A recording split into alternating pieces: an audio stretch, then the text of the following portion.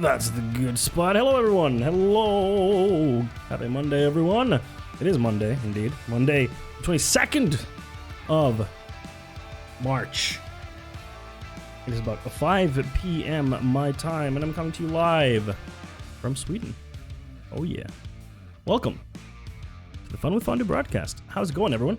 How are you doing this lovely Monday?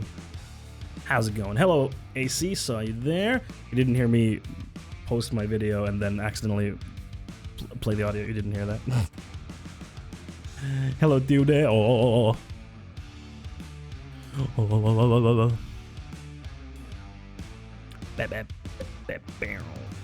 How was everyone's weekend? What you been up to? I had a nice weekend.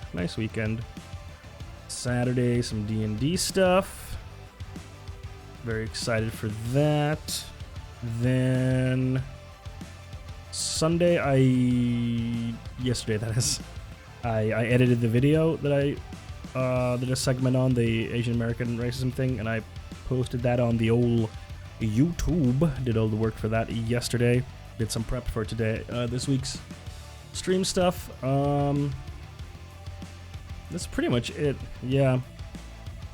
And then today, had work as per usual.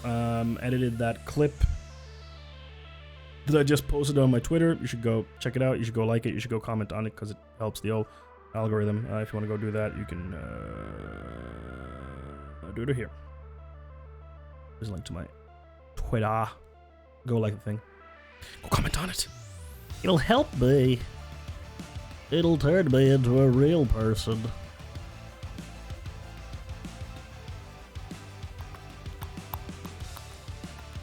Oh shit. There we go. Now it's working. What did all of you do this weekend? What's been happening? Apparently there's a game developer Twitter is a little aflame currently because I'll show you the article. Hold on. Here. Actually, diddle-dee-diddle. That's not what I wanted. That's what I wanted. Put it over here. Let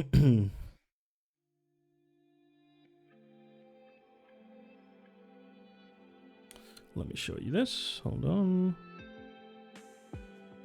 There we go. All right. So there's an article in some magazine or some online outlet. Don't know which one. That says Ubisoft caught reskinning Assassin's Creed Valhalla armor set. Ubisoft's new free Modernlicht Yule armor set included with the godly reward is a lazy reskin of existing Huntsman armor, and this is really dumb because this is literally game development. This is what we do. If developers didn't do this, you wouldn't be getting the games that you're currently getting. Like, it just wouldn't happen because this is a way of making more stuff faster. Of course, this would be a different thing if this was like a paid thing, and they were asking for a lot of money for it, and then it would just be a reskin.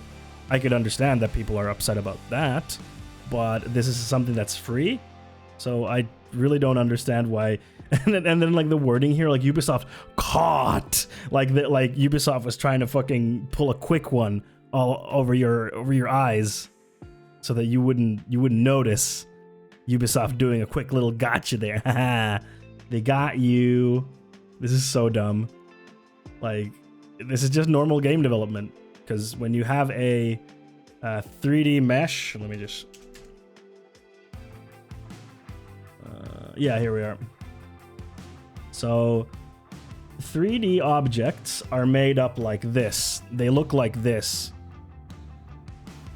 They look like this.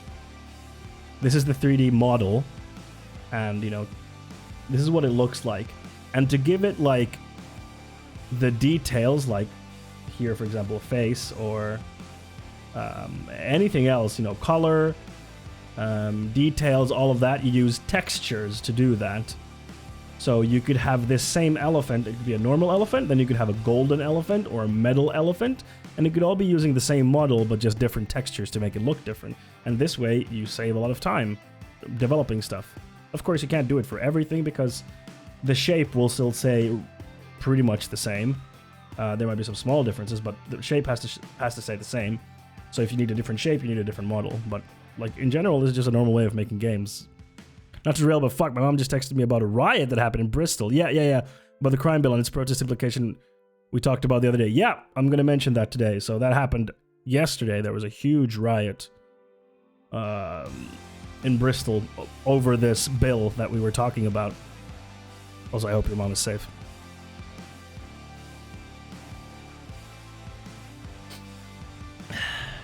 But yeah, so this is like such a dumb news piece. Like, this isn't news. This is just, I could understand if they feel like, well, this is not really much of a thing. It's like the reskin feels like really meh. I don't know what it looks like. Let's see what it looks like. I see Valhalla Modern nicht Armor.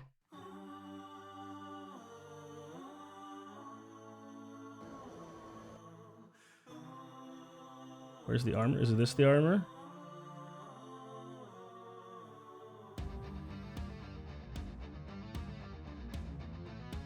I mean,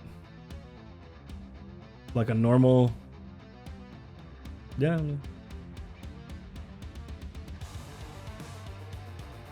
Yeah. Looks like a thing, like a normal thing. They're giving it for free, so who cares? And then wait, hold on. So that was that one. Then AC Valhalla Huntsman armor. So what does that look like then?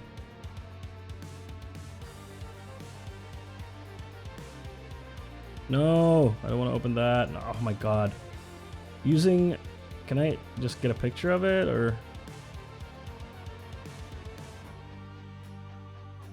I mean, yeah, it looks a bit similar.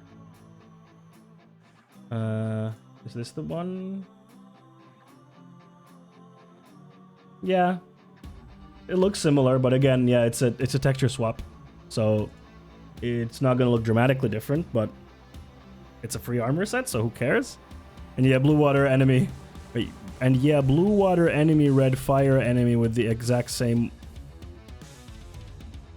Oh right, blue enemy as a water enemy and a red enemy as a fire enemy with the exact same model has been a thing in video games for years. Yeah, this is like nothing new. Unless like, because it doesn't sound like it was a monetized thing, right? Like it wasn't a monetized thing, right?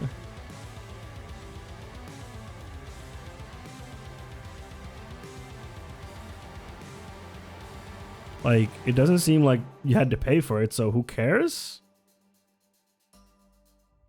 It's free for everyone. So this is the article. It's from Tweak Town. I have never heard of this site. It must be some smaller site, which is, I would imagine, trying to get like a headline. Ubisoft's new free Mordrenate armor included with the Godly Reward is a lazy reskin of existing Huntsman armor. But yeah, this is just, it's worded so dumb, so sillily. But I mean, it's free, so why does this matter? Like, why does it matter? It's such a nothing burger of a story. Caught! Exactly! Hey Nolly, welcome to the stream, how are you? Did you get your tattoo done already? Yeah, exactly. They were caught in 4K. We got their asses. We got them. Such a dumb story. And yeah, game developer Twitter has been lit up over this because all the game developers are like, this is dumb. This is just game development. This is a nothing burger of a story that you're making. It's really dumb.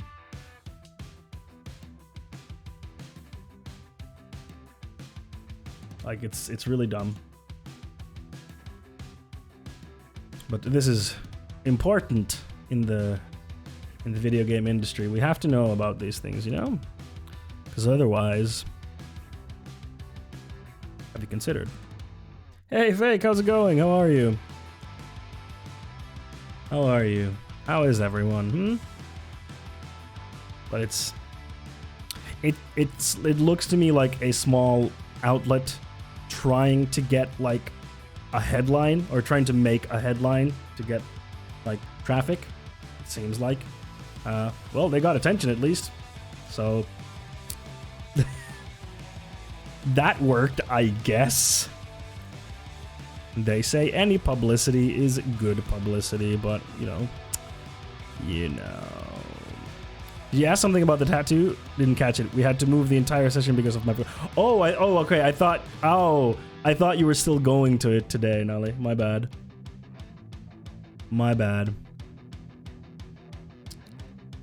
I thought you were still able to go to it because you realized it, but never mind. My misunderstanding. Yeah, no, it was supposed to be at 10 in the morning. Ah, okay, yeah, that makes sense then, yes. Yes, that makes sense then. Indeed. But yeah, I've been, so I'm starting to run like a D&D thing for some friends, and I've started using a software called Foundry VTT, VTT standing for Virtual Tabletop, and it's pretty fucking cool. You can do a lot of really, really cool things with it. I'm really happy with it. It costs, but it's like $60, so it's not like a crazy amount of money. D plus D hog! Yeah. So it doesn't cost like an insane amount of money, but it costs like some money. But like, I haven't used Roll20 a lot. I've used it like a few times, and it seems like really clunky and works really shitty. And that's, from my understanding, the consensus also is that Roll20 works really poorly. They don't really update it. They only put out like new products that you can buy, but they don't really update the software. It's really old and clunky. And Foundry VTT is extremely good. Very, very good. And the best thing about Foundry VTT is that it has a shit ton of free plugins that people can have made for it, and you can make your own plugins. So there's all sorts of cool plugins that you can get to tweak everything to your own liking. It's...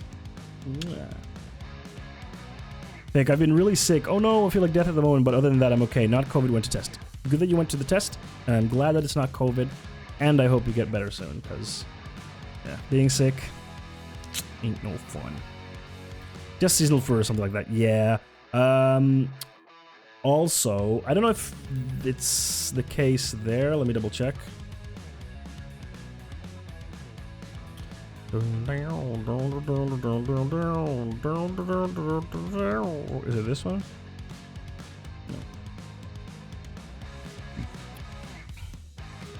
No. Not yet. I'm just checking like the pollen season in Finland.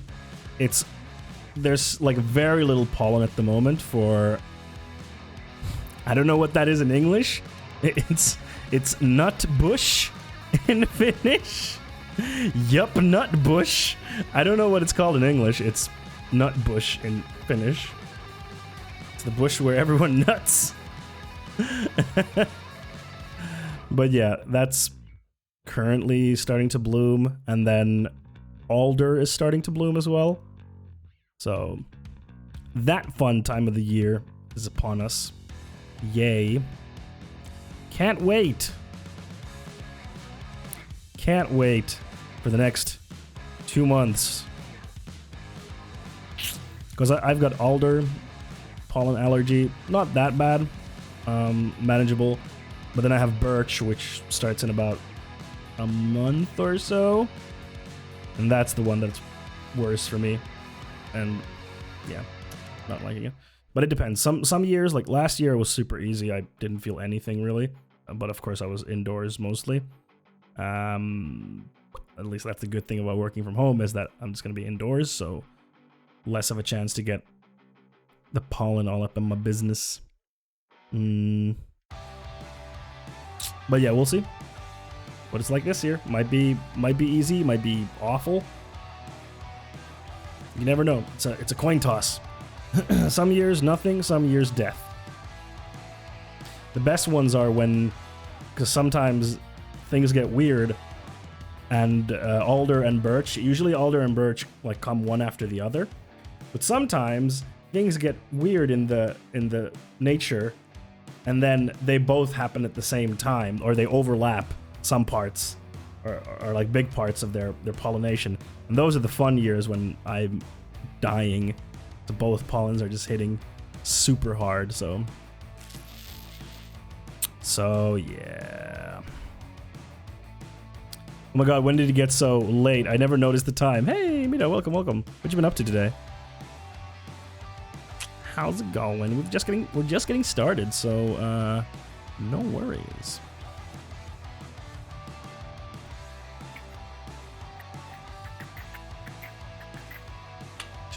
But yeah, pollen, unfortunate necessity for nature, and pain in the ass for my body, apparently.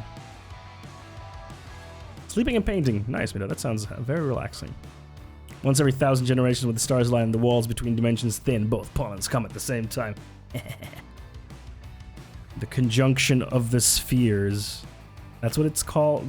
The thing was called in The Witcher, right? The conjunction of the spheres. Right? I think that's what it was called.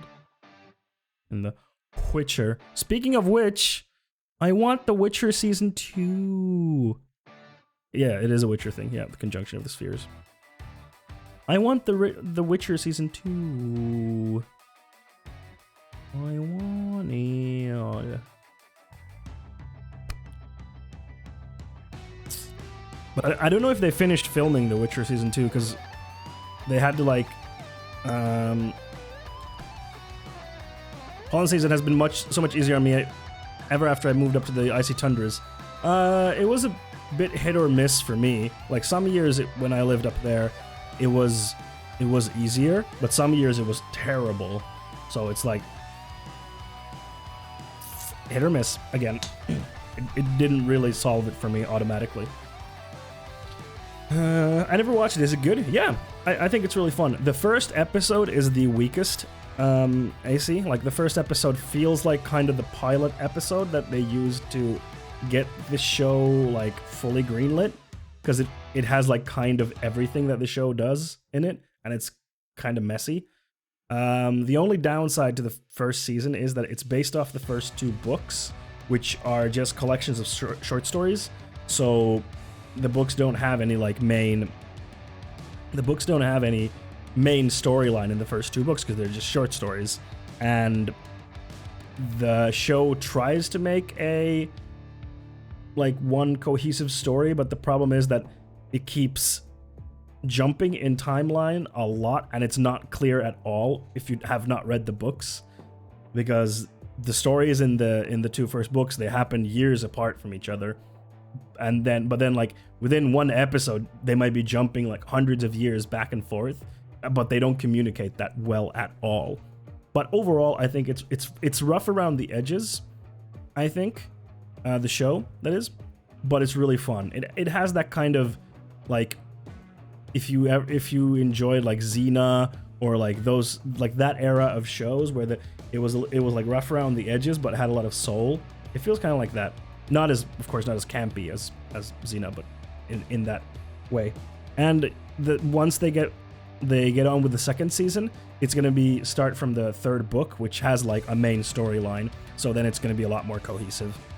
They had to release an interactive timeline a little bit after the season came out because it was so unclear for people when stuff was happening. So they have an interactive timeline where you can just scrub and see where the different episodes are, where the stories from different episodes are happening. But if you have Netflix, I recommend it. If you like fantasy, that is, I recommend it. Is it book lore or video game lore or its own thing? It's it's the books, which happened before the games. But yeah, I liked it. But I don't know when the second season is supposed to come, because they had to interrupt it already twice. The filming, they had to interrupt twice already because of COVID.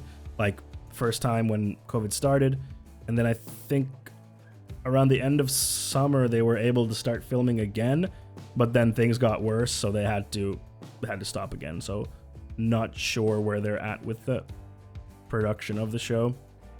But and Henry Cavill is really good as Geralt. I really like him as Geralt.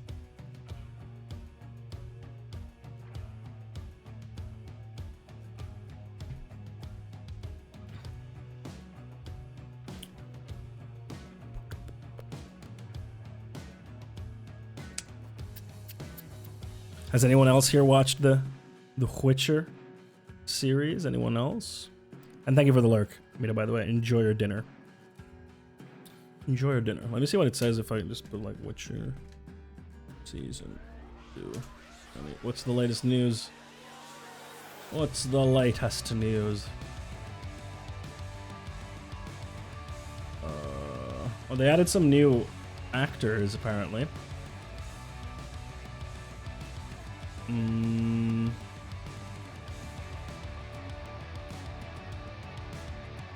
Has there been any news?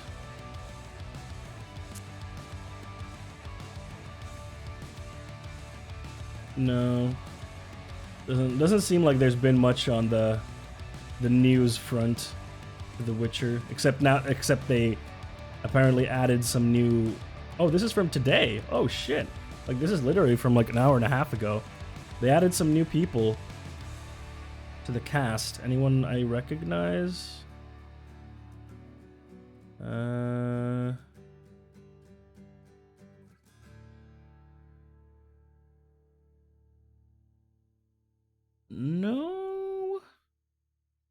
I don't recognize any of the actors.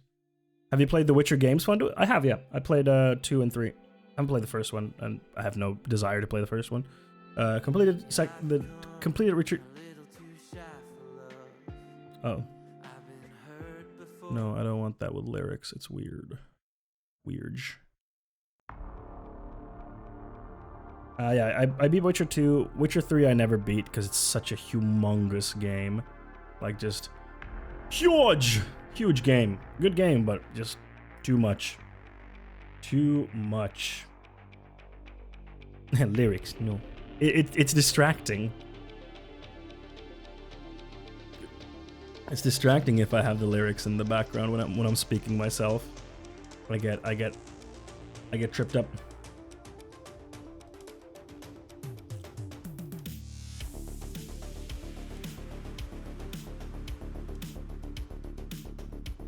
Let's see, who are the several actors, including Bridgerton's Adjoa Ando. Okay, she's from Bridgerton. I've never watched it, so I no idea. Other new cast additions for the season 2 include Cassie Clare, Brave New World. I haven't watched it. In the role of Philippa Eilhart, Liz Carr, Silent Witness. I haven't watched that either. Graham McTavish in Outlander. Haven't watched that, as Dykstra.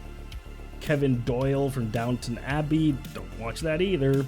Simon Callow, A Room with a View. And Chris Fulton from Bridgerton.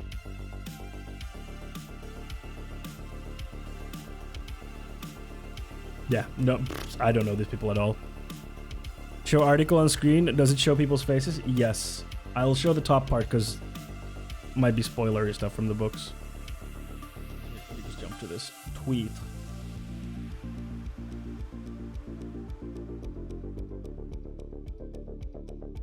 Oh.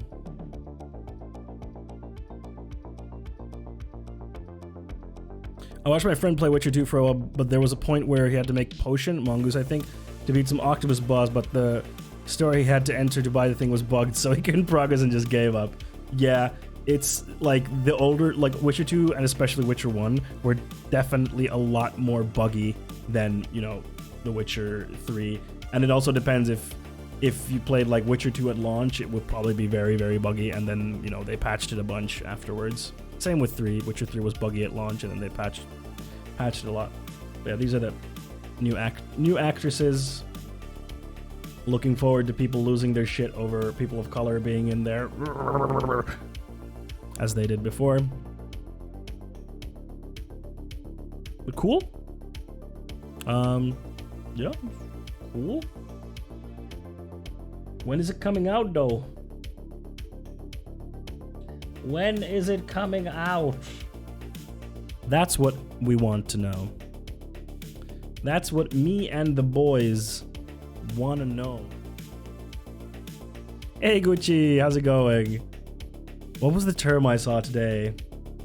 Oh yeah, it was Ninthembo, and I was like, that's a good username, Ninthembo. I forget where I saw it. Where did I see it? I don't remember. It was a really good username. No black people in fictional European equivalent, even though there's magic and that's fine, and there's definitely black people in red. Yeah. Yeah. Yeah. People got pissy about that stuff. I don't care. I really don't care. But we'll see. We'll see what comes of it. Yes, said no, it was Animal Crossing birthday party. Aww, that's so cute. Or just came home. Wait, what?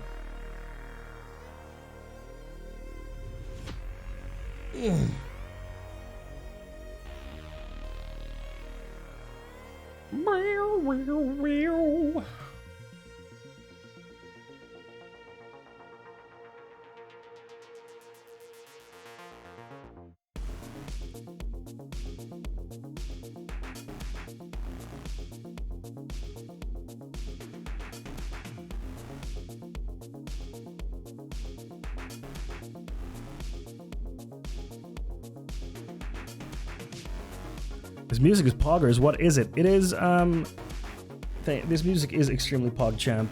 You are right. It is Harris Heller. If you search on Spotify, you will find it. He specifically makes music for content creators to use without getting into any legal trouble. So it's free and it's meant for like streamers and YouTubers and whatnot. So you can check him out, Harris Heller. He has a few different playlists. This is like the synthwave playlist. He has a hip hop playlist, EDM, and lo-fi. Was there? Oh yeah, I think there's also an ambient as well.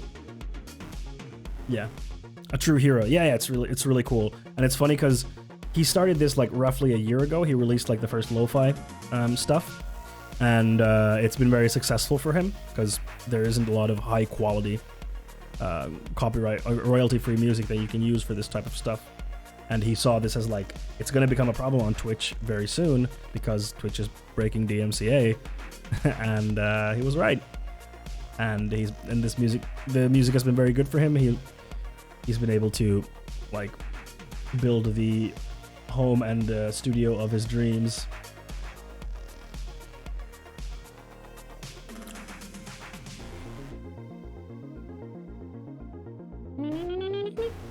Go back.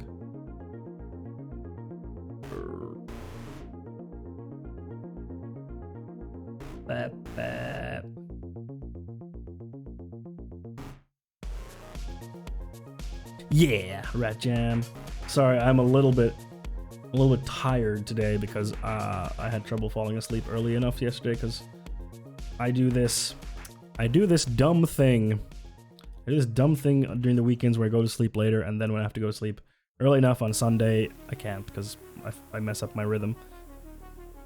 Which is annoying because my rhythm, the one that works well for me, is my weekend rhythm. That's like my circadian rhythm.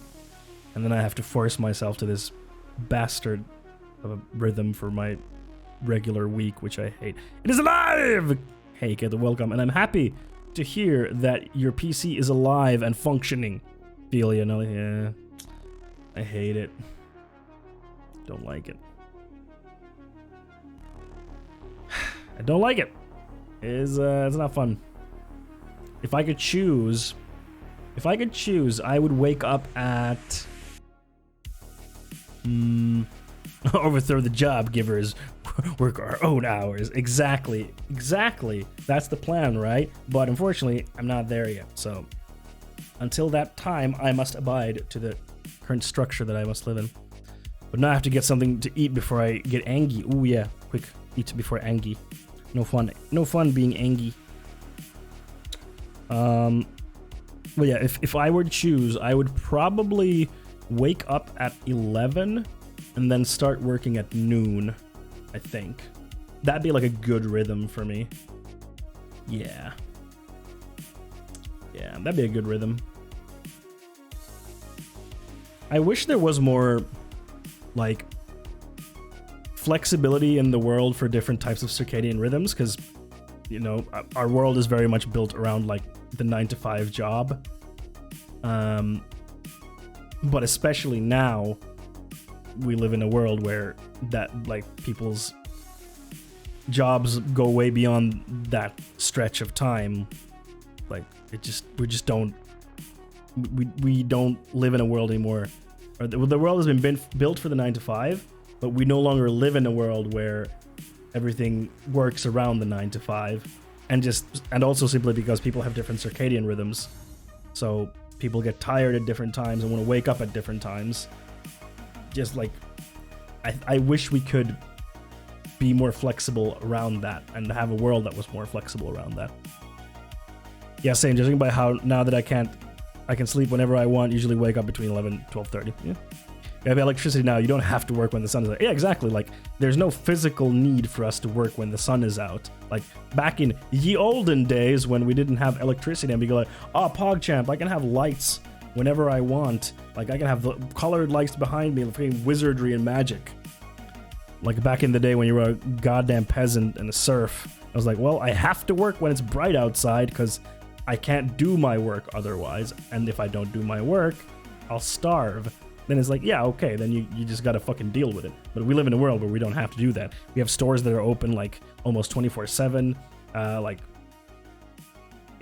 just feel like it's something that we can do and should do. Magic lights burn the witch. The only light I trust is the light of God, brother. Brother! This is amazing. I can have several apps and Twitch open at the same time. You couldn't before? That's right, brother. The light of Jesus is the only light that I need. Witch Hunt 2021 poggers. Oh. Yeah, my computer was 100% throttled. Wow, goddamn. You really needed an upgrade. My rhythm is longer than 24 hours, so I naturally will get tired a few hours later than the day before. Yeah, and that's also the thing. Like, some people's circadian rhythm is longer than 24 hours, which means that their schedule is constantly shifting. And then the world is not built for that. It's like, well, sucks to suck. And plus, hey, he's a pew pew. And then, like, plus, on top of that, like, people having different circadian rhythms, not everyone is neurotypical, where they can fit into these types of things. So it's just like, we have the capacity to live our lives and outside the 9 to 5, so we should do more of that. Especially if you work in companies where you have to do like collaboration around the world, and like let people as that's all I have to say. I agree though about job hours needing to be more flexible. Yeah, and it's a difficult one because I do understand, like in my field, for example, we do a highly collaborative work, so you know, being there at the same time is very important at certain times, but I think not always during the week. Like, you could have certain hours I don't know, you'd have to experiment with that, but I think there's something that we could find there, you know, because it could be like, maybe there's like 1 or 2 days when it's 9 to 5, but then the other days there's only like 2 hours of overlap or something. I don't know, but trying to find that balance of where, like, yeah, I don't know. If I need to wake up early every day, I never get used to it and become a hollow shell of a human due to sleep deprivation. Yeah, and that's not your fault. Like, there's nothing you can do about that, Gucci. It's like, that's your circadian rhythm, and you can't change that, really. AC, my work gives me complete flexibility and autonomy to choose my working hours. Nice. I have certain deadlines to meet or meetings at certain times, but otherwise no structure imposed. Nice. That's awesome. That's great. Outside of meetings that work for everyone and meeting longer term deadlines, really, why make people work at certain hours? Yeah. In like the game industry, a lot of it is because our work is very collaborative and we need to communicate with each other a lot. And if like it's from like a higher level standpoint, it's easier to have everyone there at the same time, because then you know that people can communicate with each other, rather than full flexibility, and then you have to somehow make sure that everyone can communicate and that the communication doesn't slow down because like some people that need to communicate, their timetables are not synced at all. So I can understand it from like that perspective, but I think it's not like, we should still try to do something better, I think. I messed up my sleeping rhythm pretty bad in the past week. I'm just addicted to dreams and can relatively easily continue dreams when I fall back to sleep. Snooze button is my weakness. Oof. Waking up for me is super easy. Like, that's not a problem for me. Like, when the alarm rings, I wake up, I turn it off, and I get up. Like, getting up for me is really easy. It's like the going to sleep at a certain time and waking up at a certain time that I don't like. It's like the workers should commune and decide working hours that work for them all on a regular basis. What's this commune you speak of? There could be some kind of ism built around this kind of communal living. Some kind of communalism, perchance? We could call it something like that. It could be very, like, quite descriptive. I see where you're going, I see. Ism's bad, brother. Communitarism, Both are difficult to me, aw. We can't all be winners like me, brother. You gotta be a go. You know what I hate? I hate when people are like, you have to wake up at 5 a.m. You have to wake up at 5 a.m. and then immediately go to shower and then work out and then do your bed, because if you do those things, then you're a winner. Because winners, they all get up before everyone else and they start working, and that's how they win. And I hate that so much. I hate it so much. You're a communist? Name all the communes. Paris commune.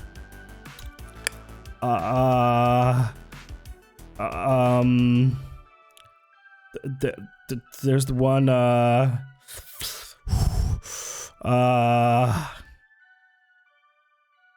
Yeah, early bird catches the worm. Not just that, but like taking that to the next level of being like, I wake up at 5 a.m. and I practice judo every morning, and then I eat 10 eggs, and that because of that I'm in peak condition, peak performance. You know, that kind of shit, and I don't like that.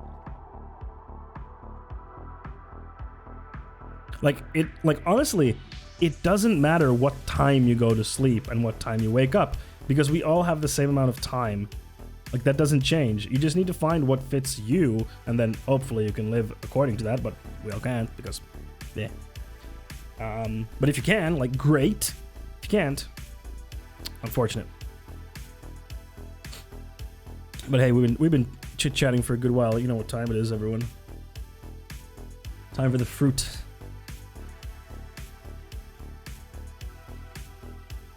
The fruit of the day.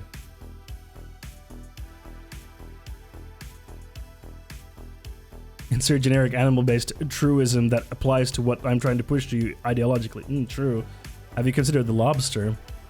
The lobster, the peak animal, sleeps only 2 hours a night, just like me, and eats meat, just like me, Jordan B. Peterson. But it's time for the melon, everyone.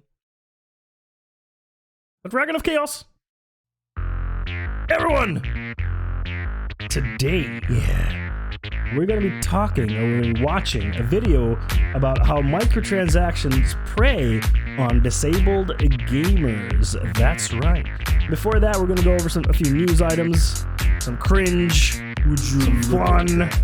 Hello, you cutie. Hello. Hey, Kutarel, thank you for the follow. And welcome, cuties! And then, we're going to be playing Darkest Dungeon. The cutie crusade is going strong. You lost one person last time. That was not my fault, by the way. I will have you know. It wasn't my fault. It wasn't my fault. It wasn't really anyone's fault. It was just bad RNG. You know, it just happens. It just happens, you know. It was not your fault either. It wasn't. And that's what's up today, folks. That's what's up today. No, it was like I took the people on a mission, went on the mission.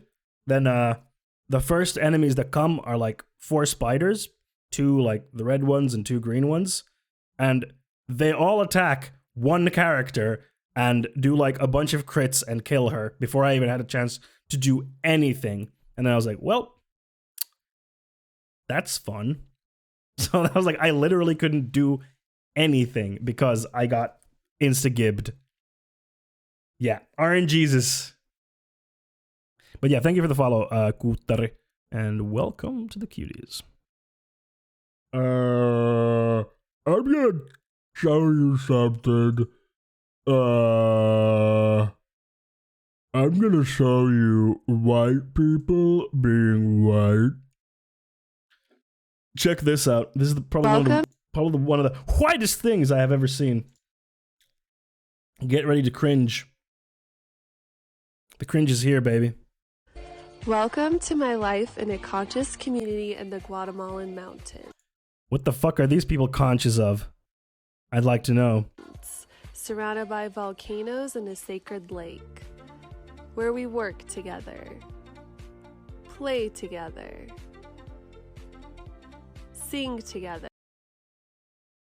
I eat edibles for breakfast. It has that vibe. Create together and hang out together, where we get fed healthy meals. Oh my god, look at that woman. That woman is just like, why am I in this video? Like, look at her. She's so uncomfortable. Literally the only person that is from this country serving them. Like, wow. Healthy meals and connect with each other every day. And accidentally establish an ethno-stay together. Follow to see more of my life here. What the fuck are they conscious of, huh? They sure as fuck ain't conscious of the colonialism they're doing. This is when, like, this is peak, like, I'm a digital nomad. I go to other countries, I go to the global south so I can exploit their cheap labor and their cheap living conditions and then exploit that to my benefit. I'm so digital.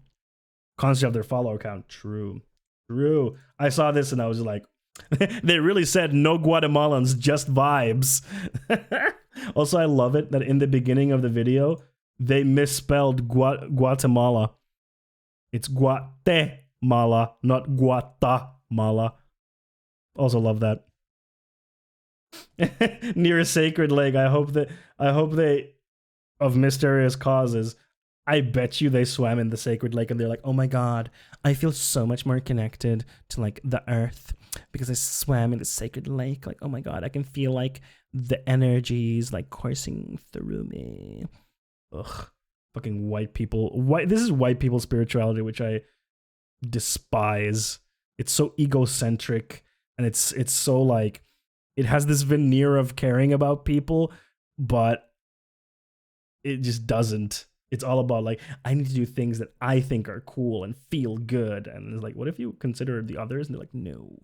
But I'm one with the earth, and we're all like children of the earth, and we have to use like the sort of empathy and the shield of warmth to guide ourselves. And it's like, what are you talking about? Ah! Anyway,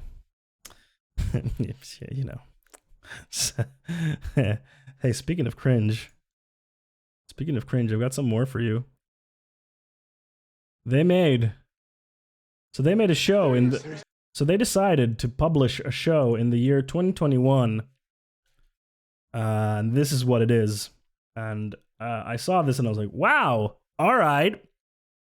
How are they paying for this? By working remotely and living in a low-cost country? Yep, exactly. I mean, most likely. I don't know if they are. But most likely, yes, they are, you know, fairly okay money-wise. I would say, like, you know, doing okay money-wise from where they live in the U.S. I mean, they're probably, like, in the U.S., they probably don't have, like, a huge amount of money. But then they go to somewhere like Guatemala, which is, like, way, way, way cheaper. And buy a house there because it's super, super cheap.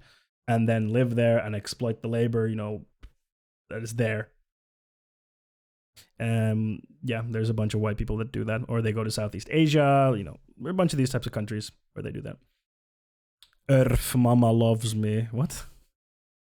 Yeah, if you're a gig freelancer, you can sublet their apartment in Europe, for example, and you can basically live free in Asia. Yeah, that's what some people do.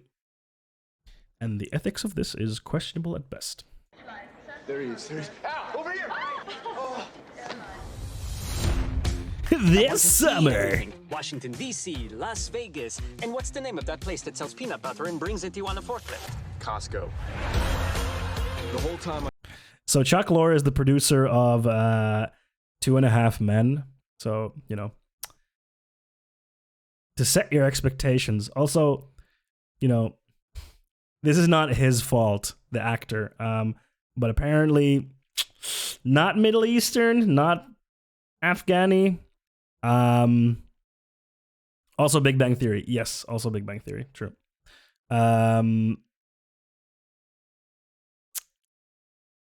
Yeah, apparently he's of Indian heritage, and it's like, my ex was living on unemployment benefits, so she rented her apartment and left to Thailand for a month. I mean, that's a little bit different when you like do it for like a month, and it's like, maybe a little bit iffy, but okay, a month, yeah, whatever. But they clearly were not doing that for just a month. On a forklift. Costco. The whole time I served in Afghanistan, Al was my interpreter. I served in Afghanistan, brother. Welcome. Let me get you a beer. Dad, no alcohol. Right. Oh, I'm sorry. Sorry. No, alcohol. your son should be sorry for talking to you with that tone of voice. I like him. Tee, isn't it funny? The foreigner came here and he doesn't know how America works. Also, what a great freeze frame there. He looks like he just stubbed his toe. He has realized he stubbed his toe, but the pain hasn't hit yet. But he knows the pain is about to hit. Yeah, but she could have stayed. Yeah, that would have been a questionable. But yeah, like he white person. I mean, not white person. Did you know that your Uncle Al is your godfather? Which some might say is even more important than an actual father. No one says that. So bad. Like the laugh track comes in, and I'm like, God, ugh. How could you not tell me you were having marriage problems? I could have fixed it. From Afghanistan? It's not the moon. We have Wi-Fi. I appreciate how much you want to help, but we couldn't make it work. Do you think you tried hard enough? He's the one who didn't try hard enough. He was probably exhausted from war. There was a lot of walking. Do you know it's really like he's really feeling bad about going to Afghanistan. He feels really bad, okay? Thank you for keeping my brother safe. As your godfather, I will protect you for the rest of my life. Will you be my godfather too? Get your own. Thank you. Ew, that's such a get your own whilst putting your hand on a minority.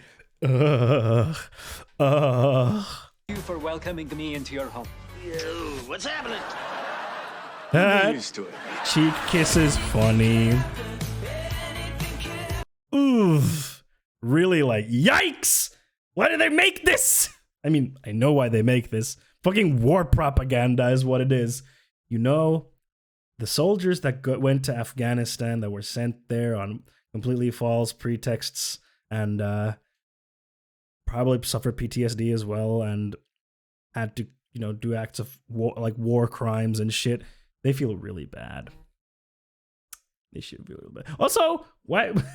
So let me get this straight. Al just comes over there just for like, why? I don't know. Who knows? It's just, oof.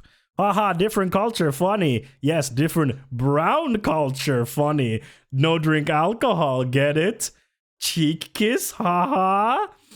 Anything can happen. It's wacky. And it also plays to this like racist stereotype of like the foreigner coming to fix your relationship because they know things about love because they're foreigners. They're more exotic. So they understand love better than white Americans. So they'll come fix your marriage. Oh, yeah. Yeah, it's just like, Jesus Christ. Like, and it's so white savior as well. Like, I was your interpreter there, and now we are best friends. Thank you for coming and glassing my country. Thank you, good sir. I am forever indebted to you for glassing my country and causing tens of years of destabilization, which still has not ended to this day. Thank you. I am very, very thankful for you for doing that to my country.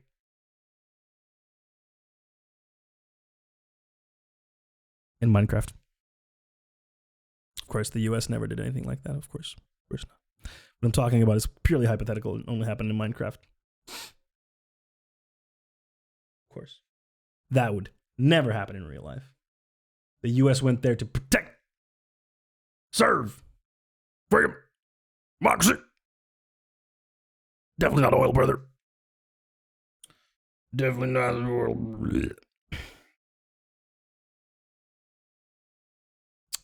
Let's talk about the police.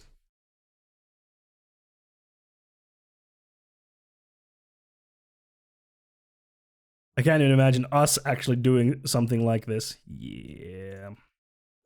Let me see if there's anything on the English, Yle.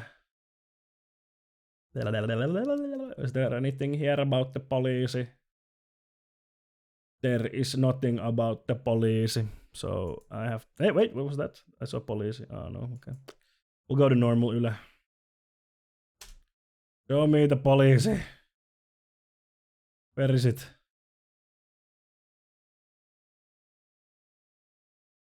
Where is it?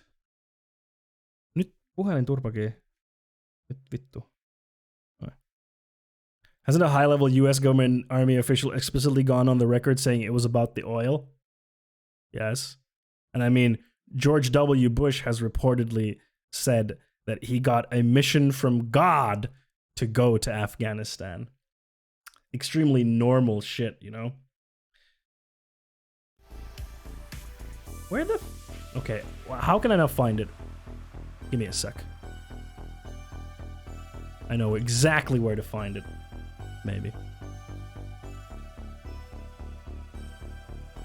And when I say exactly know where to find it... Ah, here we go. It's Dimmus Twitter. So this weekend...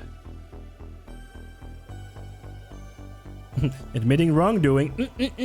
Crusades. Yeah. It was a mission from God to go there and destroy and glass people, don't you know? Okay, so this weekend, the past weekend, anti-maskers had a protest in the capital of Finland, Helsinki. This is straight in the center of Helsinki. That's the parliament over there.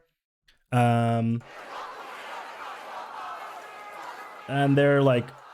they're screaming about, you know, freedom and the media and the government. And as you can see, that's a lot of people. There's currently a gathering restrictions in Finland. Like this is against that. And the police was there, and the police didn't do anything, which I think, like, don't get me wrong, I think it's, in the end, like, police starting to bonk heads, probably not a good thing. So don't worry, like, I'm not saying, like, the police should have kicked their asses. I don't think that's a great idea either. But it is funny to note how when, you know, anti-masker right-wing conservatives are out protesting, the police won't even touch them. But then, you know, last fall, when a bunch of youths and left-leaning people blocked a road, the police fucking pepper sprayed them without hesitation, immediately. While protesting illegal. Sorry, what do you mean, Keto? Can you speak more about that? It was so stupid that complained about not having freedom while completely freely doing this. Yeah. This dude here says, like, symptom-free equals healthy, which is like... What he's like, oh my god. Gatherings of over 6 are illegal at the moment in Finland. Yes, so this is technically an illegal protest. Like, I'm not here to argue whether protesting should ever be illegal or not. That's not my point. My point is to highlight that the police didn't do anything to them while, you know, during the fall when similar restrictions were in place, they were very happy to pepper spray. They were very happy to pepper spray, you know, left-wing protesters who were protesting for the environment. Why are we still here? Just to suffer? Yeah, tell me about it. Wait, how do I say your name? Is it Mynulkarim? Mynulkarim? How do I say your name? Please tell me. But yeah, this is them. I would like to note the lack of masks at the event. Lack of masks is very noticeable. I mean, they are outside, so that helps a little bit, but you know, wearing masks would have been nice. I can show you a fun picture, and by fun I mean infuriating. These are two people. So this building that you see behind you is the new like central library called Ode in Finnish, Ode, which is extremely poggers. It's a fucking cool library. Like, it's a library, but on top of that, they have like meeting rooms that you can book. They have like an audio studio that you can book for like recording music. They have VR headsets that you can book, sewing machines, 3D printers, like all kinds of cool shit. And it's a library, and it doesn't cost you anything to reserve those things. It's so fucking cool. Socialism, yay. Anyway, that's not the point. These people, so this person, cool outfit. This is 99.9%, I think, like survival, which is really cool. And then it says forfreedom.fi, which I don't know what that is, but let's check. I'm pretty sure it's gonna be cringe. Oh yeah, give it to me. What is this? Few children and young adults protesting to save their future get pepper sprayed, but like 400 anti-maskers doing this completely okay to the police. Yeah, it's funny, isn't it? Why wear a mask when you can just stop breathing? Yeah, I don't want them to die, but I just... Vowels. Vapauden puolesta is how it's said. It means for freedom. What is this? Inhimillisyyden, sananvapauden ja itsemääräämisoikeuden puolesta. So this is for humanity, freedom of speech, and self-determination. And then they have some shit here. Justan sisällön on koonnut ja kehittää ryhmä tavallisia ihmisiä, vanhempia, concerned adults, concerned parents. What is this even? World Doctors Alliance. The World Doctors Alliance is an independent non-profit organization. Jonka puitteissa lääkärit sanovat,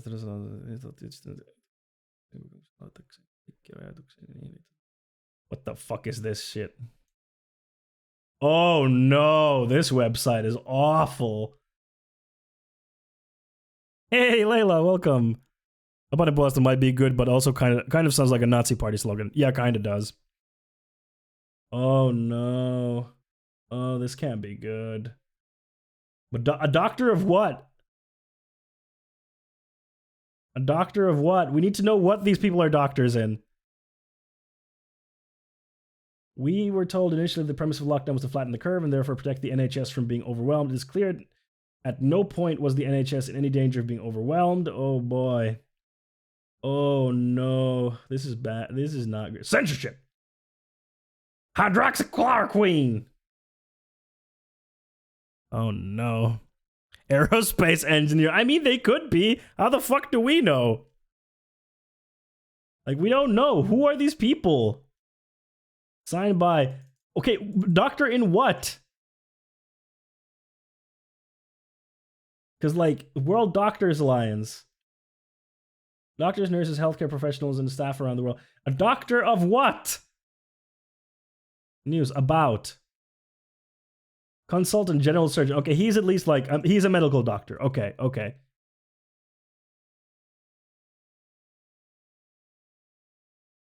Molecular genetics. And her PhD in immunology and biotechnology. He was awarded EU Human Capital. Why are these people doing this? Why? Why must you do this? Oh no. Oh no. The holistic approach. Oh no. Yikes. This website looks the most early 2000s thing I've ever seen. It's a little bit early 2000s, but this stuff looks too modern. Founder of COVID-19 Extra Parliamentary Inquiry Committee. What is he? Oh, he's a medical doctor. Okay, sorry. My bad. Medical doctor. Okay, these are actually medical doctors, which makes it even worse. biog here? Well, that sucks. But yeah, it's funny because like here's the police with these people. Wait, what's wrong with the holistic approach? Usually, Gucci, holistic approach means like not like medicine, like how do I say this? Like what's the word? I'm blanking on the word. Doctor of being a doctor. True. It's like the, what is it called? It's my brain. Homeopathy. Thank you. Yes, it's homeopathy. It's homeopathy. From, I think, if I'm not mistaken, correct me if I'm wrong, but I think it means homeopathy. That's not what holistic means though, but holistic medicine is what it's called, I think, if I am not mistaken. Holistic medicine is a form of healing that considers the whole person, body, mind, spirit, and emotions in the quest for optimal health and wellness. According to the holistic medicine philosophy, one can achieve optimal health, the primary goal of holistic medicine, practiced by gaining proper balance in life. Holistic medicine practitioners believe that the whole person is made up of interdependent parts, and if one part is not working properly, all the other parts will be affected. In this way, if people have imbalances, physical, emotional, or spiritual, in their lives, it can negatively affect their overall health. Isn't healthcare supposed to be holistic? Yes, but they want to make it sound like they're the only ones who realize the whole picture, but normal medicine only focuses on this part, and that means they're wrong.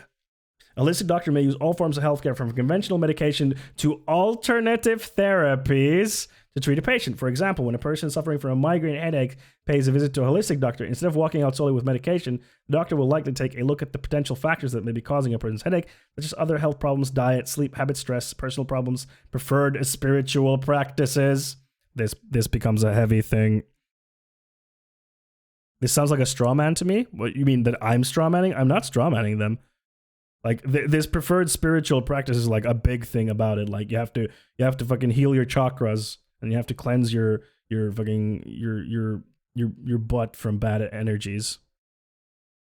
Now hang on, Fondue. Have you considered praying the COVID away? I had not. I'm sorry, I didn't consider that. Like here, principles of holistic medicine. All people have innate healing powers. Like, there's good shit here. There's good stuff in this, like, you know, looking at the whole picture of like how are you doing mentally and, you know, all of that. But then it falls into this shit, the spiritual shit, like we can all heal each other if we just get more vitamin D. Oh yeah, I forgot to say what this says. So like this says, the government and the media, why aren't you talking about the importance of the sun and vitamin D? That's what this science says. So that's the type of stuff that you get with like homeopathy, which is a complete, like, doesn't work. It's not real. Preferred spiritual practices. But Gucci, were you meaning that I'm making a straw man? Because I'm not making a straw man. Like the spiritual part of it is a big part of like holistic medicine and doing like, yeah.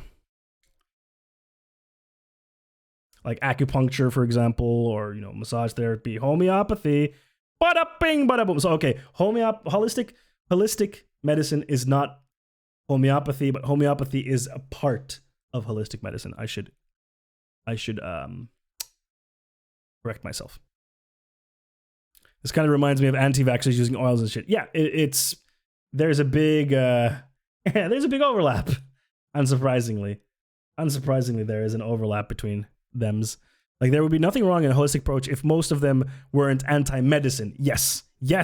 Like, having voluntary holistic therapy on the side of your medical treatment would be fine, but they endanger people with anti-medicine and anti-vaccine propaganda. Exactly. Yes. That's the problem. That's exactly the problem with, like, people who practice holistic medicine, because they usually try to subplant, you know, traditional medical treatments with other stuff, which should not be done.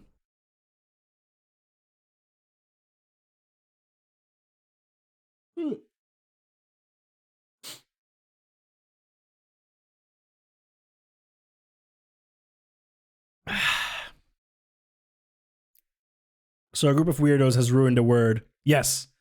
Welcome to the internet. I'm glad you made it here. Or to quote a very important video.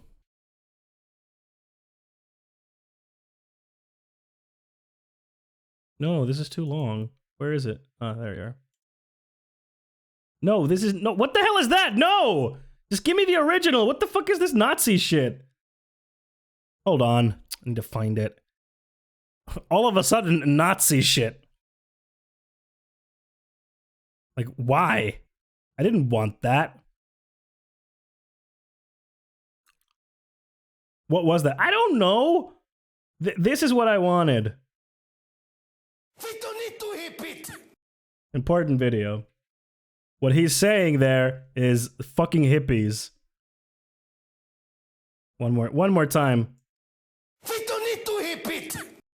there we go. What the fuck was that My Little Pony? But I don't know! I don't know what that was. But now that we're talking about anti-vaxxers and holistic medicine and all this bullshit, I have a fun video that's going to enrage everyone, including myself. This YouTube channel called Jubilee. Feet 1 2 hipiat. No, vitun, which means fucking, like goddamn. Ito hipit, which is hippies in Finnish. Vitun ito hipit. I think I've heard of them, but yeah. So Jubilee is a YouTube channel. What they do is they get people usually around different topics who are like opposed on different topics to kind of talk together about stuff. And they did a video on COVID where there's pro-vaccine people and skeptics. And yeah, this is going to be fun. Oh, these guys. Yeah. I've watched some of their stuff. Sometimes they're meh. Hey, before we but this is going to be a wild ride. Woohoo! Start this video, we just want to acknowledge that this is You're going to cringe very hard. A very sensitive topic, especially coming out of what's been an incredibly difficult year battling the coronavirus pandemic. But as vaccines are starting to roll out, this is also a very real and current conversation that we're seeing happen within our communities and all around the country. So our goal with this video was to just earnestly portray various perspectives. Oh yeah, then they also do videos where there's 6 of something and 1 fake something, like 6 leftists and one fake leftist or something, and then they ask questions and they talk and you have to try to figure out like who's the fake. They're kind of fun, but perspectives that we're hearing, and not necessarily that we condone these perspectives, but to understand why people are feeling the way they might be. As always, please seek out experts as you're making your own decisions. My man said, do your own research. I understood the vitamin D sign as going outside is also important. I agree the restrictions are causing a lot of health issues too when people are just stuck inside alone and getting depressed. Yeah, I mean, yes, but like they're at an anti-mask rally and they're like, why aren't you talking about vitamin D and the sun? And it's like, is this some both sides equally valid shit? Oh, this is going to be some all kinds of weird stuff shit. And above all else, we want to encourage you to see each other's humanity and feel more empathy. Enjoy the video. But dude said do your own research, brother.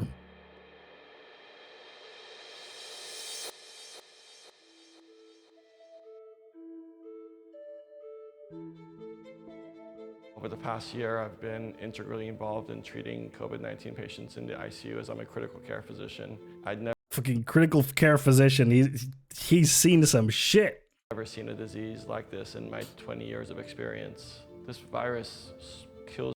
Can you make a bit louder? Oh, yeah, sorry. Was it solely an anti-mask rally? My friend went there, you know who I mean, and said it was against continuing restrictions. I think it was like anti-mask continuing restrictions. I mean, against continuing restrictions, yes. Kills you slowly, methodically, and without mercy. I'm a registered nurse, and I think the COVID vaccine is very important because it give me the vaccine. I want infection, and give not it to just me. for us and for our families. We've all been at home for the better part of a year, and we have to make some tough decisions about our health and how we're going to interact with each other in the future. Like, even if you were to go to that rally and you were like, I believe in the virus, but et cetera, you have to realize that the people, there's going to be a lot of people there who are like anti like believing in COVID and anti-vaccine and all that shit. Like there was that dude who was like, if you don't have symptoms, that means you're healthy. And it's like, no, you dumb fuck. This spreads asymptomatically, so you can have the virus and have no symptoms and spread it. That's one of the reasons why it's so dangerous, is that you can spread it asymptomatically. And that's like, it's like a terrible thing to try to push. Like, but if I don't have any symptoms, so who cares? And it's like, well, if you don't have symptoms, you can still spread it. You can spread it to people, and then they die, and then they can spread it further. And that's like the problem with this virus. By the way, people worry about the long-term effects of the vaccine, but not long-term effects of the virus. Yeah, that's also like, if you're worried about the long-term effects of the vaccine, I mean, yeah, understandable. We haven't had time to research that because it takes time. But also, the long-term effects of the virus is very bad.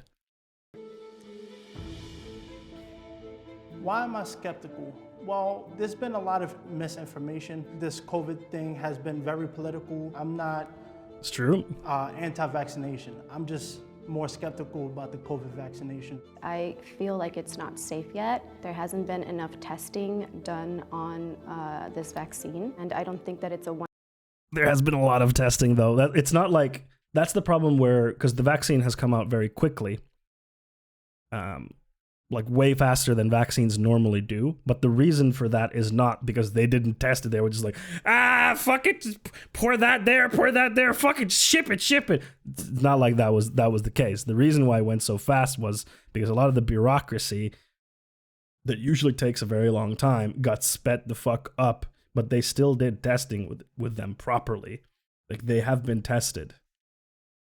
It's not like they haven't been tested. And of course, the long-term effects of the vaccine can't be tested quickly. It's just not possible. It's not possible in any sort of way. In this time span, it takes time. One size fits all. I'm not for the COVID. Wait, we have to go back. I feel like it's not safe yet. There hasn't been enough testing done on this vaccine, and I don't think that it's a one size fits all. I'm not. It literally is a one size fits all. It's a vaccine. Everyone gets the same vaccine. It's literally how vaccines work. I mean, yes, there's going to be a very, very, very, very, very small minority that could have like an allergic reaction or something else. But it literally is a one size fits all. It's a vaccine. That's the point. Not for the COVID vaccine because the evidence doesn't add up to that being necessary in order to survive. There's only been one side of the story told, and it's been a side of death and sadness and depression. And I don't believe that's the whole truth.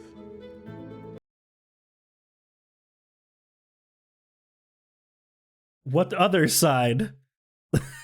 What other side of the story? What's the other side of the story that hasn't been told? What is he talking about? What was his point? I couldn't tell you. I understand a large part of the time decrease has to do with not having to spend time putting together loads of proposals and then waiting for most of them to get rejected before funding comes through. Yes, exactly. The reason it's gone faster is not because they're doing sloppier work. Because they're doing sloppier work. It's because it's, the bureaucracy has been sped up.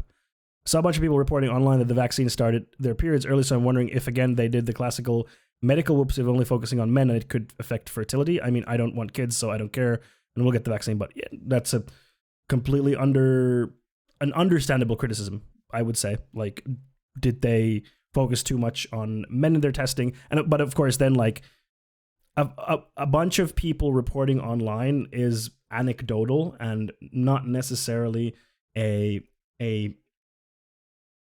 showing of a, what's the word? A trend. And then, of course, you have to also look at, like, which vaccine did these people get? Is there a specific strain of vaccine that they got? Are they all different vaccines? There's a lot of details there. The vaccine is just a way for the government to track us, brother. It's the 5G chips, brother. How else do you think they're going to get 5G working? They're going to make all of us into 5G pylons, brother.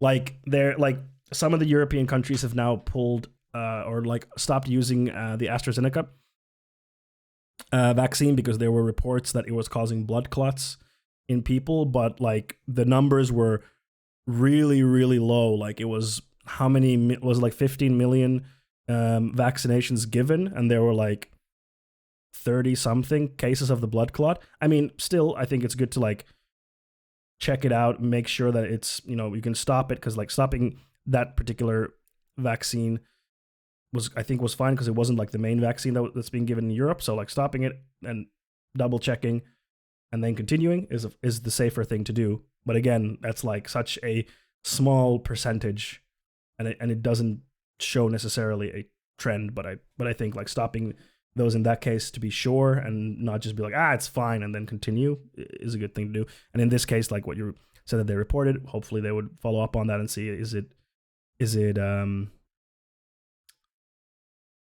it related? Because sometimes, I mean, it's good to be skeptical, though I'm not sure if it's the right time. It's good to be, I don't think skeptical is the right word. It's good to be critical of stuff like this, like, you know, of, like the situation we're in. It's good to be critical, but then when you look at you know, the situation, you look at like the facts, and then you're like, okay, it makes sense to me. Then, you know, then to believe that, be like, okay, yeah, this makes sense to me. Because with the like skeptical, I feel like the people who are like, I am a vaccine skeptic, I feel like often they're just like, if they're presented with like 15 million shots given, like 34 reported blood clots, which we don't know if was caused by that, they happened after each other, that doesn't mean that there is a causal link. That could still just be a correlation, but not causation. Same thing with the period starting early. That could just be a correlation, but not a causation. Less cases of blood clot than contraceptive pill.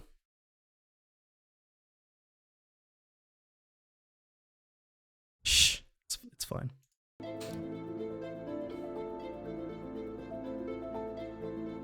I saw a little bit of this on Denim's stream, and it gets pretty wild. Hi, my name is Jacqueline. I'm a registered nurse for 2 years, and I'm excited to be here and extremely nervous. My name is Thomas Yadegar. I'm a critical care physician, and I supervise a team of 20 physicians. And on a normal day, we take care of about 120 patients in the hospital and about 40 to 50 patients in the ICU. Hi, my name is Kelly. I am a teacher. I've been teaching for 16 years, and I'm just very excited to be here.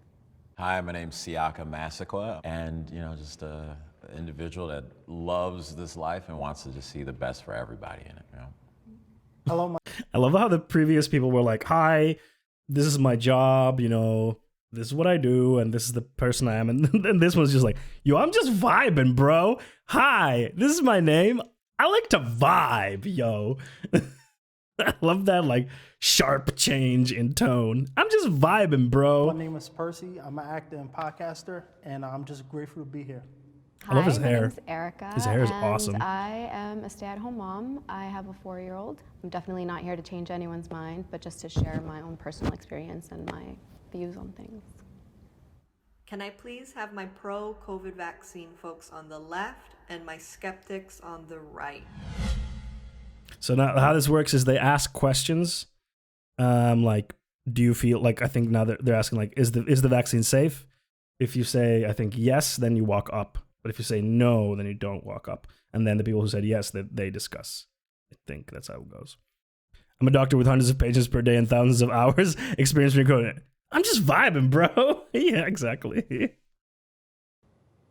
The first prompt is, COVID-19 scares me. Please come forward if you agree with the statement.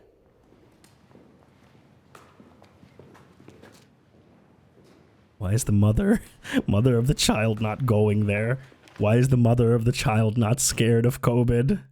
Yeah, so for me, I have asthma. I was born with it, which is why I keep myself isolated. I just don't want to put myself in a position where I got to call my mom and say, hey, come to California. I'm in trouble.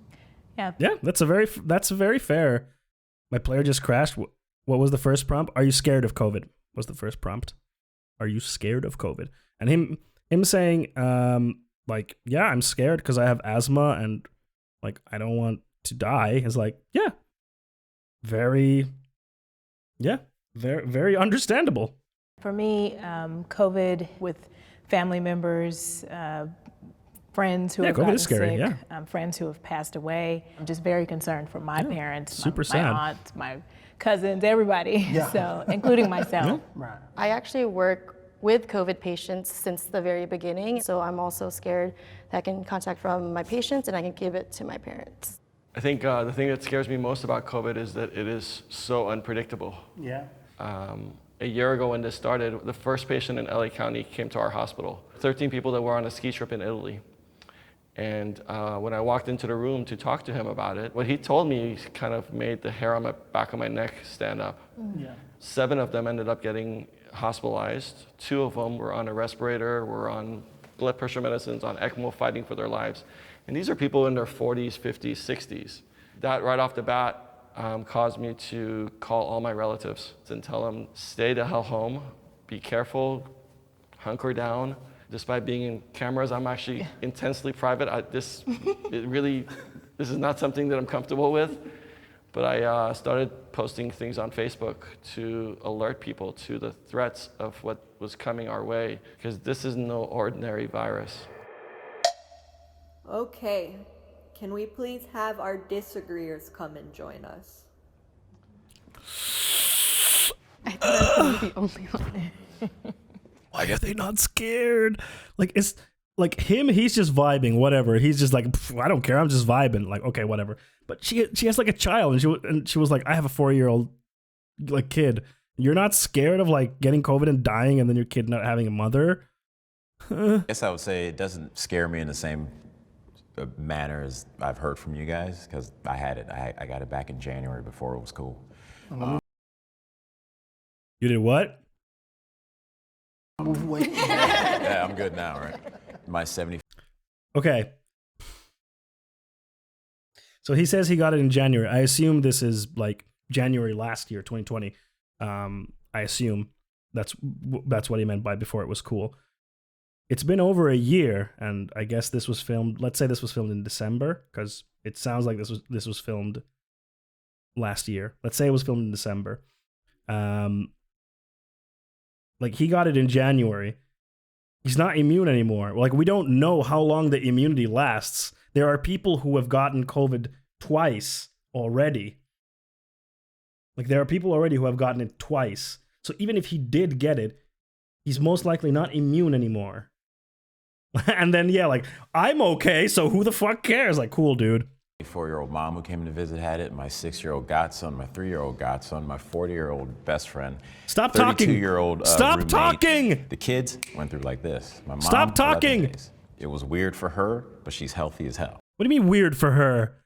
Your mom is like, I don't understand. Why is he talking? Like, my mom had it, my dad had it, my sister had it, like everyone in my family basically had it. Then, like, well, stop! Why are you flexing? This is not the flex you think it is. You know, and that's my own personal story, and then I have not changed my lifestyle since this thing started. If anything, I've gone out more. I've been going to rallies since June, and I've been around multiple people of all ages, consistently hugged, hung out with. Stop talking, please, for the love of Christ, stop talking. Jesus Christ, stop.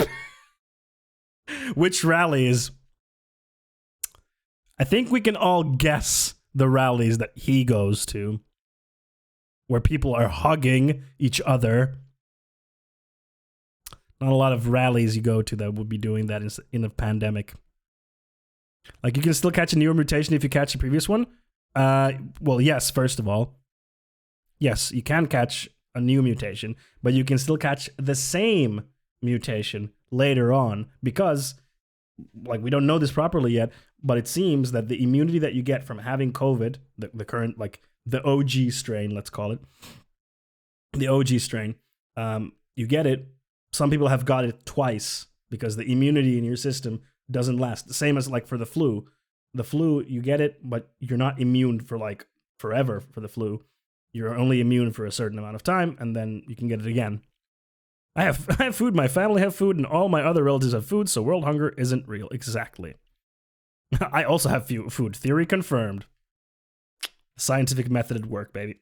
With every Saturday for 6-7 months, nothing. But yet I'm only being told one side of the story.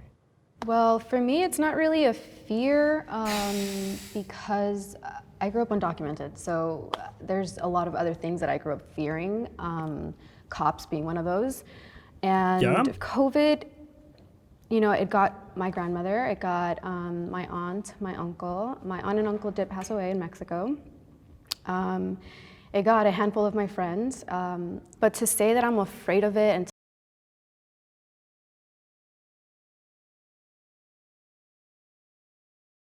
literally, her family members died of the disease.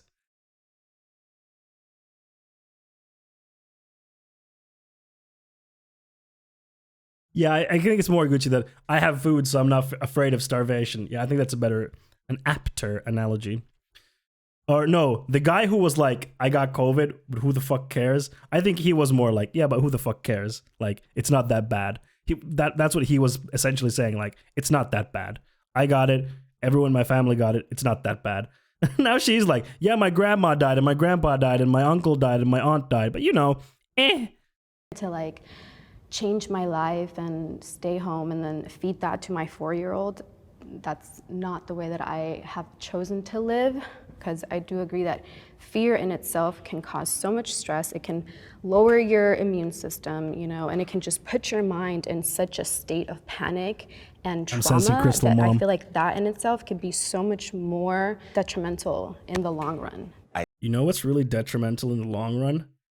Fucking dying! Dying is really bad in the long run if you think about it. You know what's really bad in the long run? Getting COVID and not knowing and not knowing the long-term repercussions, because we still don't know what the long-term repercussions of having COVID is. Some people have reported having long-term effects, psychological and physical, and we don't know that yet. We don't know. Some people say they have like brain fog. It's hard for them to like focus and think. Some people have like respiratory problems. But like, Jesus, being afraid is worse. It's like, is it though? Yeah, Maria Norden wants her flashcards back. Yeah, stress reduces immune system. That's how it works. A dude in a community I'm in was like, I already have COVID, so I'm immune now. I was like, shut up! Even if you personally were immune, that shouldn't change any of the precautions you take. Yes, because we don't know. Even if you were immune, we don't know if you can still spread it. It could be that you're immune, but you can still spread it. We don't know this yet. The question was, are they scared or not? Not, I don't care about Corona or other people. True. That's true.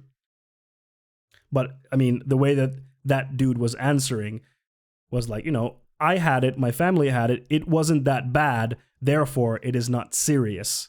I look at my immediate surroundings and I look there for validation, and if that doesn't match, if my immediate surrounding, if the news is telling me something different from my immediate surrounding, then the news must be wrong because my immediate surrounding is more important. Hey, Rufio, nice to see you. Welcome. She was like, I don't vibe with that. Yeah, she was like, I don't vibe with this.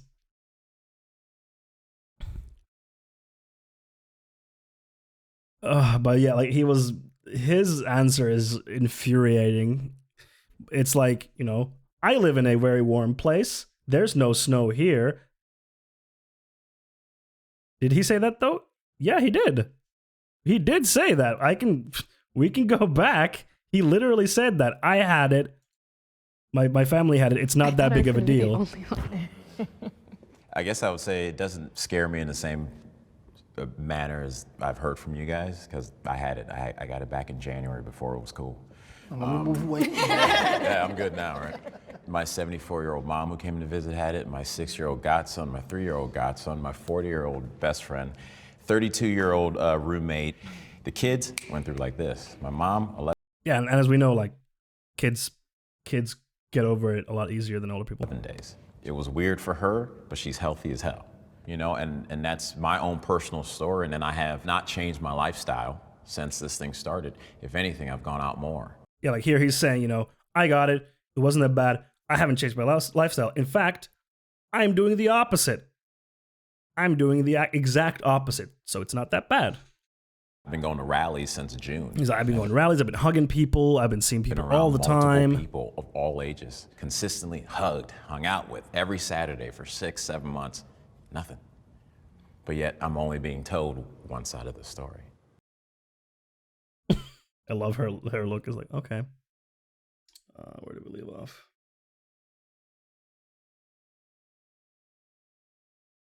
Not everyone's as healthy as hell. Yeah, exactly. Not everyone's as healthy because it's not like he can only spread it to the people around him. I mean, he can spread it to the people around him, like other people that he's in contact with, and then those people can spread it even further, and that's how the virus can spread. I just understood it as him explaining why he's not personally scared. To me, that's, I mean, why would he go out when he has already got the disease? Why would he go out of his way to actually go out even more than he used to if he did not feel that it's serious? Like, you have to not think it's serious. The guy in the middle who is like, yeah, I'm scared, he thinks it's serious because he's like, I don't want to get it because I have asthma. Like, I'm going to stay indoors. But he's like, I don't know if I'm going to take the vaccine, but I take the virus seriously. This dude is like, no, I had it. It was easy. My family had it. It's cool. So I'm just going to go out. I'm going to go to rallies. I'm going to hug everyone. I'm going to be around as many people as I want. I'm actually going to go out even more now because they're trying to tell me not to do that. So you have to think it's not serious to do that. Like, you have to.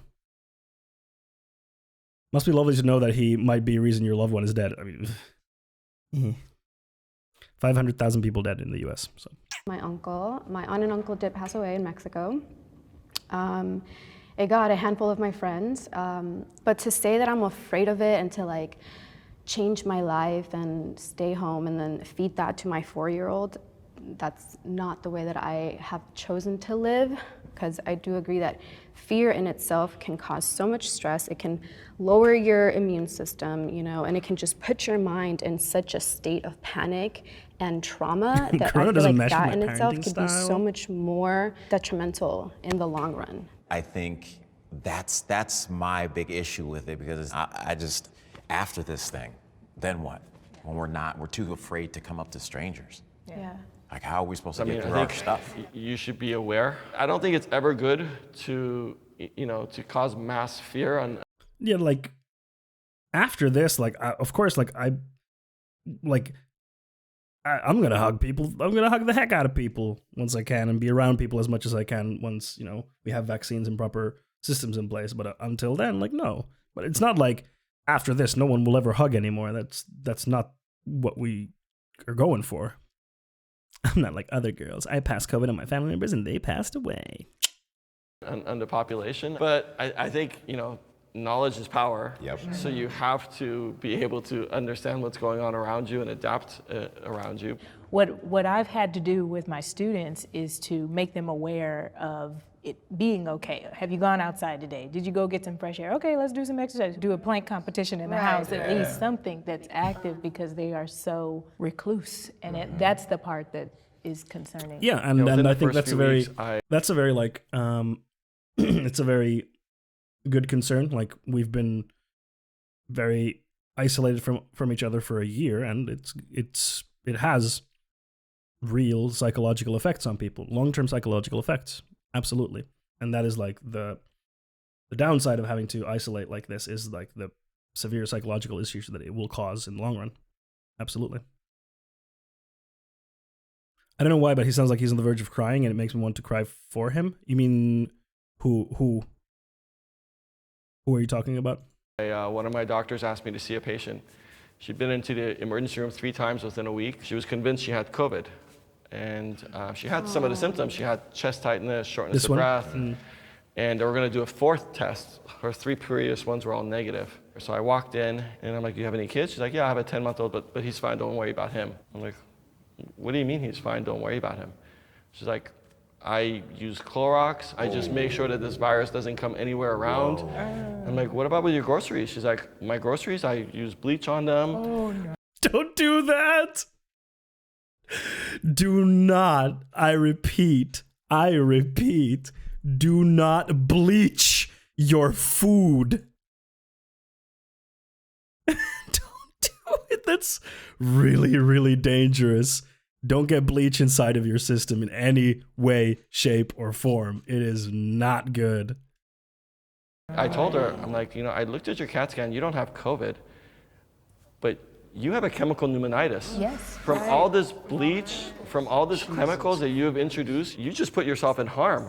And I'm like, go home, do what you normally do in terms of water cleaning. on some stuff. Wash your hands. Some of the stuff that was coming out in the first few weeks, it lingers in the air for 3 hours. Yeah, I don't know if you knew, but bleach is not very good for you, yeah? Here's like, coronavirus on surfaces and objects naturally die within hours to days. Warmer temperatures and exposure to sunlight will reduce the time the virus survives on surfaces and objects. Like, if you want to wash like your fresh fruits and stuff like that, like, it's fine, but with more than just water. But please, like, find the proper washing detergent that you can use for stuff that you eat. Don't use bleach, for the love of God. Do not use bleach. Last on surfaces for 3 days. Yeah. And I'm looking at the TV and I'm telling my wife, I'm like, this is nonsense. Yeah. What? This is a respiratory virus. I just feel like it has been blown to a proportion that it doesn't need to be. Yes, be safe, be cautious, but you don't have to run around, bleaching your vegetables. Like, what is that doing? I would just say, like, take it seriously. Don't wait until your mom or your grandmother's. You know what would have helped a lot in the United States if there were, during the last year, if there would have been a leader that took this thing very seriously and didn't try to downplay it and make things very difficult. It would have been nice. Would have helped. In a hospital say, take COVID seriously, because we've been seeing that all year and it's not getting us nowhere. Everyone should get a COVID-19 vaccine. Ooh. Okay. Yeah, probably not everyone. Come forward if you disagree. Shot the moon. I don't think everybody should. And didn't deliberately, explicitly do everything they could to make sure the virus spread as their actual strategy. Yeah. Should get it, because people who are allergic to vaccines obviously shouldn't get the vaccine. But I feel like I can see how much COVID can affect family members. And I see, like, my grandma actually passed away with COVID. She was in a nursing home. That's how she got it. And I feel like herd immunity, I think it could give us back to normal life. Yeah, so what does it say here? Herd immunity means that enough people in the community are protected from getting a disease because they've already had the disease or they've been vaccinated. Yeah, I mean, I think getting a vaccine is incredibly individual choice. Right. So we all have our own medical history. We all have our own medical experiences, how we reacted to vaccines. That being said, I don't think at this point we're going to eradicate COVID-19 with a vaccine. But that doesn't mean that vaccine's not critically important. And the people who should be getting it, they should get the vaccine. I myself did get the vaccine. Yeah, I agree. I don't think it's a one-size-fits-all, because again, everyone's body is so. I really dislike the way that she phrases that. It's not a one-size-fits-all. I really dislike it. Like, yes, obviously, if you have allergies and stuff like that for the vaccine, like, you shouldn't get it. But if we don't have at least 70% people vaccinated, then herd immunity is useless. Like, it's just useless. It won't help us because the vaccine can still spread too much, and the virus can still spread a lot and mutate a lot. And like 70% is kind of like, it's the low ball. We should have it higher. And of course, now there are new variants, and and we need to figure out how do we handle this so that it doesn't spread. And we need like, one thing we clearly need in Europe and the US to be better is aggressive contact tracing, and then isolating so that it doesn't spread any further. Like, that's one thing that we really, really need. And yeah. So different that what might work for you might kill me, and vice versa. And so for me, I feel like that's not a risk that I'm willing to take. It's not like she's gonna die from the vaccine. Like, she made it sound like if she's gonna take the vaccine, she's gonna die. Maybe not quite. Maybe I'm misunderstanding her, but it made it sound like she was like, if I take the vaccine, I might die. And it's like, no. That's no. you're not going to die from the vaccine. Like, no. Developed allergies due to vaccines as a kid, and I would break out in hives. It would last, anywhere between 3 days to like 2 weeks. And the doctors. Okay, yeah, this could be like she has an allergy for vaccines, and that's like a very valid reason for not getting it. Throughout like 20 years of my life, could never figure it out. It definitely does something to you mentally when you go into an ER and you're in this desperate need for help, and they would just kind of look at me and go like, okay, well, we'll just give you Benadryl and you can go home. It wasn't until I became an adult. I worked for several families as a babysitter, and they all happened to be physicians. And some of them talked to me about vaccine injuries. It clicked, because the second... What was that? Vaccine injury is an adverse event caused by vaccination. Serious injuries and deaths caused by vaccines are very rare. Yes, they are. I've heard on the news just now that Hungary will get 7 million vaccines by the end of July. That's great. That is great. I'm just guessing, but because I'm guessing I'll probably be vaccinated by like end of summer. That's my guess, but I don't really know yet. And that I started making my own medical decisions, that's when all of the side effects just kind of went away. That's unfortunate because you didn't get the care that you should have gotten. Like I didn't hear. Like that's definitely what it sounds like. She didn't get the care that she needed because she has some other underlying condition or conditions which caused her to have these very adverse effects, and she should have gotten like proper care and she didn't, and that really sucks. At the current estimate, Finland should be reached 70% by the end of August. I mean, at the current vaccination rate. Yep, that sounds about right. Like end of summer sounds about right. Know about vaccine injury until I started really working in health care and public health, and I have friends who have autoimmune issues and they have big allergic reactions to certain things, and so they have a huge concern about, of course, this vaccine, COVID vaccine, because what could happen. The one thing I would ask you though, Erica, is because you have had family members that died. Yeah. So you would trust getting the disease versus the vaccine? The vaccine scares you that much that you would rather get the...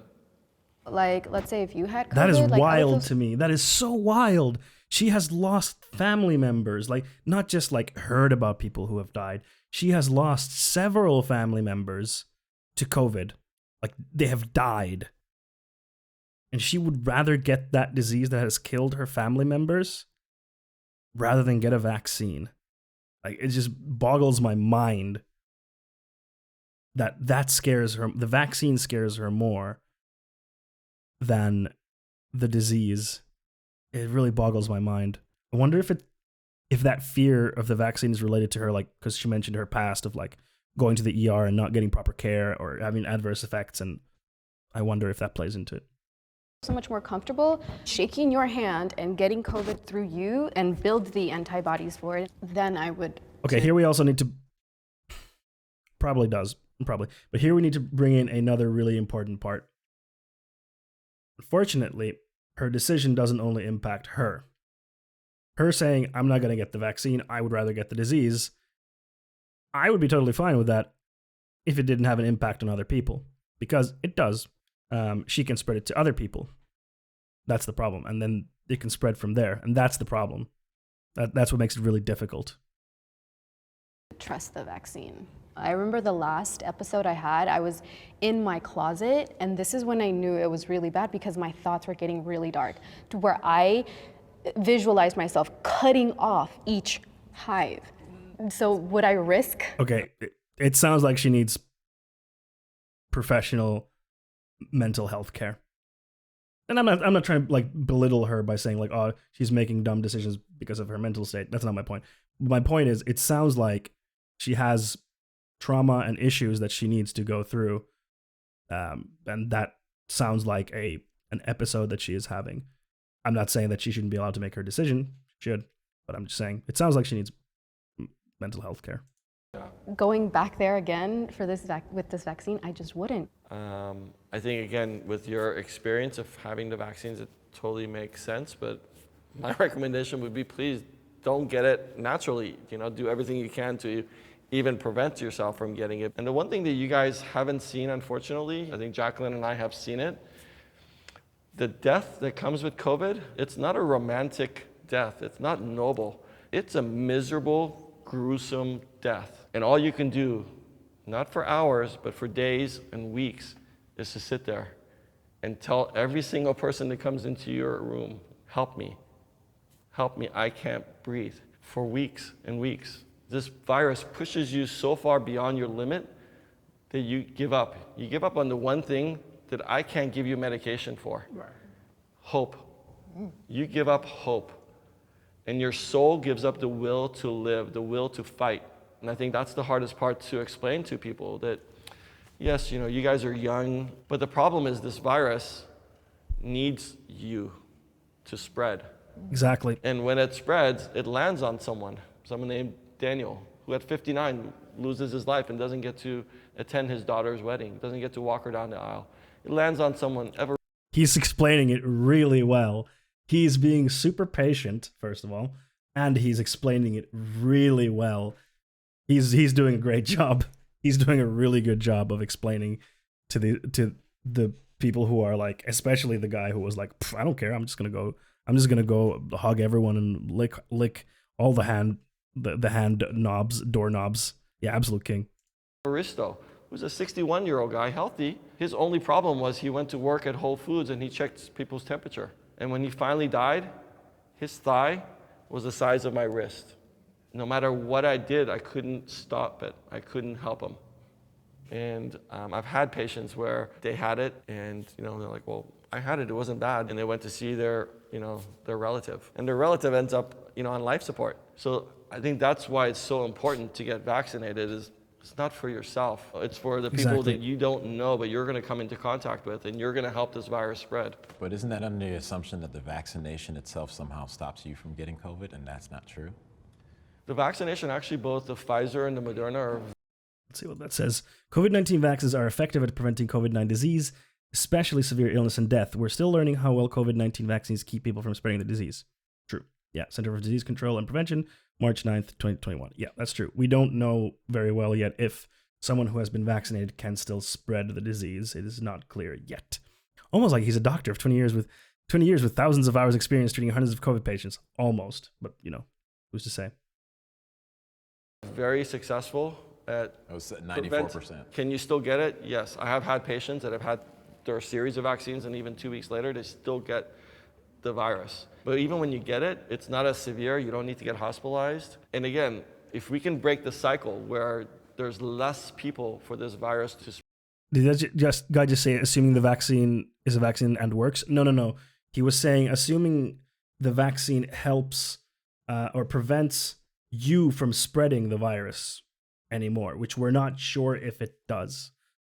So like the text said, we're not sure, like the vaccine makes it so that if you get the virus, the symptoms are not as severe. It'll be like a cold or whatever, or even no symptoms. But we don't know if you being vaccinated prevents you from spreading it to other people.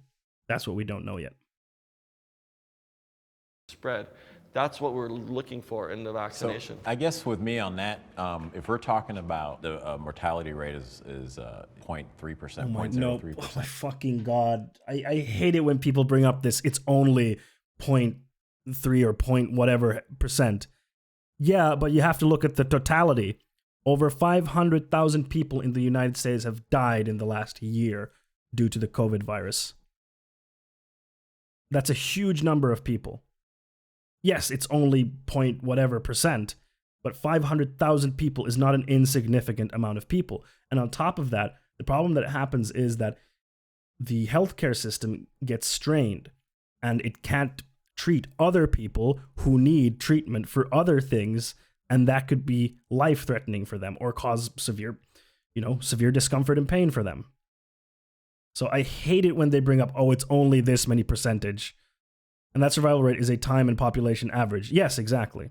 But I hate it when, but it's only this amount of people. Would you like to see 500,000 corpses in like a fucking stadium and tell me, it's only this many percent? I don't think so.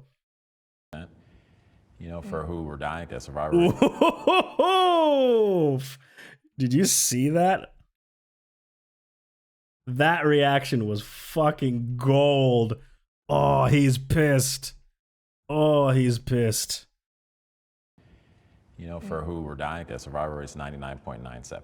The death rate is higher at that point. It's 1 to 2% actually. The death rate. 1 to 2%. So if the survivor rate is 99.97, how is the death rate? Not 99.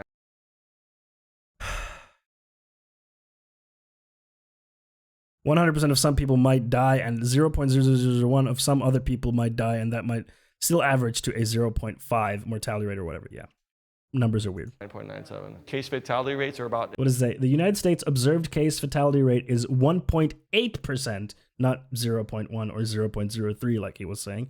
So 1.8% according to Johns Hopkins University and Medicine. This is March 16th, 2021. Here we can see the observed case fatality ratio. Mexico has the highest. Yeah, Mexico is not doing great. Is the US? Where is the US? Here's the US. And above the US, there's Ukraine, Russia, France, Spain, Brazil, Argentina, Poland, Slovakia, Colombia, Indonesia, Germany, United Kingdom, Italy, Hungary, Peru, Bulgaria, and Mexico.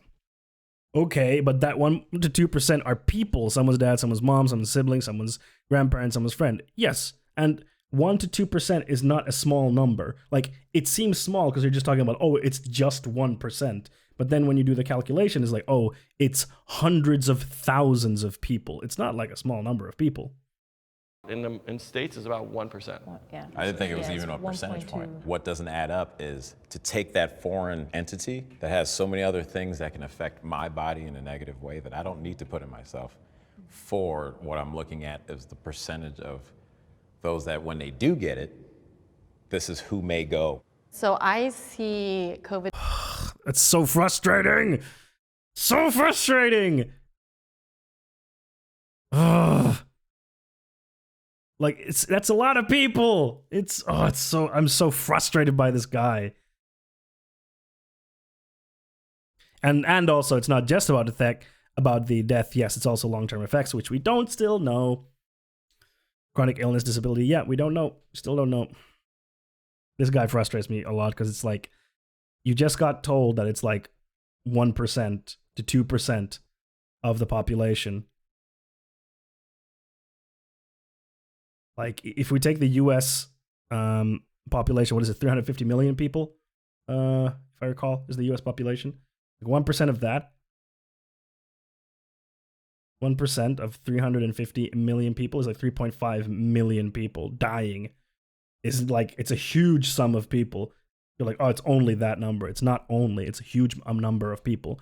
And if you would put that to the whole world, it would be a crazy amount of people. Like, it's just, I'm so frustrated. Patients every day at work. Surviving is different from thriving. I see patients all the time that can't even breathe. Yeah, most people with COVID-19 experience mild symptoms or moderate illness. Approximately 10.15% of cases progress to severe disease and 5% become critically ill. Denim started the vid like 2 hours before you, and you're at about the same time. Denims is a great content creator, but she is a master pause champ. Yeah, like, because I was watching it earlier today, and I was like, okay, I'm gonna save this for the stream. And she was, when I stopped watching her, which was like 2.5 hours ago, she got to this point. Everyone should get a vaccine. So in 2.5 hours, she has made it 6 minutes. Nice. It's funny. On their own. The rest of their life, they have to be on oxygen. Sure, they didn't die, but now they can't walk up the stairs without feeling shortness of breath. How many is that? It's about 30%. And those are not even hospitalized patients. So even people who had mild illness, they develop long haulers. 30%? Yep. Yeah, up to 30%. I saw all the different age ranges in my house, and nobody has anything after. Oh my fucking God, just because you didn't see it happen in your immediate vicinity doesn't mean it doesn't exist. This is like, I live in Texas and there's never snow here, so I don't believe snow exists, brother. It's like, things exist outside your immediate vicinity. You do realize that, right? Affects people in different ways. Exactly. And it's not to take away like, man, that's terrible. but what it can do adversely to me and to others. It's gonna be impossible to approach it from your perspective because I'm not seeing those patients, right? All the things. I want to slap him hard in Minecraft. But also there's a reason for the black community to be very skeptical. True. Actually, extremely good point. Extremely good point. Historically speaking, yes, because the US government has done some extremely terrible shit to black people when it comes to vaccinations. Very valid point, actually. Didn't think about that one. But his point is ridiculously frustrating. Like, I didn't see any issues. This is where, like, well, I'm not starving, and my friends aren't starving, and my family isn't starving, therefore, no one must be starving. And it's like, no, that's not how any of this works. In theory, it would be a bit over 150 million deaths, but I guess it's only 2%. It's only 2%. In my house, yeah. Well, actually, doctor of 20 years with thousands of hours of experience treating hundreds of COVID patients, my anecdotal evidence fully invalidates your evidence, yeah. Anecdotally speaking, I did not see it, therefore, doesn't exist. Yes, I agree with you there too, because he's like, please listen. Listen to these people who are like literal experts on this stuff. Please, shut the fuck up and listen to them when they're saying up to 30% of people have negative side effects, and you're like, well, I didn't really see it, so... You guys are saying, I don't believe is false at all. Right. That's your experience. Right. But I also know, it's like I told you, I'm going out week in and week out, seeing those old people for 6-7 months, and we're laughing, partying, dancing together consistently. I can't just shut that off and go, well, the Times said this, and then CNN said this, and only the people in the front lines right when those are dying said this, so that means that's the only truth. I mean, you can hear the frustration. Yo! Jesperi! Hello! Welcome, everyone! Hey, Jesperi, welcome. Thank you for the raid. Can we get a shout out for Jesperi in the chat? Hello, Volinde and Loki J. Welcome, welcome, welcome, welcome, welcome. Onkaloinen, welcome, welcome. Hello, everyone. My name is Funwithfondue. I am a leftist streamer. I cover news. Hello, new cutie. Politics from a leftist perspective. Thank you for the follow, Volinde, and welcome to the cuties. I'm going to play you a little raid trailer, and then we'll be back with some frustrating content. I saw it. I saw it!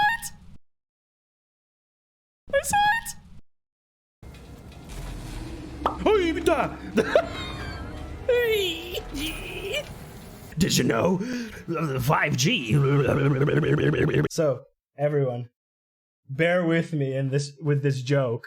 It's gonna go places, I promise you. So, if you're being brutalized, if your minority is being brutalized by the police in Japan, and then a professional Japanese football player takes a stance during the national anthem, it's called taking a Japanese. The wheels on the car are made of pizza. Ah! Wait, why am I looking over there? I should be looking here. Hold on. Uh-oh. Run. What? What just happened? You see that?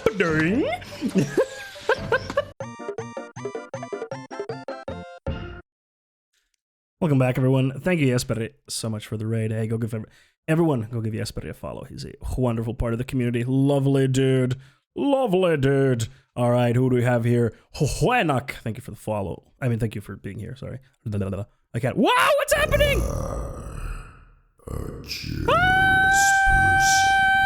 Keto! Thank you for the 5 gifted subs. Holy shit. Thank you, Keto, so much. What a fucking holy moly! Yeah! Monday hard! Thank you, Keto! Hazard, where are you? Also, Lucky J, welcome. Tomatti Orva, welcome. Ron Stereos, welcome. And Blubbery Panda, welcome, and thank you for the kind words. I appreciate it. I appreciate that you enjoy my raid trailer. Let's see who else. Subscriber. You have to just bear with me. Thank you so much, Geta. You're so kind. That means the world to me. Thank you. Tomatti Orva, thank you for the follow and welcome to the cuties. For those of you who don't speak Finnish, it means tomato swirl. Cute name. I like it. And Nali, Layla, Dewi Soldier and Chaos Angel 23 enjoy your gift subs from Keto. That? And you are now Empathy Wizards. Use your powers responsibly. And thank you for the follow, Nugget Yum. Welcome to the cuties. Now you can use your sub sounds again. You can, Layla. Welcome back. Would you look at that? A new cutie. We'll get past this, but we're watching this video from Jubilee, where these people who are skeptical about the vaccine are talking with these medical professionals who are a new cutie. Medical professionals. Hey, Ron Asterios, thank you for the follow. Welcome to the cuties. Yes, Armored Caster, all of my subs have access to sub sounds that you just heard there that you can play. If you just write !sub sounds, you should get a whisper with all of the sub sounds that you can use. But anyway, this guy was like, yo, your experience of seeing people dying in hospitals is valid, but also I've been going to parties this whole time, and everyone's fine there, so sorry. I am the yeast of thoughts and mind. I am the yeast of thoughts and mind, it's true. Not everyone's going to spam it. It's just a lot of political nonsense going on. That's true. Like, I hate the fact that COVID, especially in the US, got so politicized. It fucking sucks, because then this happens where people are like, I don't trust the vaccine because the issue has become so fucking politicized. Whereas if the fucking leader of the country at the time would have been like, we're taking this seriously, you know, listen to the scientists, and done everything in their power to freedom. That's Ted Cruz yelling freedom because it's an amazing sound bite. If the leader would have done those things and really taken it seriously and been like, we need to trust the experts, and like what Trump did and what his freedom is missing from the list. Good point. I need to add it to that. If Trump would have taken this thing seriously, and his administration would have had a unified front instead of like bickering, it wouldn't have eroded the trust this badly. Was that the Zodiac killer? Allegedly. Oh, by the way, everyone, if you're here still after the raid, I would kindly ask you to click that link and come back to the stream, because then your view will count in my viewer count, and that would help me out a lot. So if you won't mind doing this kind thing for me, it would help me out a lot. Also, Ganero, welcome to the stream. How's it going? China virus, lab virus exported their problem, hoax, the sniffles, the Kung flu. Yeah, exactly. They're not telling us what the vaccine is made out of. You know, they're not telling us the side effects. We're hearing about it on Twitter. People. I'm pretty sure they're telling about that. You know, sitting in bed, you know, can't get out because they got their body hurt. So for me, it's just like, what is the line about? What's the political agenda about? It makes you not trust. Yeah, no, I hear you. And he's right. Like the whole politicizing makes people, it erodes people's trust in, you know, vaccines and the medical professionals and the politicians, which is really bad in in a pandemic. It's very, very bad. You need people to trust your leaders and your medical professionals in a pandemic. It's really important. I hear you, and I think what's always attracted me to medicine, you have to make your decisions based on facts. Mm-hmm. Not fear, not speculation, not political agendas, but this motherfucker, not him, but where is he? This motherfucker being like, facts, yeah, Mr. Anecdotally speaking, I haven't seen any problems, therefore there is no problem. And it's like, But the truth of it was, when this started in March, a lot of my friends started asking me because they said, oh, there's going to be a vaccine. And I'm like, there's going to be a vaccine? It's going to take at least 2 years. Yep. Mm-hmm. Yep. Mm-hmm. The earliest that we had developed a vaccine before was 4 years. But then in the summertime, it actually went through phase 1 and phase 2. Mm-hmm. And then it started getting phase 3. And the reason why it was actually able to get done within a year period is because, one, they cut all the red tape. This guy is a fucking king. This guy is a goddamn king. He's explaining everything so well and so patiently to all these people. He's such a fucking king. God damn. Facts. Some will say facts. I love facts and logic, brother. Especially the ones from the Bible. Wasn't the vaccine done in like a few weeks and the rest of the time was testing? Yes. The vaccine itself was put together in a very, very, very short time. But of course, the process is, of course, testing it and making sure it works and it's safe, etc., etc. And then normally there's a lot of red tape, as he's saying. Normally, there's a lot of red tape that goes into getting a vaccine done, which is why it takes long. And this time, they were like, we need to get it done faster, so fuck the red tape. Because there's a lot of bureaucracy. But then there was also a tremendous amount of collaboration between countries. So I posted when I got my vaccine in December. And some of my friends called me and they're like, you said it wasn't going to be available. And you said also, when it becomes available, you're going to wait 3 to 6 months to get it. What made you change your mind? I said, listen, over this past year, I have seen what this virus can do to people. The reason why you... And that's super important, like, now, like, because some people who are trying to push a very shitty agenda are like, well, the CDC said this in April last year. And it's like, we can't look at, you know, what we thought a year ago about the vaccines or the virus. Things have changed dramatically since then, and we have to change our perception of things as well. Just like we can't say now, like, oh, we can just go into lockdown, it'll be easy, 2 weeks. No, we know it's not that anymore, and we know that there are diverse effects from that. Like, we have to update how we think about these things and how we see these things, because it keeps changing. You don't know the side effects is because it is a not fully FDA approved vaccination, right? You're putting your faith into something because you know and have trusted a variety of other vaccinations over the course of the years. And you know and you trust the steps and the stages that these different companies went through in order to eliminate a virus that is running rampant over the world. I think one of the things that really hasn't been publicized is the quote-unquote side effects. The vaccine, the Pfizer and the Moderna, are 2 shots. So the first shot is just to get your immune system kind of used to it, and the second shot is a booster. So the symptoms that you get, the headache, the body ache. Boost! What does that say? CDC resources on vaccine side effects in description. Okay, cool. The low-grade fever, that's actually not a side effect. That's your immune system working, and they go away. I understand that, you know, you had a horrible response and it was much more severe, but for the vast majority of people, we've already vaccinated over 100 million people across the globe.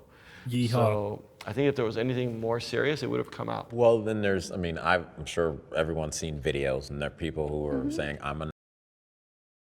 This anecdote, Andy, is gonna make me lose my fucking mind. Well, I saw a video on Facebook, Mr. Science Man. Nurse, I did this, now the side of their face is flat, or they're shaking all day. When you see and you look up and you're online and that information, that stuff. Wait a minute. First he's saying, well, I don't see the problems in my community and the people I hang around with COVID, so it can't be that serious. But then he's saying, but I saw these videos of people's shaking and half their face going flat. So which one is it? Is it your immediate vicinity, which should dictate how serious something is, or the information available? Which one is it, mister? You're contradicting yourself here. Maybe market the vaccine with hypermasculine rhetoric to get through this thick skulls, like, make terrorist virus fucking explode. No, it's the freedom vaccine, brother. Every God-loving patriot has to get the freedom vaccine, brother. Because if you don't get it... Hello, you cutie. Because if you don't get it, your blood will turn into communism. Freedom! Made out of the blood of Abraham Lincoln himself. We cloned him, and then we killed him thousands of times so we could get enough blood from Abraham Lincoln to make the freedom vaccine, brother. Thank you for the follow, Ganero. Welcome to Cuties. Lincoln's blood. It would work, brother. Or no, Teddy. No, who's like more? Like Lincoln is like Lincoln's a good one. Gets censored and taken off YouTube, taken off Instagram, taken off Would Facebook. you like look at then that? it raises that. If you look at like cutie. Tuskegee experiment, they sat there and shot up a bunch of black. Like, this is really valid. Yes, this is super valid. A really fucked up thing that happened to black people. Yes, that's true. Unfortunately, he's being like, I saw videos on Facebook and then Facebook took them away because they were spreading misinformation. And it's the same as the Tuskegee experiment. And it's like, god damn it. Thank you, Pavel, for the follow and welcome to Cuties. The Tuskegee experiment began in 1932 at a time when there was no known treatment for syphilis. 600 African American were enrolled in the project. In order to track the disease's full progression, researchers provided no effective care as the men died or experienced other severe health problems due to their untreated syphilis. Like, this is a very valid, like, for black people in America to be like, hey, trusting the government to give you vaccines, understandable fear due to this type of historical stuff. Understandable. Black men with tuberculosis or with syphilis. Sorry, Syphilis. They didn't say anything, and they've been doing this consistently. We can talk about like smallpox blankets, right? And it's like we've seen what they've done, and then when you see people get censored for having a different opinion on this stuff, he's a Trumper. He's 100% a Trumper, like 100%. Because getting censored over different opinions is like, I hate it when the right try to present everything that's said online as just differing opinions when it's like, no, I mean, yeah, they are, but you know, some people being like, George Soros came to my house and fucked my wife and now she got the COVID vaccine through George Soros' dick. It's like, that's not an opinion. You know, that's disinformation. Like, here we have to look at like, what was the thing being said? Was it misinformation? Then understandably, the platform's like, we don't want this to spread. Censorship, brother. over the last 10 months, it makes it that much harder that when they say take the vaccination, I'll be damned to listen to them. I'm not saying you're a liar. I'm not saying you're a liar. I'm not saying you're a liar, but I'm like, you're also saying the same thing. The same people who I've seen show us get shot on TV like it's a sport. Right. Like, what is that doing like, to the side? It's a valid point, yes. For black people to be suspicious of the government is extremely understandable and even healthy, I would say, considering the white supremacist history of the United States. But when it comes to this vaccine, they're vaccinating everyone. It's not like they're just vaccinating black people or other minorities. They're vaccinating everyone. And you can take that into account of like, if they're doing it to everyone, then Psyche of our country, it's still coming from these people or from a group that you go, you don't have confidence in them. Wait, is he a hotep? Wait a minute. Is he a hotep and he's hiding his power level? That the wording he used at the end there, this group of people. Wait a minute, is he a hotep? Because the way he was saying things at the end makes it sound like he's a hotep. A hotep? A hotep? Let's see. I want to make sure. No, not that one. That one. No, not that one. That's the one.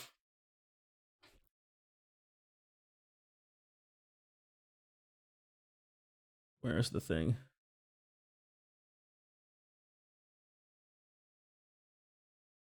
The term hotep comes from the ancient Egyptian word of to be at peace, and is sometimes used in contemporary black culture as a, oh, no, what? Yes, I love humans. What the no. Despite the positive connotation of the word, the term has come to be used not so lovingly. The label was put upon this microculture by outsiders to, wait, what? No, I don't want that. I want to know what it is. Stop using hotep as an insult. Where is this from? Huffington Post. Because from my understanding, hoteps are like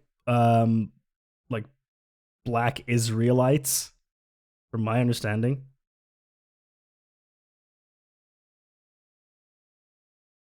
That's how I have understood it. Maybe I am wrong, but I have understood that they're like black Israelites. Like the Nation of Islam? Kinda.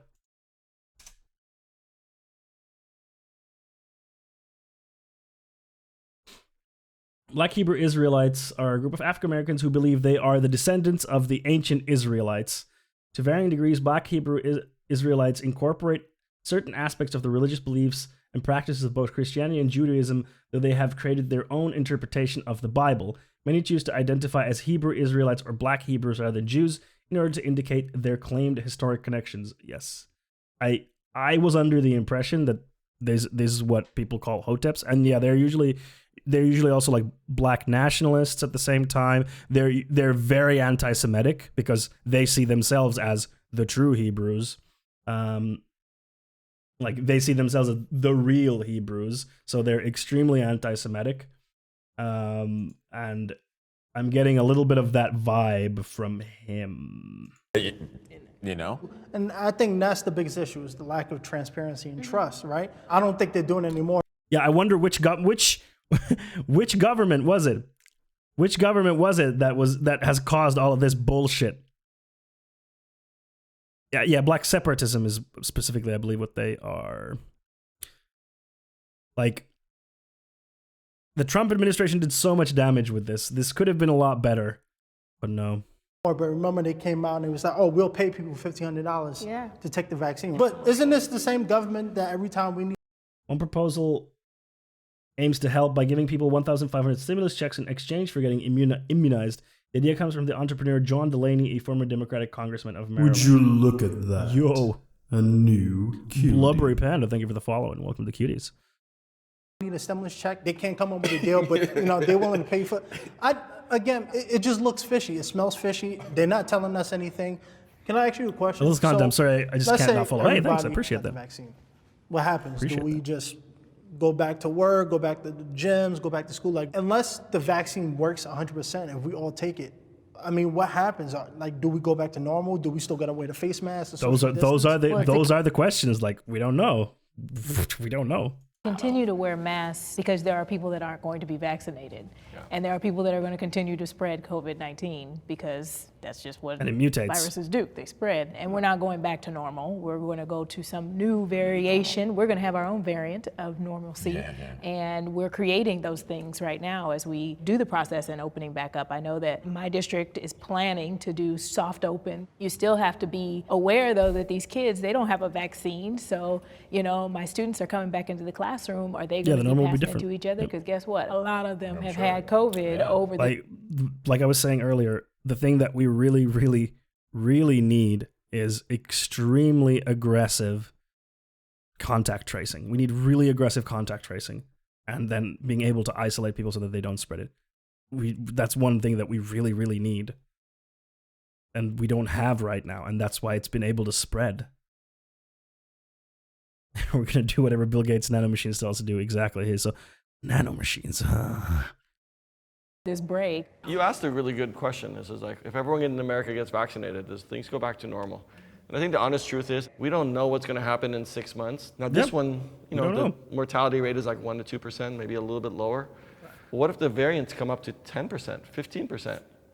Now, that's a game changer. What if it gets to be like Ebola, where it kills 40% of the people? This virus is just so tricky, so elusive, it just changes so much. This is an evolving pandemic. It's like nothing that we had ever seen before. I think they should just be honest. As opposed to saying, well, this is what you need to do so we can open the schools.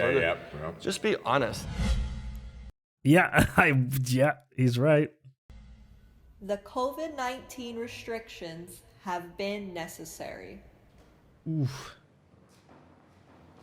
That dude, MVP, absolute king. Oh! Oh! Wait a minute. What? How is he agreeing? Peer pressure, huh?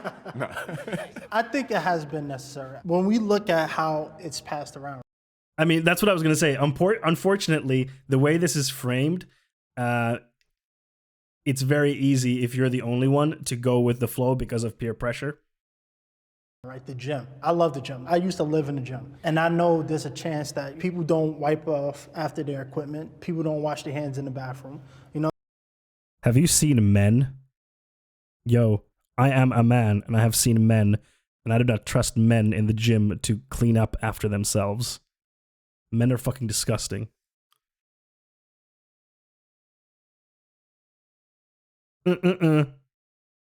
So I think the restrictions have been necessary because if we didn't close down, people would still be at the beaches having a good old time. We needed some type of structure to make us do it because if the government just said, it's up to you to stay home, people don't even do it now. And I mean, if we get another shutdown, It might Have be. you seen men? Hey, Ashers, welcome to the stream. How's it going? Eesh. Not all they're cracked up to be, those men. sorry to break it to you, folks. Yeah, gym users, they are. I want to go to the gym. This was something I was thinking about the past few weeks. I was like, I really want to go like start going to the gym again. And I was like, I guess I could go. I'd get like I have my mask on. I'd like wipe stuff down, whatever. And then like a colleague of mine mentioned that he like bicycled next to a big gym and it was full and no one was wearing face masks. And I was like, yeah, okay, I'm not doing that. Yeah, I'm not doing that. Never mind. I'll wait because no one here uses face masks. So I'm just going to wait on that one. Yeah. Wipers? No. Distance? No. Group exercise? Yes. Coming too close to me? Yes. Fondue, you're absolutely killing it today. Thanks, Ashers. I really appreciate that. Hell no. Back when I went to the gym, the people who didn't disinfect the equipment were 90% men. Yeah, we suck, Ganero. We truly do. Lock them up! Lock them up, Lucky J. Yep. Ass man, I can say that men are cringe. Yes. Fake. You got a sub? Yeah, you did, Dewi, from Ketu, who very graciously dropped 5 gifties. Necessary, who knows? But I think for the time being, it has helped slow the spread of COVID. In regards to the shutdown for my students, it's put them into a whole other state of mind, actually, in terms of their ability to communicate with people and with each other. It was like something had triggered because they were doing okay before, and then all of a sudden, they just shut down. That's a big concern of mine. The shutdown is a little bit long and possibly could have been staggered or altered in different ways. Like, okay, let's open, and then during those times of the fall, winter, season, perhaps maybe we can, close it back down for the two. And the worst, like, what's been really frustrating, of course, from like the lockdowns around the world and how they've been done, is that in a lot of places it's been like open, close, open, close, open, close, and then open, kind of close, and it's like this back and forth, which is really tiring for people, I think. Like, it would be a lot easier, of course, I mean, it's hard to plan this kind of stuff, but it would be a lot easier if you could say like, okay, we're closed for this period, and then this period we're open, and this period we're closed. But of course, you can't plan a pandemic that far. Yeah, like a hyperventilating. Yeah, exactly. And that tires people out even more, and it makes things more uncertain, and all that kind of stuff. 2 to 3 weeks. I think initially, when we didn't know what was going on, like, hey, I mean, I was riding around with a mask on, but then we started finding out, and they didn't adjust. That was my problem. Like my local restaurant, my buddy owns, is shut down, but I get on a flight from here to Chicago with strangers I don't know completely fine. That doesn't make sense to me. I think it's dumb. The basis of what. Yeah, that is really dumb. Like, it is really dumb when local restaurants are shut down, but you can fly freely. Like, yeah, it is dumb. I agree. Yeah, I was riding out with a mask, so now he probably doesn't because. Bleh.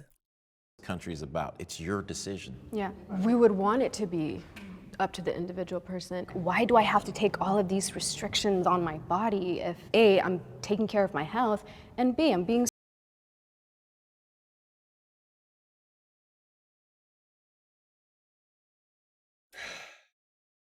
Why do I have to use a condom if I'm taking care of my health?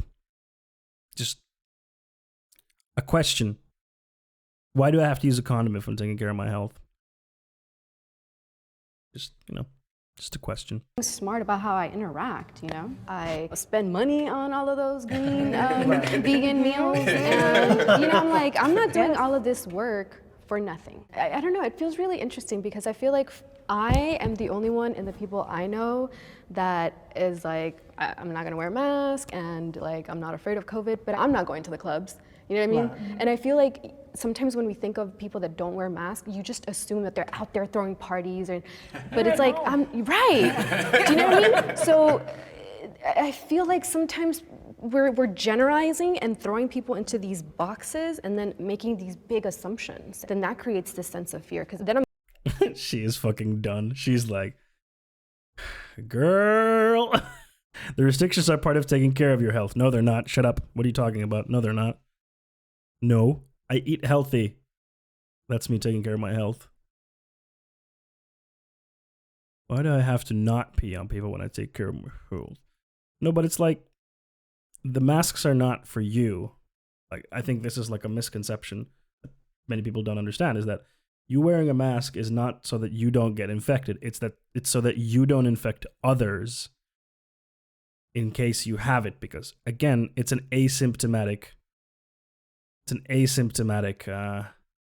spreader. So you might have it and you have no idea that you have it and you spread it.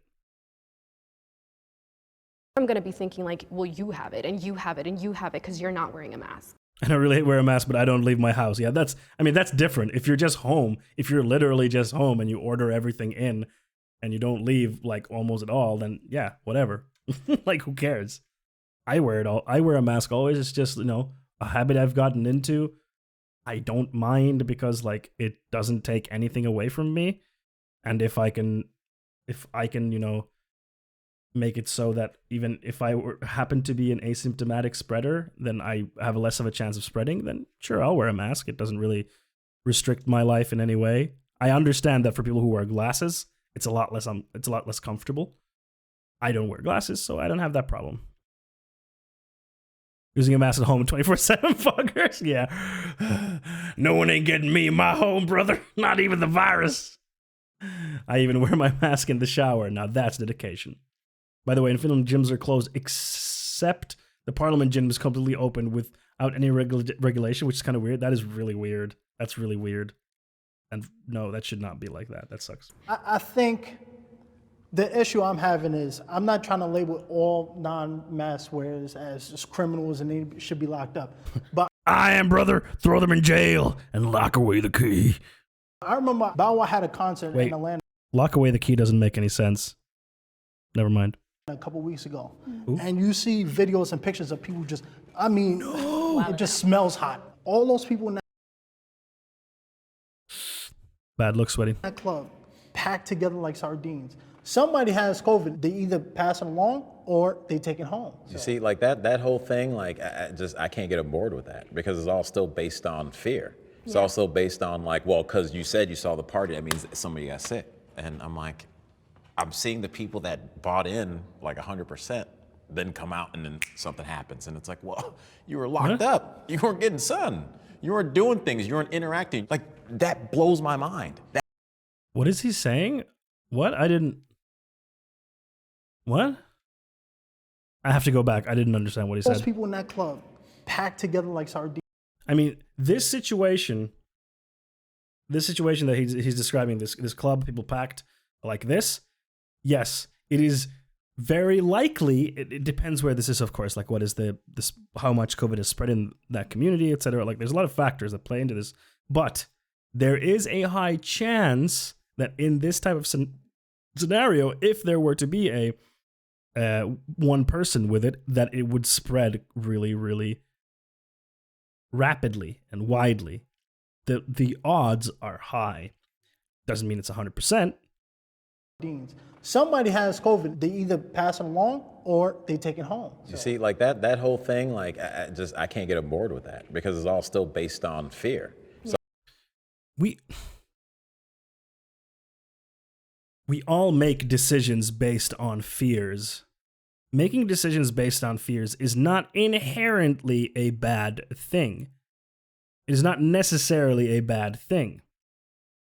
It can be a bad thing, but it's not necessarily a bad thing. Why do you buy insurance? You buy insurance because you fear that something might happen, and in those cases, you want to be compensated. Why do you wear a seatbelt? Because you fear that if you were to get into a car accident, then you wouldn't die. We do a lot of decisions based on fear. It's not always a bad thing.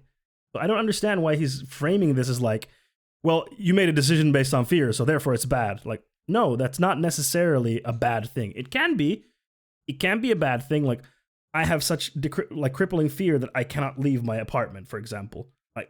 That's not the case for me, but this could be a case for someone. In this case, it is not a good decision made by fear. Yes. Oh, you're not fighting this bear? What, are you scared? Yeah, exactly.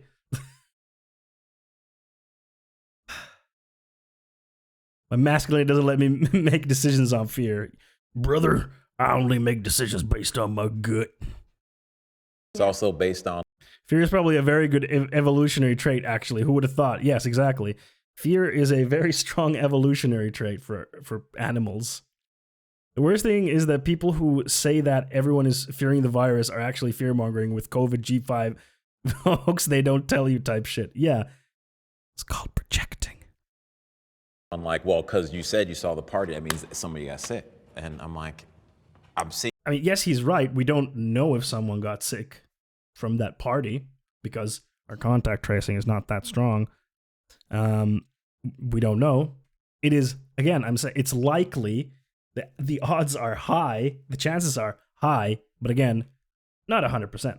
Seeing the people that bought in like 100% then come out and then something happens. And it's like, well, you were locked up. You weren't getting sun.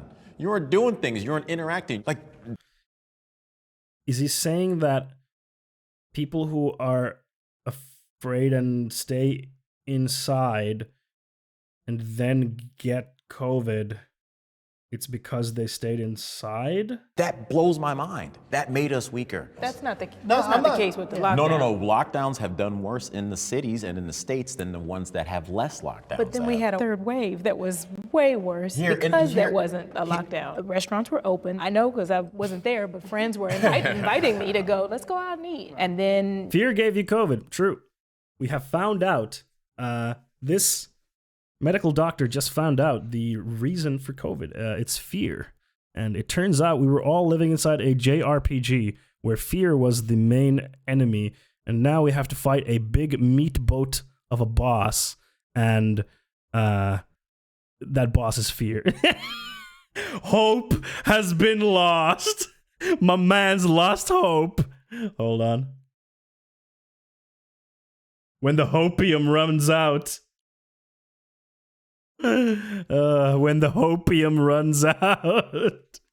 After getting slapped with facts, yeah. Whapa! That's an emoji. Yup. 10 million HP MMO world boss time, exactly. Their third wave came, and that's when the shutdown happened in November. And so I don't agree with the lockdowns create more viruses. They actually stop them. Yeah, that's not true. Lockdowns creating more spread of COVID is objectively wrong. Like, that is not true. Lockdowns creating other harmful side effects like mental health disorders, and like that kind of stuff. Yes, we can and should talk about that. It's very real. Absolutely.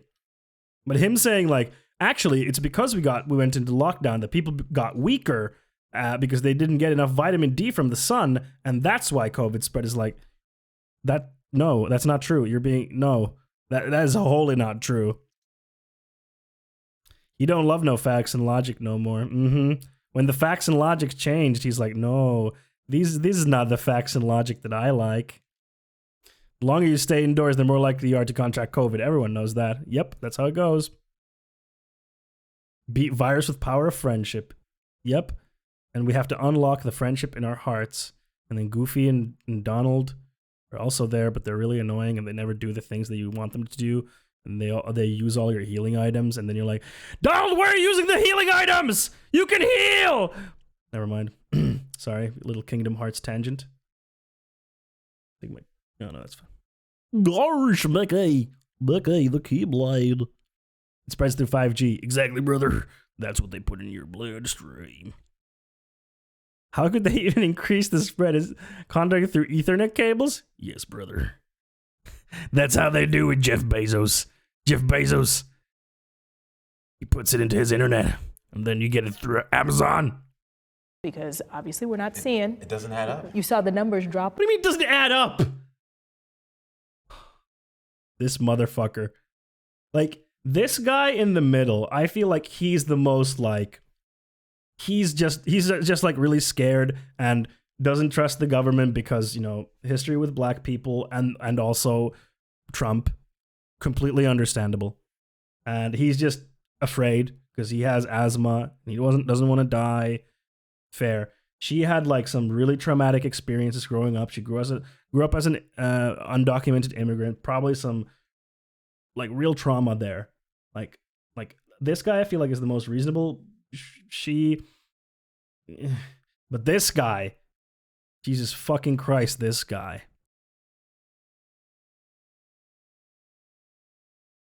In the hospitals as that shutdown happened, and that's why we're back in this whole open up again. Yeah, so I believe the lockdown was really necessary. I think the first wave, it was kind of controlled. We only had one medical surgical floor that had COVID. And then the third surge with Halloween, Christmas, New Year's, we had...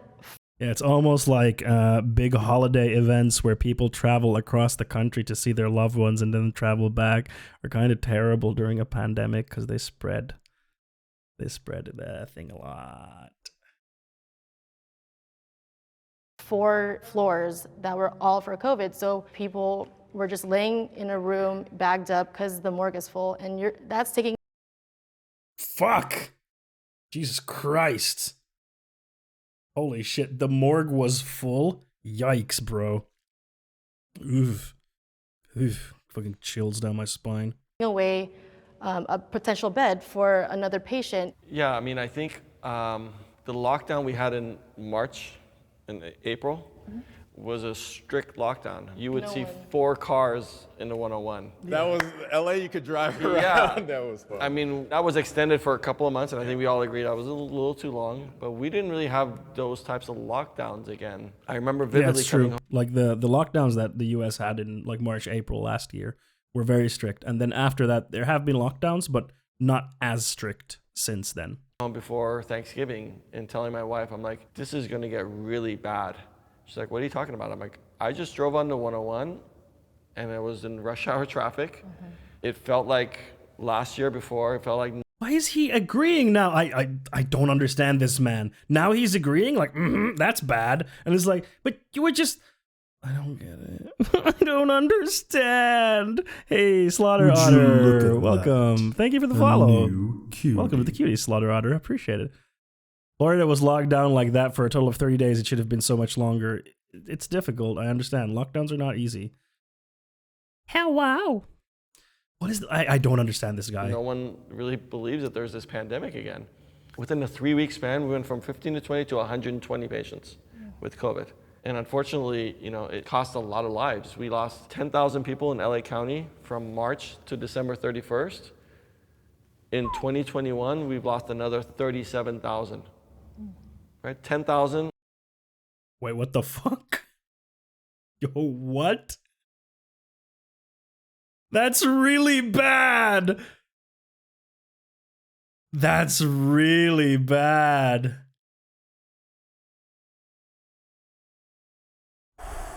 Jesus Christ. How's the auto subs not getting COVID right still? What? I don't understand your question, AC. All of last year from COVID, 37 just in a month and a half. Big numbers are better than small numbers, right, brother? Big always good. Oh, the captions. It just doesn't understand COVID for some reason. I don't know why. The only way I'm surviving lockdown mentally is ordering a small fortune's worth of model pen paint. My brain wouldn't be mush otherwise. Yeah. Lockdowns are not easy. It's really, really hard on people. Like, because first of all, your daily routine is completely, destroyed. And then you're locked in, can't see people, can't go about your normal life. Like, it's tough. It's really hard. Yeah, the auto captions keep saying COVID instead of COVID. I don't know why. Ask Google. Not gonna lie, I believe that Jeff Bezos would make a virus to make a ton of money if he had a chance. I mean, possible. I remember his Trump interview where Trump corrected the number that participated in his rallies when the interviewer was talking about COVID risks. Yeah. He's like, we gotta be right about these numbers. We have to be right. There were more people there that could have been spreading COVID. Get the facts right. Half of 2021. If we would have had strict lockdowns for 2 weeks around the Christmas, around New Year's, if they would have done that, I think we would have cut down on the deaths. I think conversation is the most important way to solve a problem. We can be actually the virus, right? And we can interject some healing for ourselves and for our students, our future, because we want to know what the perspectives are and how people are feeling. That helps to solve the problem. Yeah, I feel like you have to come from a genuine place where you want to know the truth. And that might make you feel uncomfortable. I have a feeling that her idea of the truth is not exactly the same as my idea of the truth. That might be different from what you were holding on to. But if you're gonna go into it already feeling like, well, I already know I'm right, and I'm just gonna find more articles to support that thought, then you're just right back at square one. Right, exactly. Yeah, I mean, I was hesitant too when I got offered to get the vaccine at my hospital. They're like, okay, here's a sign-up sheet. Do you want to get the vaccine, yes or no? I'm like, well, I don't know what's in it. I don't know. Yeah, a bit of projection there. Yeah, I'm like, methinks she might be projecting a tad. How is it administered? So I had to do my own research and. Brother, I heard.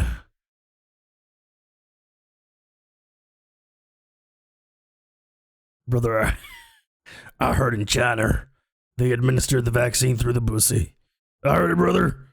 And I heard Dr. Fauci wants to bring it here too. Ain't nobody vaccinated me through the pussy. Ain't nobody doing it, brother. My pussy is untainted. Untainted, brother. My pussy is red, white, and blue, just like the flag.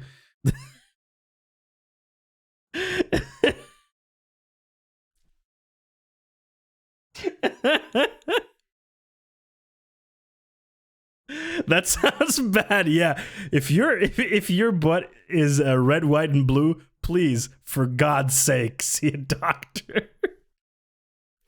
It's not supposed to be white or blue. Even red is questionable. Looking at your stretch like watching this video was physically exhausting. Yeah. Red is situational, exactly. Slaughter, kind of funny that there was a fair bit of silence not long after DeSantis sent officers to the home of a data scientist. Yep, on guard for government tyranny via mass. Not all of a sudden. Yeah, it happens. Sometimes you just gotta send. You just gotta do that. For me, I thought me getting the vaccine benefited me more. Like, I'd rather get a headache than have some other COVID-19 effects. Right. And for me, coming into this conversation, right, I was skeptical of the vaccine. But I came into it to see what else can I learn, because I think as people, all we could do is sit back, take a deep breath, and look at each other and say, how can we do better? What can we learn? Get out of your box. Because if we don't, we're going to be stuck in this situation forever. It's going to be terrible, man. It's going to be terrible. Shut up! Shut this guy! Oh, I can't. Oh! In Minecraft! This is what's important. I'd rather talk to you. Yeah. I'd rather talk to you, which opens I'd up. rather talk to you than do actually anything useful. Cool, blind person, welcome. How's it going? Maybe just a little bit more than it would have, right? But it opens it up. This is the key. This has always been the key. Yeah. This is the answer. So we can do this together, folks. I really believe it.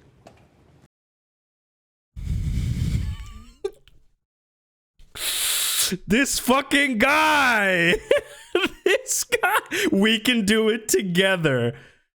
Mr. I'm not gonna change my life in any way whatsoever. In fact, I'm gonna go lick everyone's face now.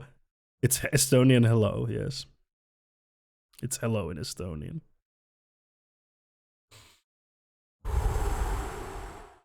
I can't take this shit anymore. It was nice chatting with you all. Goodbye. We're almost done with this one.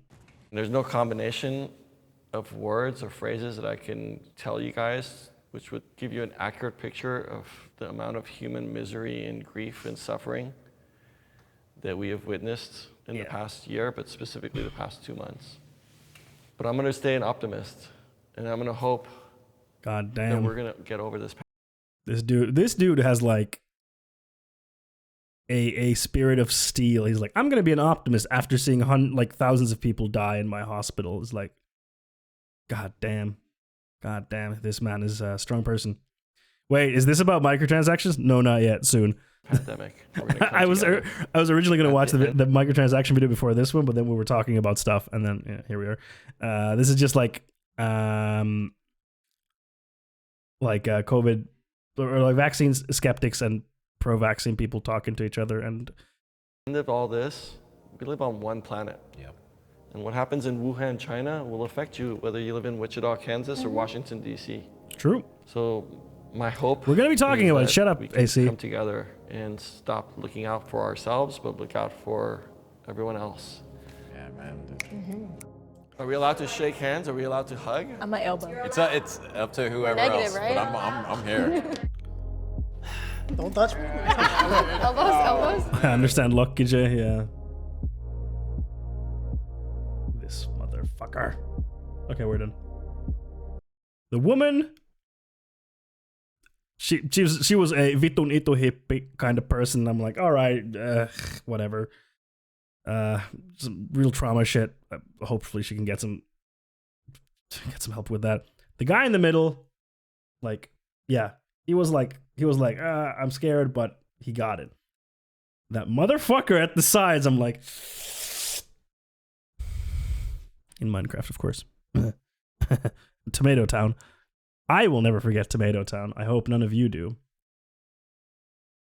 Fucking black Israelites.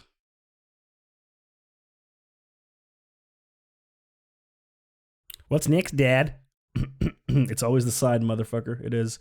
Next, we're going to get to the actual thing that we're supposed to be watching. How Microtransactions Prey on Disabled Gamers by Laura K. Buzz. On her series called Accessibility.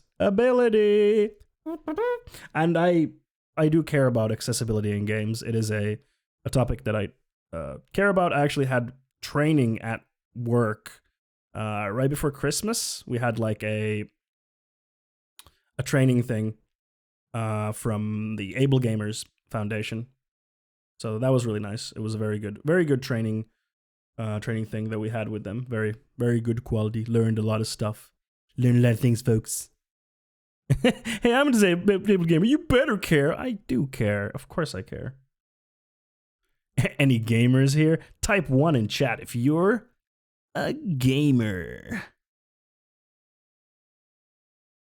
Damn. Look at all these gamers. Gamers, our time is coming. Yep, come. I like her logo. It's a really cute logo. Hey, come. Yep. That's a really cute logo. I like that a lot. Hello, and welcome to another episode of Accessibility. It's a show on YouTube where I talk about the video game industry, accessibility, and representation. Basically, how can we help more people to play games, and more people to see themselves in the games they play? When I play video games, be it for work or for pleasure... Because she's a games journalist. That's why. So we're jumping on to games. I have a pretty hot take about the kickoff of the culture war in 2014. Uh-oh. What's your hot take? I have to be really careful about in-game microtransactions. I'm autistic, and one of the things that I really struggle with is having a healthy relationship with microtransactions, because it's really easy for me to get sucked in and... For all the gamers in chat. For all the gamers in chat, thank you, cool blind person, for the 100 biddies. Much appreciated. Much appreciated. ...spend on them in ways that are actively harmful to me. I know I'm not alone when it comes to being a disabled gamer who has a problematic relationship with microtransactions. When game developers talk about microtransaction economies, they will often talk about whales, which basically means a small number of players from the community who spend very large amounts of money. And I can attest to this, like, the term whales is not like a term that is like only used by, you know, execs in boardroom meetings. It's a very common term that is used in like video, like game developer conferences where you have presentations about different monetization models or like all this kind of, it's a very, very common term used. It's like, especially in the mobile game side, used to describe, as she mentioned, people who spend a lot of money on your game, because if you make a free to play game, most people are not going to be spending any money on your game. And you bank on, like, that's just accepted. I think like 1% is like a fairly like normal conversion rate, and conversion rate means like people who convert from free players to paying players. I think 1% is pretty normal. Like 1 to 2% is pretty normal. 5% is like you're doing well, and like if you go above that, you're doing really, really well. Yeah, and then you have whales who spend like possibly thousands of dollars or even more on your game in free to play. It's an intentionally dehumanizing term, and it's so exploitative and manipulated, and I hate it. Yeah, it is. And then you have the other terms. There's like, what are the others? Minnow, and I forget what the other is. And game developers would like you to imagine that whales are people with a lot of disposable income who just have fun spending extra money in game, but the sad... That's how it is very often viewed as, like, oh, they're just people who want to spend money on your game and they have the money to spend, which, it can be true, but how do we verify that as game developers? How do we verify that we don't prey on people who have disabilities and take advantage of them? Like, how do we do that? It's really important. All players are fish. A path. Indeed. The people who actually wanted to take games away from certain people might have seen the kinds of folks who do things like send death threats to a voice actor for their character's actions and went, we need to limit their access because they can't separate games from reality and are dangerous. Wait, what? The people who actually wanted to take games away from certain people might have seen the kinds of folks who do things like send death threats to voice actors for their characters' actions and went, we need to limit their access because they can't separate games from reality and are dangerous. I'm not sure what you mean. Do you mean like...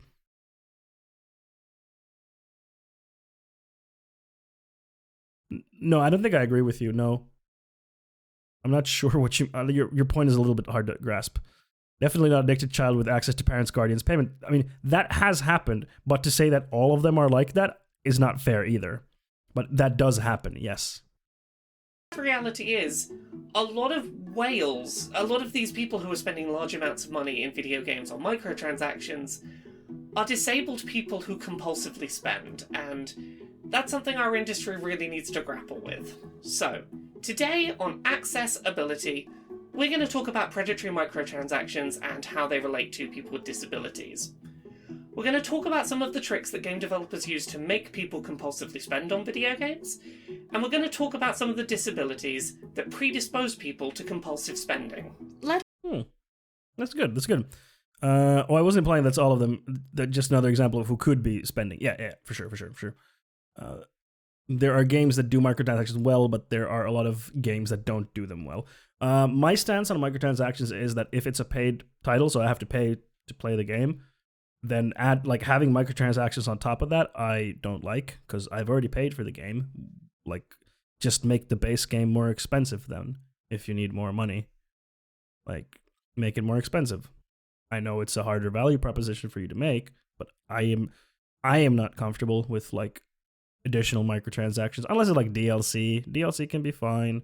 To a certain extent, like newer characters, I would maybe prefer them to be sold in like packs. I especially despise, this is for all video games that do microtransactions, I don't care what the game is.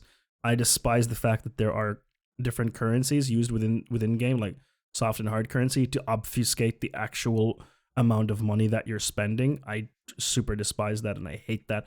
They should be sold directly for actual money so you can tell what you're actually buying is worth, and not obfuscated in these ridiculous, you can buy donuts for the Homer, and in Homer, yeah.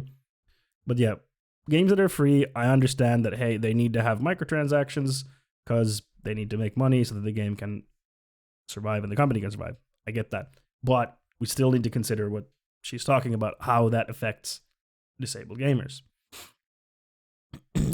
To access the rest of Honeywood, you'll only have to pay the low sum of €50, or alternatively, you can collect 50 tokens from the rats infesting Honeywood. The drop rate is only 0.01%, but you might be one of the lucky ones. Same for me. I'm fine with free games that having them, and even for free games, there are a lot of bad ways to do them. Yeah, totally. Let's start off by talking a little bit about myself and my issues surrounding microtransactions as an autistic Poker gamer. Man. Autism as a condition impacts my life in a wide variety of ways, from trouble processing sensory information to a deep need for rules and structure. But more pertinent to this episode, I really struggle with addictive behaviours and an inability to break behaviour patterns until expected results occur, even when doing so is to my own detriment. I obsessively collect finished sets of things and will put huge amounts of time into completing meaningless collections. I struggled a lot with this when I first started playing Overwatch, Oh as no. Yeah, Overwatch is really annoying because it was like 40 euros and then you had like loot boxes. Like, get the fuck out of here with this bullshit.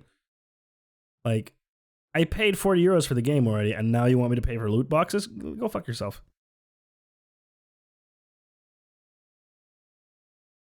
Or make the in-game cost not multiples of the amounts you can buy with real money, so you end up spending more money than you need and overbuying the premium currency. Yeah, every single game does that, and that is 100% intentional.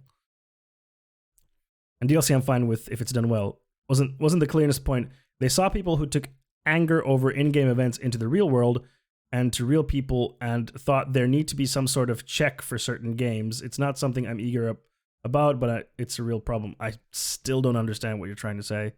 Who saw what now? Who saw problem? I'm sorry, I still don't understand what. And of course, like, explaining this like a nuanced point that you seem to have over Twitch chat is of course very difficult. I'm not saying it's your fault. It's just the nature of this thing that I'm here able to speak and you're typing in Twitch chat.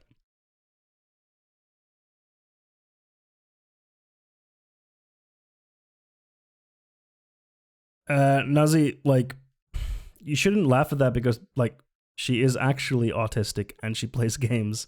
Like, that's why using autistic as an insult it's like, don't do that. It's not good, because there are autistic people whose lives are challenging because of their disability. That's why I don't like the use of that word as like an insult to someone, because like imagine this. You call someone like, what are you, autistic?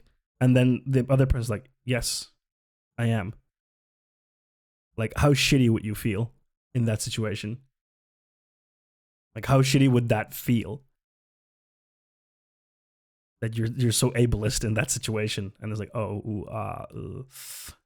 fuck. Like, we never know, right? And we shouldn't use that as an insult. Same with gay. I hate gay as an insult. I loathe it. Loathe it to the bottom depths of all the nine hells. Like, Breath of the Wild, in my opinion, does DLC well. It has a full game without it, but the DLC also adds a lot of... it's worth to buy. Yeah, there's a lot of games that do DLC well. A lot of games that do all kinds of stuff well. And there's games that do Overwatch. The way the game handled microtransactions felt purpose-built to exploit how my brain works. Overwatch, at least at launch, would give players occasional free boxes of randomized items between matches. These boxes could be purchased for real money.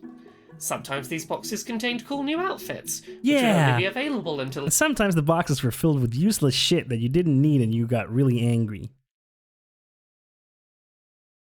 Yeah, that's the thing. You shouldn't actually call anyone the R-slur, etc., because they might actually have a disability, but it does feel equally bad to be called one when you don't have a disability. Yeah, absolutely. Yeah. Like, don't use the R-slur. It's a slur. Like, do not use that. That's like, whoa, no. We have reached the point in our culture where the R-slur is extremely not acceptable anymore. Like, 10 years ago, people still used the R-slur very, very, very frequently. Like, it was super normalized to use that. Now we know that, hey, that's not cool. And luckily, with autistic as a slur, as like an insult, the same is happening. It's not as prevalent still, but it is happening where we're trying to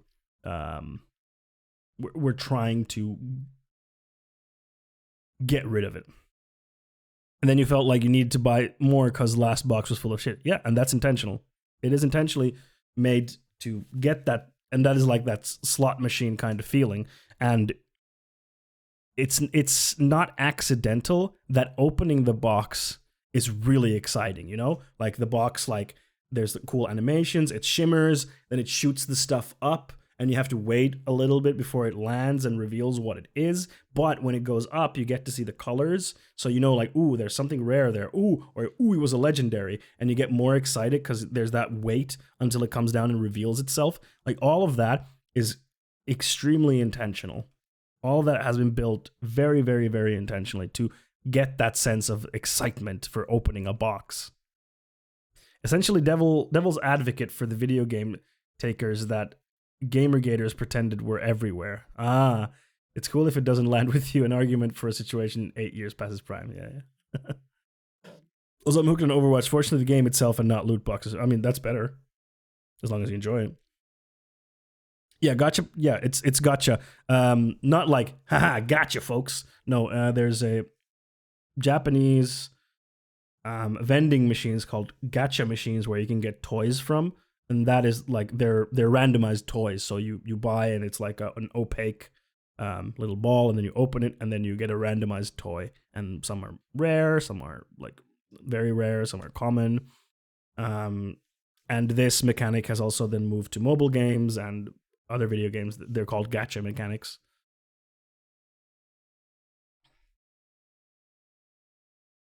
Gotcha. A certain date.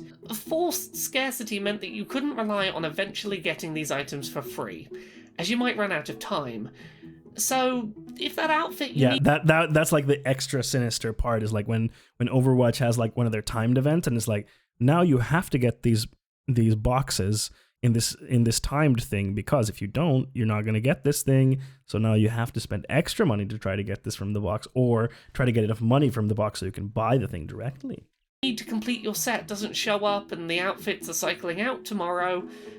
Why not spend some money on randomized item packs in the hope it shows up?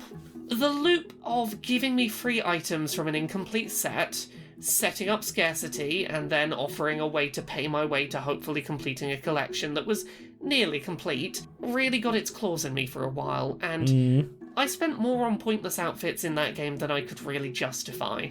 I had to stop playing the game cold turkey for a while, as it was incredibly easy for me to slip into compulsive spending loops in that game. Oh, this is Crackdown 3. Where my disability made it incredibly difficult to stop spending, even when doing so was detrimental to me. I was an Overwatch whale. Not because I had disposable income and wanted to reward the developers. I was an Overwatch whale because I have a disability, and the way the game's microtransactions were set up took advantage of those compulsions so I would spend beyond my means. Like, I know... Oh my god, dang it, Rumpa! God damn it, Layla. Like, Chica reminded that we're only at this point because people made excuses for horse armor. Yeah, kinda, yeah. And I mean, we're also at this point because there's no regulation for this stuff. Like, are loot boxes gambling? Sort of, but not according to any classification. So there's no oversight on it. Should there be oversight? No, I wouldn't want that. But unfortunately, the fucking industry hasn't been able to do that. So unfortunately, the governments have to come in to see, is this a problem that we need to fix, because the industry will not fucking fix it. The market will regulate itself, folks. What are you talking about? The market will fix it. Don't worry. If they don't like it, see, then they just won't buy it. But like I've met some like mobile game like hardcore players that have been like flown out by the companies, and I'm like, oh, it's just a normal person. They're not draining their savings on this game. But then there are also people who are, and how do we handle that? We need to do something. Fake, I know all about problems with gacha. I play a lot of gacha games. They have this thing called rate up events to make it seem like you have better chance of getting what you want, but no, not well in the game.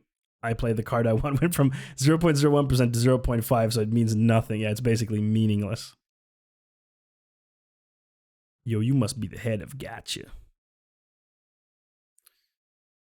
We've started this video by talking a lot about my issues as an autistic gamer when it comes to compulsive spending on microtransactions, but autism is far from the only disability that would predispose someone to either spending on microtransactions when they didn't want to, or finding it difficult to stop. So, for the rest of this video, we're going to talk about several other disabilities that also can predispose people to compulsive spending on microtransactions. A little while back, we recorded an episode of Access Ability with special guest Jim Sterling. Yo, motherfucking Jim Sterling. Jim Sterling is the absolute king, the emperor of Fuck Mountain. No, wait, I said that wrong. I meant the emperor shit of Fuck Mountain. Sorry, I said that wrong. I got confused. The emperor shit. I was, yeah. Son. Jim Sterling. James Stephanie Sterling. Son fucking royalty. Yep, Jim Sterling is really good. I don't always agree with him on some takes, but sorry, them on some takes, but they do really good stuff. And they did like a piece on like how microtransactions are predatory, like a really good like deep dive like a year or two ago. It's really good. You know, that Bozo got sick aim. Yeah, tell me about it. I spent over 50 euros on the game, even when I knew about it, the rate up thing still gave me false hope to spend money. Yeah, and that's predatory, in my opinion, when it's like done like that. I feel that's predatory. Yeah, the Emperor. I love that term. They actually planted the seeds in me that took me from the center right to full commie. Welcome to the left, my friend. K comrades in chat.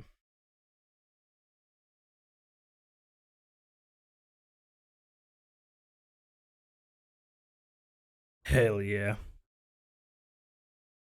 Oh, by the way, for all the new people here in chat, if you want to join our Discord, we would love to have you there. We are a very warm and welcoming community. Damn right, brother! All about what it's like playing video games as someone with ADHD. One aspect of the condition, which we touched on at the end of the video, is that gamers with ADHD are often susceptible to predatory microtransactions.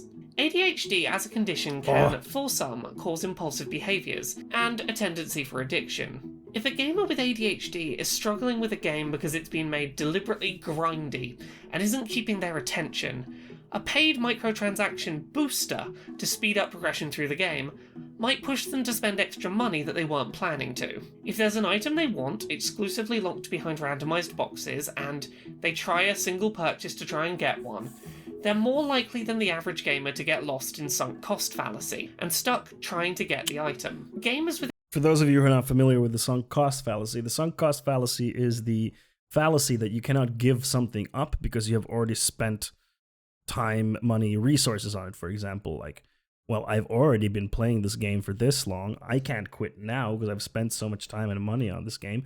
I have to continue. And it's like, no, you don't, because all that spent time, money, resources, whatever, is not coming back. It's already been spent. You can't get it back. This is the sunk cost fallacy. I went from what the fuck is your problem with borders, crime, and all that to borders are imaginary structure that imply and facilitate violence. God damn, based! Slaughter Otter, based! Absolutely based. Awesome. We love to see character development. Love to see it. Seeing as we went there temporarily, do you have subscribed to a particular leftist ideology, Fondue, communist, socialist, or just... I just call myself generally leftist. I'm still on my journey to figure out where exactly I land on that spectrum, but I am definitely on the more like what's the word? Libertarian side of the left. Is that the right word? No. Yes? No, libertarian. Yeah, libertarian. Yeah. Because it's like authoritarian and then libertarian, right? Those are like the two ends of the axes, right? But yeah, I'm definitely more on that side. I'm not like on the authoritarian side. No.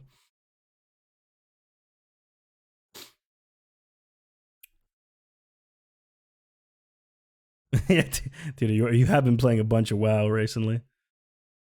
There's a reason that every game makes it so that all rare items have bright and pretty colors, while non-rare ones are boring gray. Yup. It is not an accident. Love to see it, King. Thank you, Ganero. Tankies, yeah. I just saw on Twitter, was it like the day before yesterday, like a fairly big leftist content creator who was like, but we don't have any proper proof that the Uyghur genocide is happening in China. But if I see proper evidence, then of course I'll change my disposition on it. But there's no proper evidence. And I was like, because you hear that from tankies where they're like, oh, the Uyghur genocide is just like CIA propaganda or whatever the fuck. And I'm like, no, it isn't. And then I was like, because in that thing, it was like, I looked into it and I couldn't find any evidence. And I was like, you know what? I'm going to look into it then. And then I looked in, and the main thing that they criticize is that the thing that kind of sparked it, the original study from what's his name? Is it Adrian Zenz, or what is his name? He's like a German anthropologist whose research sparked this, and he's like a born again Christian, and he's like a senior fellow at the Victims of Communism, whatever the fuck that is, which is like, okay, that is really sus. Like, yes, like looking at that is like, that's pretty sus. I will admit to that. However, after that, there have been multiple different organizations and individuals that have looked into that and have concluded that yes, it is happening, or it is very likely happening. So it's like, to say that there's no evidence feels really disingenuous to me. Like, I don't get it. Yeah, everything looked like this is planned. All animations, color, cost. Yeah. It's completely intentional. Is that social freedoms in some chat? Sorry, what was that? What do you mean, soldier? Sorry.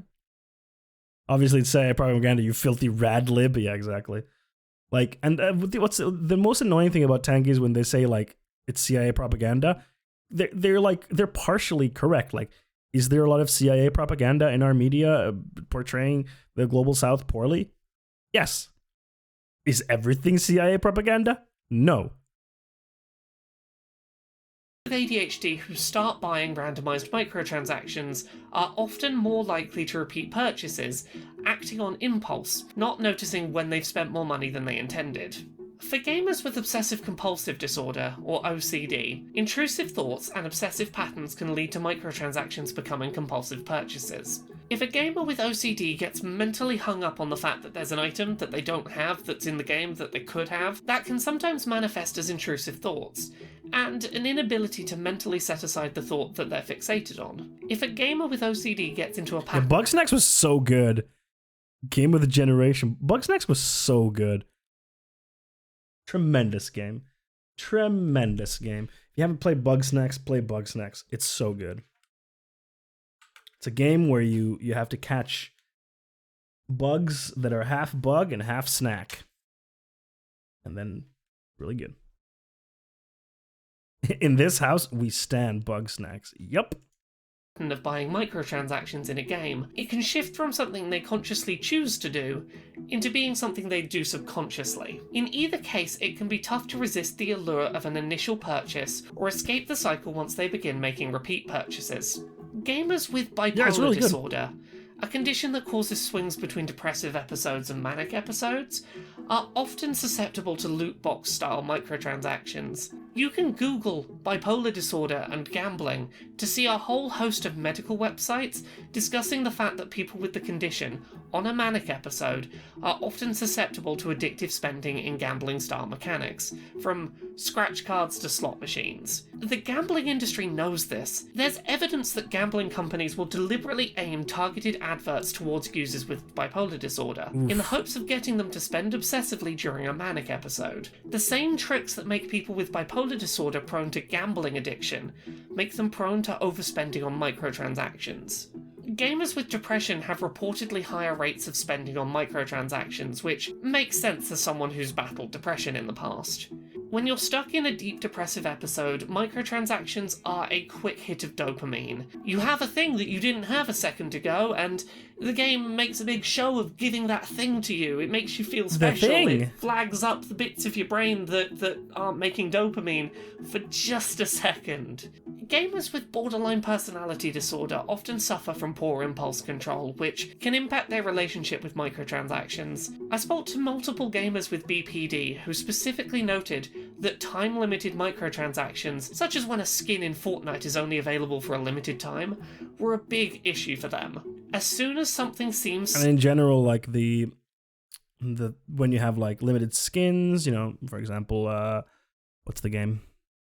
Fall Guys does this, you know, this skin is only available for a limited time. Fortnite, this skin is only available for a limited time, or Overwatch, these skins are limited for certain time. They do that because they want to create a sense of urgency in you. Like you only have a limited amount of time. You have to do this now. This sense of urgency, so that you make irrational and impulsive decisions. You also see the same thing Yeah, forced scarcity, and then also a fear of missing out as well. You see the same if you, well, previously when people traveled more, but if you're ever buying tickets to flights or trying to book a hotel and they're showing like only X amount of seats left, or this price only available for like 30 minutes or whatever, stuff like this, they create a sense of false urgency that you have to make a decision now and you have to decide right now or you're going to lose this thing. And in this way, they push you to make decisions and pressure you. And of course, for neurotypical people, it might not be as bad, but then for, disabled people, it can be a lot worse. Skin Maker Simulator. Oh! And also, because loot boxes are not classified as gambling, they can mess with chances as much as they want to make people play even more. Yes, it's true. Scarce, their brain wants to purchase it right away without thinking, in case they later want it and can't get it. Additionally, and this is going to impact many of you who are fine avoiding microtransactions today, the older people get, the more prone they are to conditions such as Alzheimer's, which impact impulse control. The wider gambling industry isn't doing enough right now to protect vulnerable old people with degenerative mental health conditions from getting into problem gambling. And I'd be willing to bet several decades from now, as more gamers reach that age bracket, that the games industry will be there ready to take your pension payments as you forget quite how much you've spent in-game. So, what can we do about the fact that so often, when the game industry talks about microtransaction whales, they mean disabled people spending beyond their means? Well, there are two approaches we should probably be taking. Finding proactive steps to protect ourselves from predatory microtransactions, and shining a light on the reality that video game microtransactions specifically profit from triggering impulsiveness or compulsion in those with disabilities. Let's start with the things we have in our control. Yeah, I've seen a lot of online stores that say that their items are on sale to make people buy them, but the items are literally always on sale. Yes, some stores do that. I know at least in Finland that is illegal. In Finland you can't do that. You cannot claim that something is on sale like constantly. That is illegal.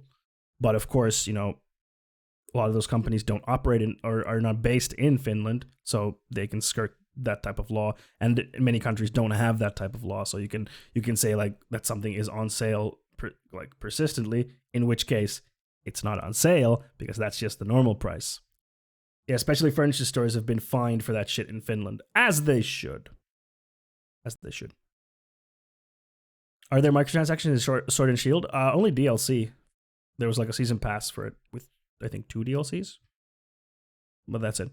I don't think all of the games that are being shown here have. I guess it depends how you classify. Like, how do you classify a microtransaction? If you classify DLC as microtransactions, then yes, all the games that have been shown have microtrans. No, not all of them do. No, never mind. Some of them do, some of them don't. Fallout 76 did that and lost a lawsuit over it. Hell yeah, brother! It just works. They've just shown generic gameplay, I think, yeah. As a disabled gamer who's prone to addictive spending in games, I have to be aware of that fact and act accordingly. Finland game. I try to avoid games I know contain loot box-style microtransactions. I turn down free in-game loot boxes when I have the option, and I do my best to avoid ever making the first purchase that opens the floodgates, but I know that's not everything. When I was having trouble overspending in Overwatch, I realised that I couldn't get out of that alone because of my issues that I have as a disabled person.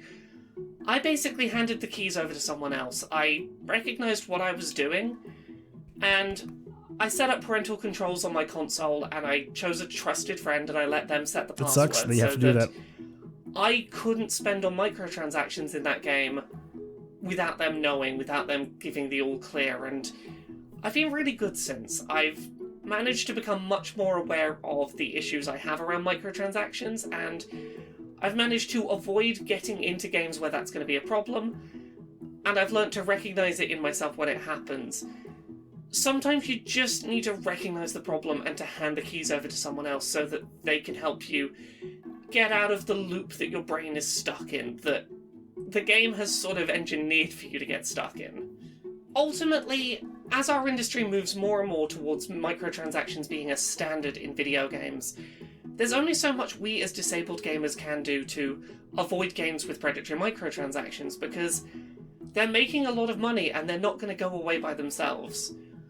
Ultimately, we need to stand up and make our voices heard to game developers that it's not okay to use psychological tricks designed to manipulate people with disabilities into overspending. The whale model of microtransactions is inherently predatory. Randomized loot boxes and items She's right. that are only available for a limited time are designed purposefully to get you going, oh, just a little bit more money, just a little bit more money, just a little bit more money. And for people with various disabilities, that can be really, really difficult to break free of.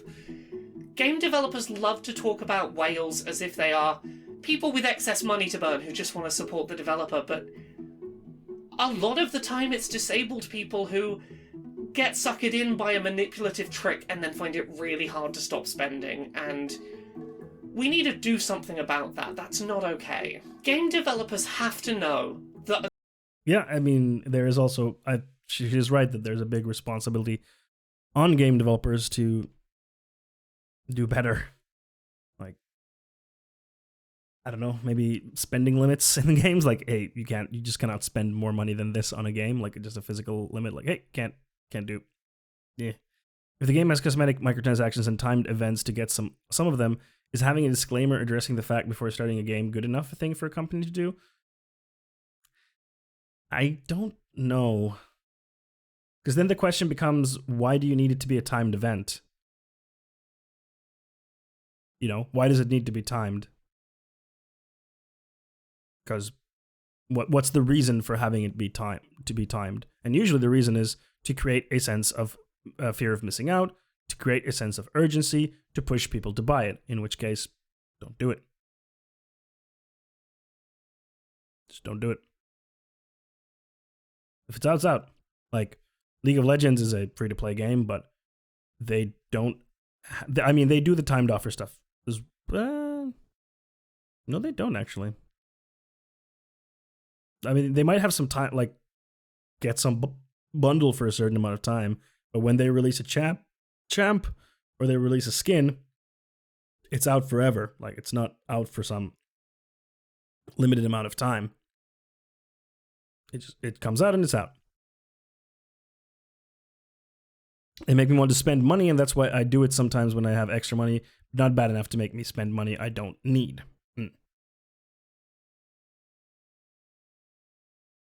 Like, I don't think, like, having the disclaimer it doesn't fix the issue. You're kind of pushing the responsibility of everything onto the user, whereas you could just take the responsibility, realize that you don't actually need to time this stuff. Like, there's no purpose for it to be timed, so might as well just make it always available. Like, why can't the Overwatch summer skins be always available in the pool? There's no good reason for it.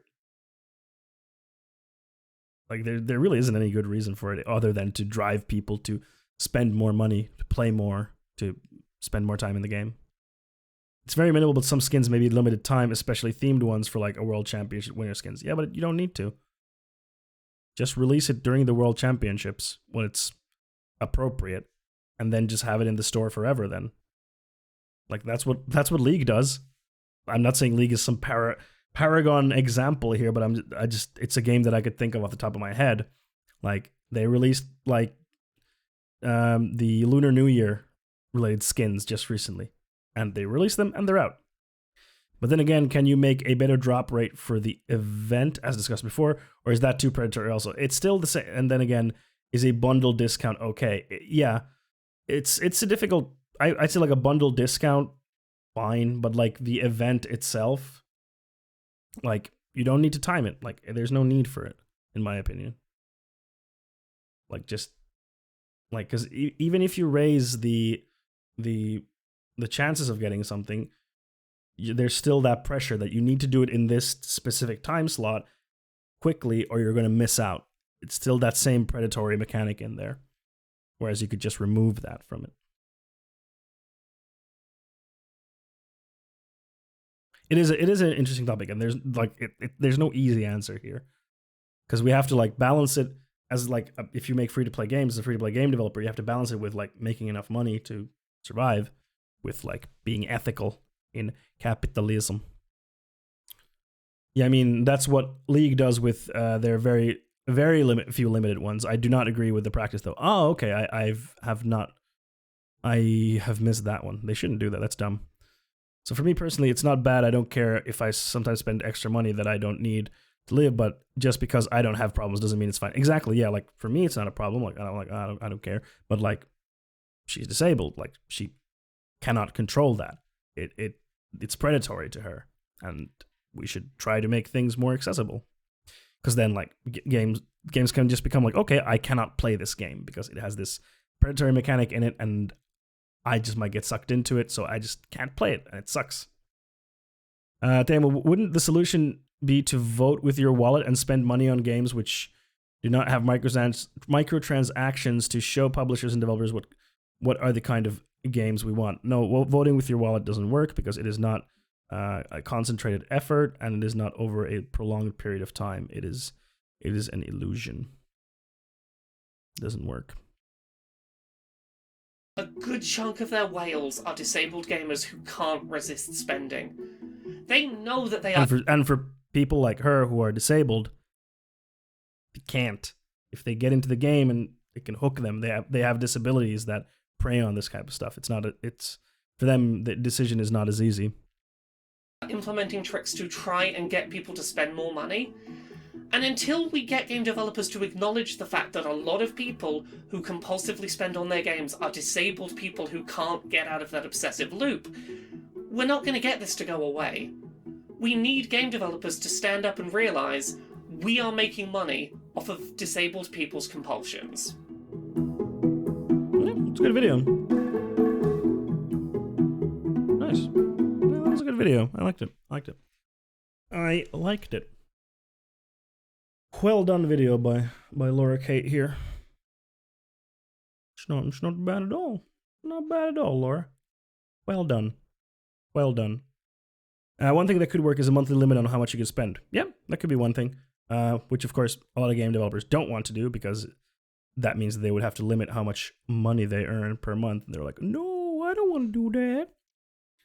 One reason why I'm happy with battle passes is that you know what you get, even if they have predatory parts too. Yeah, I mean, battle passes also have predatory parts because they're for a limited amount of time, and they do the same things. I would say, but they are a tad more ethical in that there's not an element of randomness like with loot boxes, for example.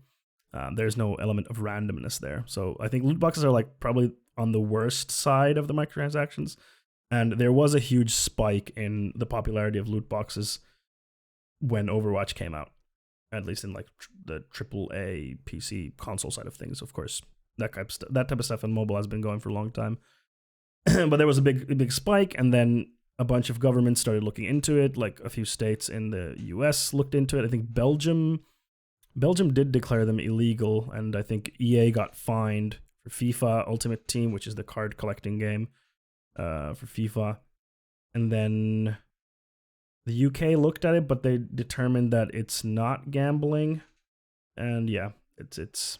But since then, loot boxes have become less popular, which is good, I think. And it's not because people voted with their wallet; it's because people complained to their governments, and the governments were like, this might be gambling. We need to look at this. And then game companies were like, we don't want to get stuck in that gambling hole. Fuck that. Like, remember fucking, what's the name of the game? Not Shadow of War, but the Shadow of Mordor. God, I can never remember the name.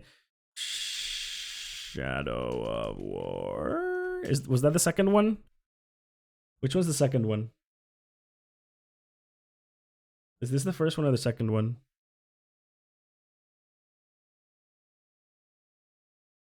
Middle Earth, trademark. Shadow of War, trademark. This is the second one, right?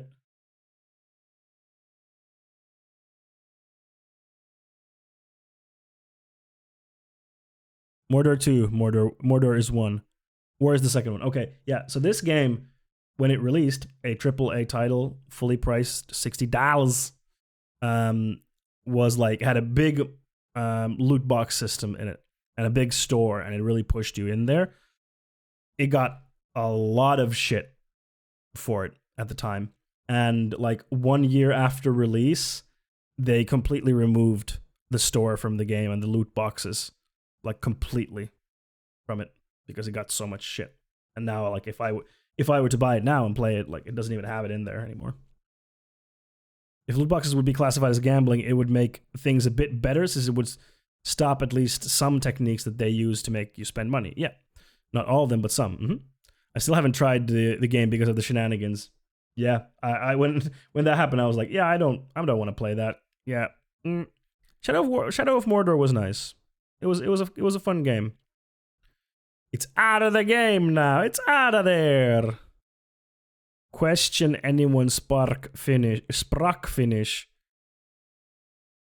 You mean speak? Oh, speak. Sorry, kuuntele. Yeah, I speak Finnish. Joo. Puhun suomea hyvin, mutta en usein streamissä. My streams are in English, so. The worst part was it was stuff you could just normally get in the first one. Exactly.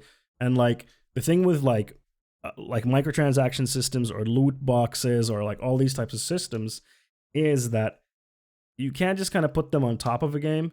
You have to build the game with that in mind. So you have to build the game with like, okay, so if the player plays this many hours, they get this many loot boxes, and they probably have this many common items and this many rare items and this many epic items by this point in the game, and they will most likely spend this amount of money. You build the game to facilitate those mechanics, and you kind of can't make a free-to-play game divorced from its monetization mechanics. The monetization mechanics are part of the core gameplay mechanic. It's part of the core loop of how you play the game. So when Shadow of War came out, that was one of the heavy criticisms, that like they had to build the game so that the store and that loop is part of the game.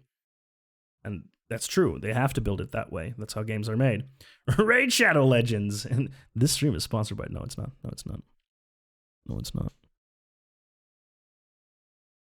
And the battle mechanic was meditation for me. Sorry. Have you heard of Raid Shadow Legends?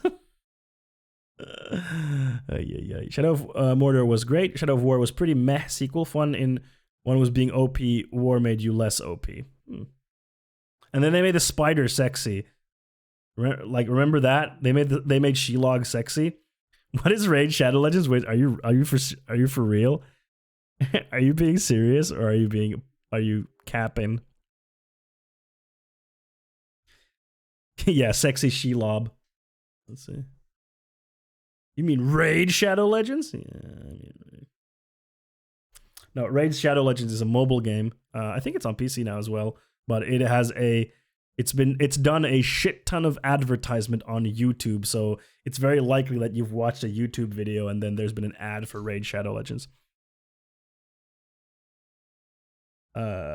Shadow of War, She-Lob. They really took the she part of She-Lob.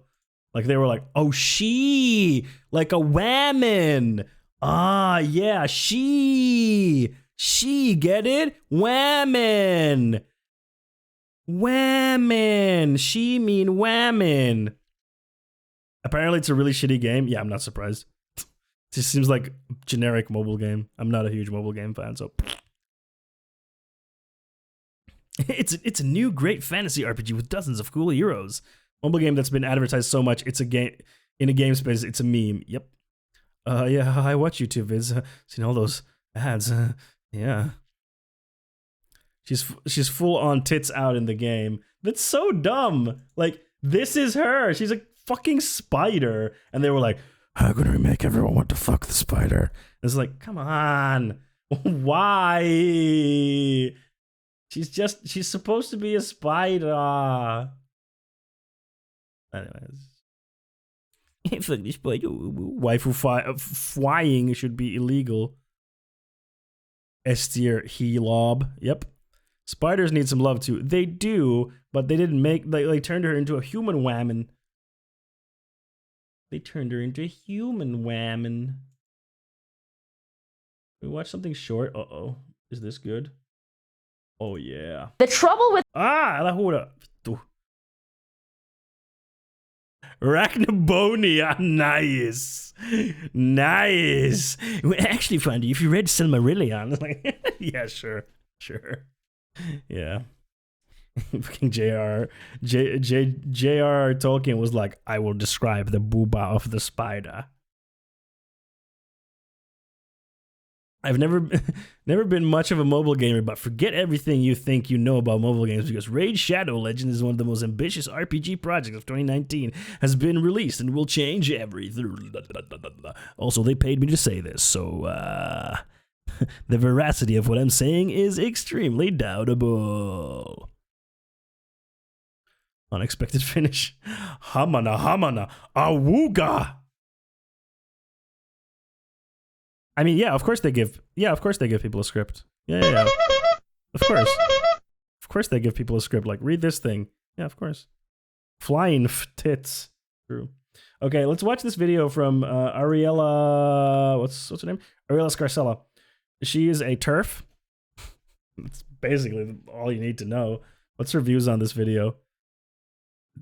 Yeah, like 20k views. Too many. She made a video about anti-racist is code for anti-white. TERF. T-E-R-F. No, that's not what I said. Trans-exclusionary radical feminist. T-E-R-F. TERF. Trans-exclusionary radical feminist, which means she's like, I'm a feminist, but I don't like trans people. And it's like, well, you're not a feminist, really. You're just an asshole. With saying it's okay to be white, of course. The trouble with saying it's okay to be white, of course, there's a article on this. White nationalism or neo-Nazism isn't the same as saying it's okay to be white. Everyone knows these days that it is not enough to simply be not racist. You have to actively be anti-racist. I didn't know what the that meant, so that beep is really annoying. Ah, it hurts. Had to look it up. Also, you might notice that there's no ads on this video because YouTube demonetized me yet again because they hate me. So that's what you get for being a bigot. What can I say? Hey, by the way, everyone of you is in chat, okay? She's not white. She's Italian American, okay? Get it right, using chat, okay? I don't want to see no Fredophobia in chat. I don't want to see no Fredophobia happening in the chat, okay? She's POC. Person of carbonara, alright? Spaghetti! Where's that from? Pasta that? There's a Twitch emote called Pasta that? You're doing pasta face and this is not okay. I will not have this Fredophobia on the timeline. So those of you who don't know, what's his name? Not Fauci. What's the name? The guy from New York, the politician who came up with the term Fredophobia. Pasta face? That's pretty good. I haven't heard that before. Cuomo, yeah. No, was it Cuomo? Andrew Cuomo? Yeah, Cuomo. No, it wasn't Papa John. Papa John ate 40 pizzas in 30 days. That's different. Papa John ate 40 pizzas in 30 days. Jesus Christ. But yeah, Cuomo was like, the people are being racist against Italian Americans, and that's Fredophobia. Beautiful. Yeah, he said he ate 40 pizzas. Haven't you seen that shit? Hold on. Sorry, I'm getting sidetracked. But we need to see this shit. Papa John Day of Reckoning. I've had over 40 pizzas in the last 30 days. Livy currently and Mark Shapiro should be in jail. He has no pizza experience. He's never been in the pizza category. I would just say, stay tuned. The day of reckoning will come. Why is he so fucking greasy? Record will be straight. Why not set the record straight now? I mean, what is it about the record that's not straight? Stay tuned. What did he know? What did he know?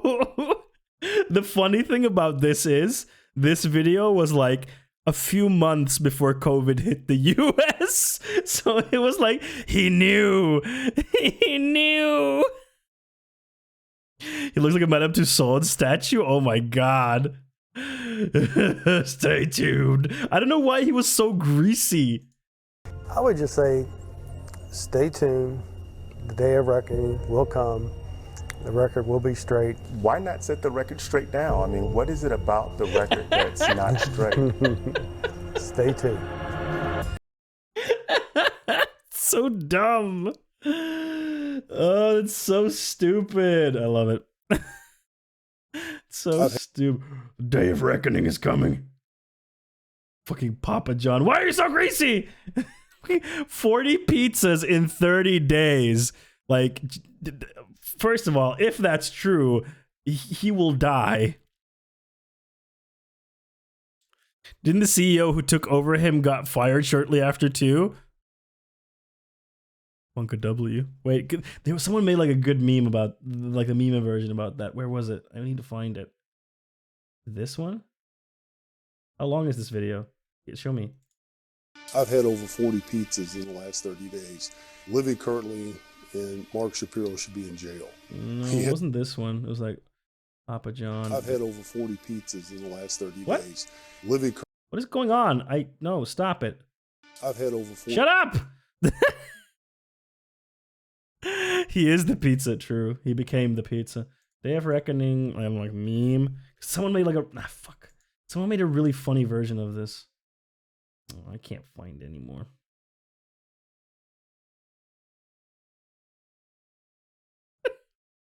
Why is this? Why? The day of reckoning will come. Papa John 316.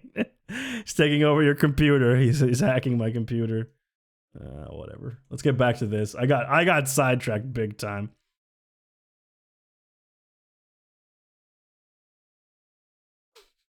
Papa John's. Why? By the way. Okay, I have to continue on this. I'm sorry. Did you know where Papa John?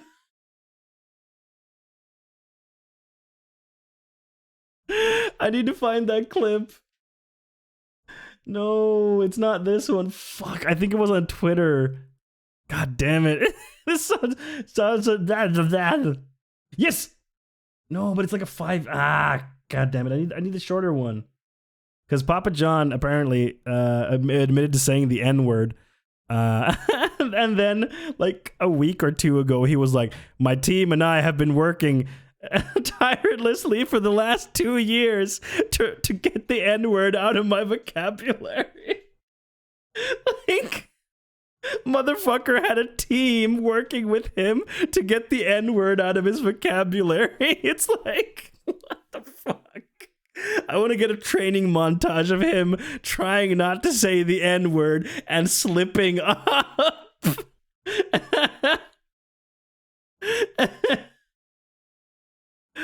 Let me see. Let me see if I can find it.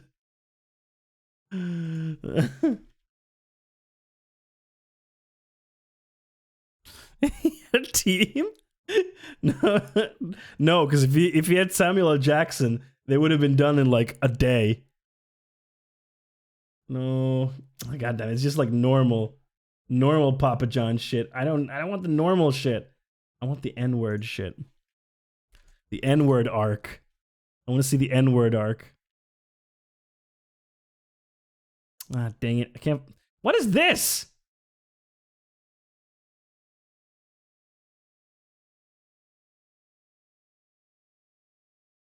Oh, well. Wait, what? My Is this? generation. I'm gonna call Papa John. I want to ask. His employee force was black. Why isn't it this straight cheese? It's not the actual quote. Oh, well. The N-word, you mean Noni? Yeah. He had a team for that. Yeah. New YouTube challenge. No, it's new gamer challenge. Try not to say the N-word. Gamers fuming. Come on. Oh well.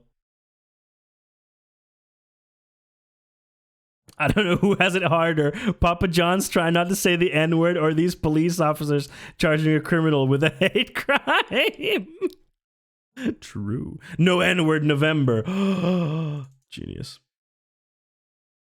If you want to go and support me and see other content that has never been posted on this YouTube channel or anywhere else, go to my locals page, ariel.locals.com. Oh, by the way, she does the whole like, go to my website to see me uncensored, and then she has like tape, and she's like ripping the tape off where she can speak the real truth. She does that shtick, so you know that she's one of the good ones.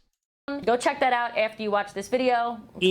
First two things that come up are anti-racism is a code word for anti-white. Second thing that comes up in a Google search is how to be anti-racist. You know what? We're gonna look at both of those because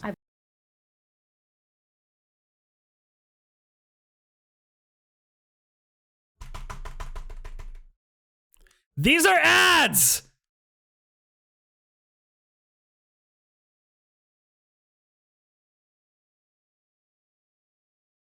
These are ads!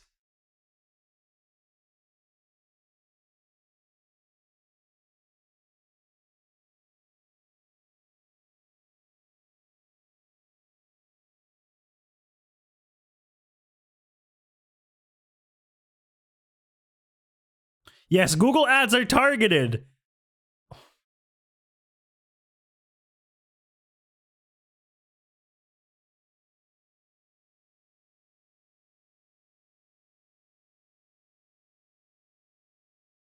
What? Aggressive smashing? What? Oh, 5-head, man.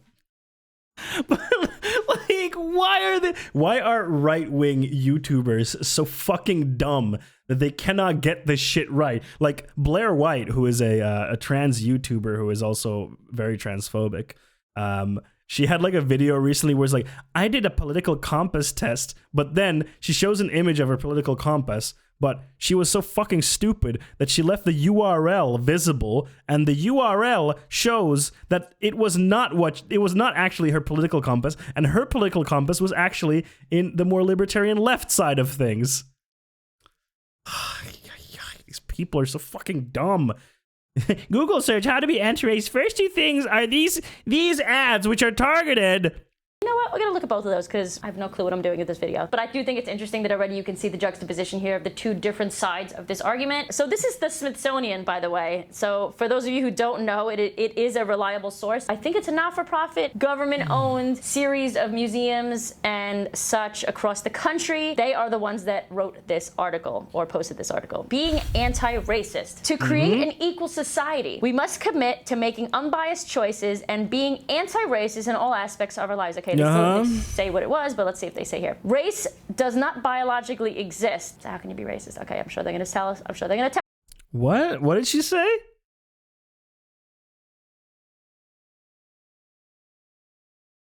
So how can you be racist? Okay, I'm sure they're going to tell.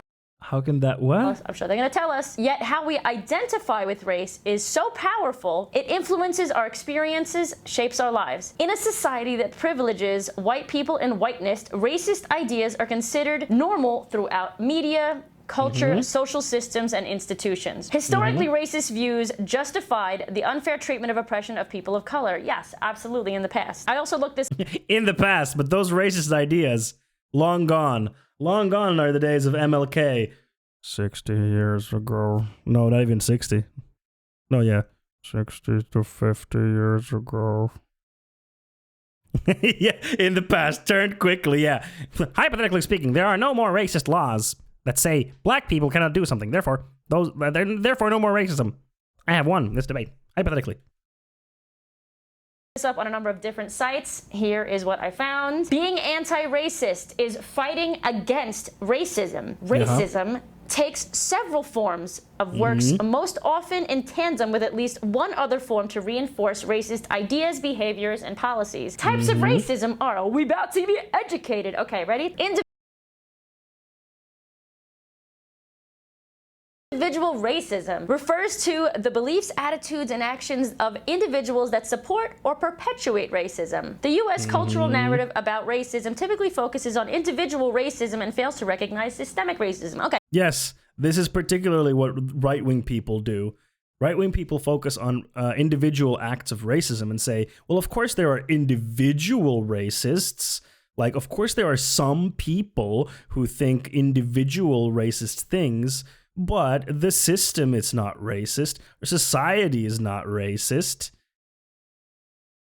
Like that's like, especially on the right, that's a big problem, not understanding systemic racism. Like, a super easy way to counter this, like if we're talking about the US, like, okay, why do black people get longer and harsher sentences for the same crimes as white people when adjusted for everything?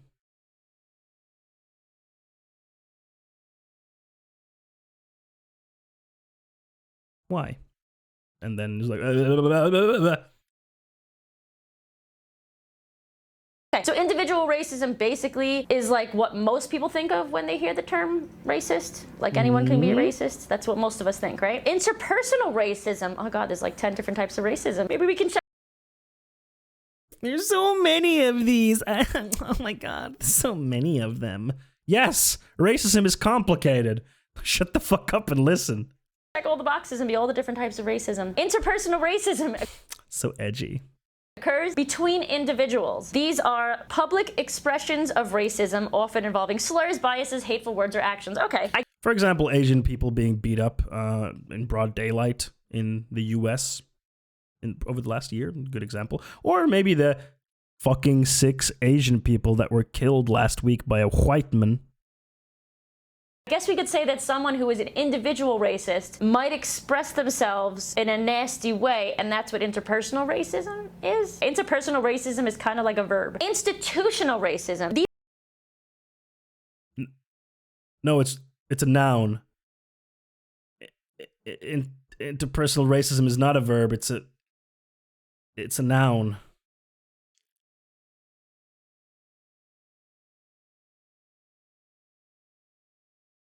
It's a noun.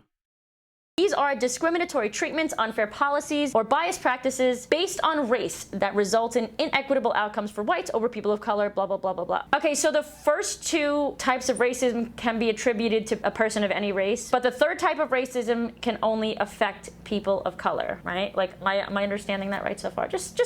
Yes, because, for example, black people do not hold a position of power over white people where they could enact institutional racism against white people. So yes, that is the case, because white people in America hold that position of power where they can enact institutional racism onto others. I think what you meant is that it's an action, yeah, between people, but yeah, kind of dumb way to put it, yeah.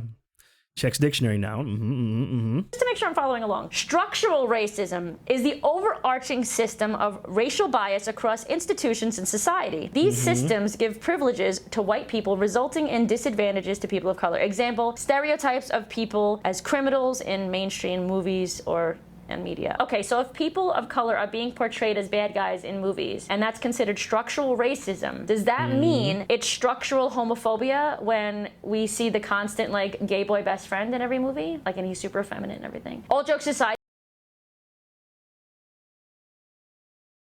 Yes. Yes, it is. I know she was trying to get, like, a gotcha, like, haha, wouldn't that be dumb? But it's like, no, yes. You're right. Yes, it is. I know you were trying to make a funny haha joke. Like, imagine how dumb that would is. No, you're right. Yeah, it is homophobia. Yeah. Though this has come from a government-funded website and it's made its way into the educational system, it's getting a lot of praise and a lot of pushback. Oh no, it's getting into the education system. The Marxists are poisoning your children's minds. I found an article written by a teacher who expressed the importance of critiquing the anti-racism ideology. He goes on to explain that while he Who is this? originally supported Black Lives Matter, he's since become skeptical and no longer supports the movement. Anti-racism ideology is built on a specific premise. Racial disparities are the result of a white supremacist society. He goes on to write that his discomfort stemmed from observing the insidious authoritarian pressure in many education systems to make sure they are not deemed racist. In some of the workshops he's attended— Authoritarian? Yo, source? You want to source this shit? Who's the second person? Are they both part of the channel? I don't know who the second person is. Maybe they're doing like a collab or something. I don't know. Oh, Gothics. I can't read. Thanks, Middup. Yeah, it says featuring Gothics. Yes, you are correct. Bravo. The ideas ranged from creating more diversity committees to paying employees of color more money for the invisible work that they do. And by the way, what fucking company is paying people of color more for the invisible work they do? Like, all these things that they're claiming are happening is like, source? Please, can I get a single fucking source? Black people are just being paid more, don't you know? Yeah, because that's how that works. I'm just quoting. Okay, let's see.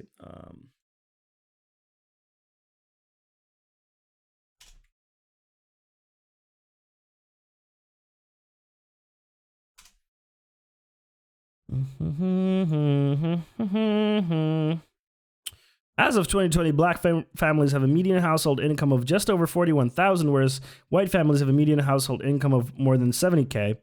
You know, black people. Sorry, I'm just asking questions. Yeah. The Brookings Institution. Wait, isn't that like legit or something? I don't know. Show me graphs. Median net worth by race and ethnicity.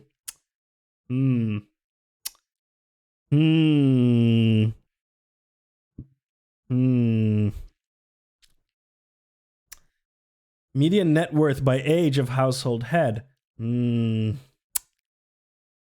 Gothics is pro-critical thinking and advocates against cancel culture. Yeah, I can tell she's pro-critical thinking.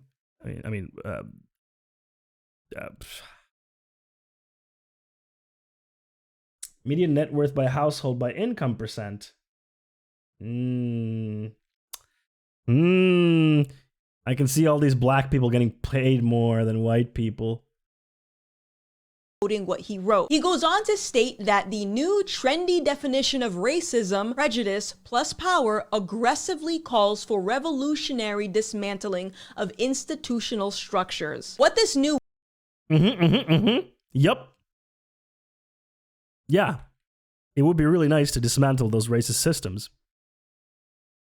Yeah. That's kind of the point. In U.S., average white household headed by person who graduated high school but not college is the same as average black household headed by person with college degree. Yeah, but it's, that's some liberal science. We can't trust that, right? The wave of anti-racism is teaching people is that if you're not actively fighting racism, you're condoning it. He makes a great point when he says that this is causing students to not speak out against ideas they disagree with in fear of being labeled a racist. Source. This dude said this thing. It must be true. The same goes for people. This dude said that this widespread trend is happening. It must be true. Who speak out against the new gender laws, like myself. What gender? Being labeled transphobic, which I guess I am a bigot for hating the trans.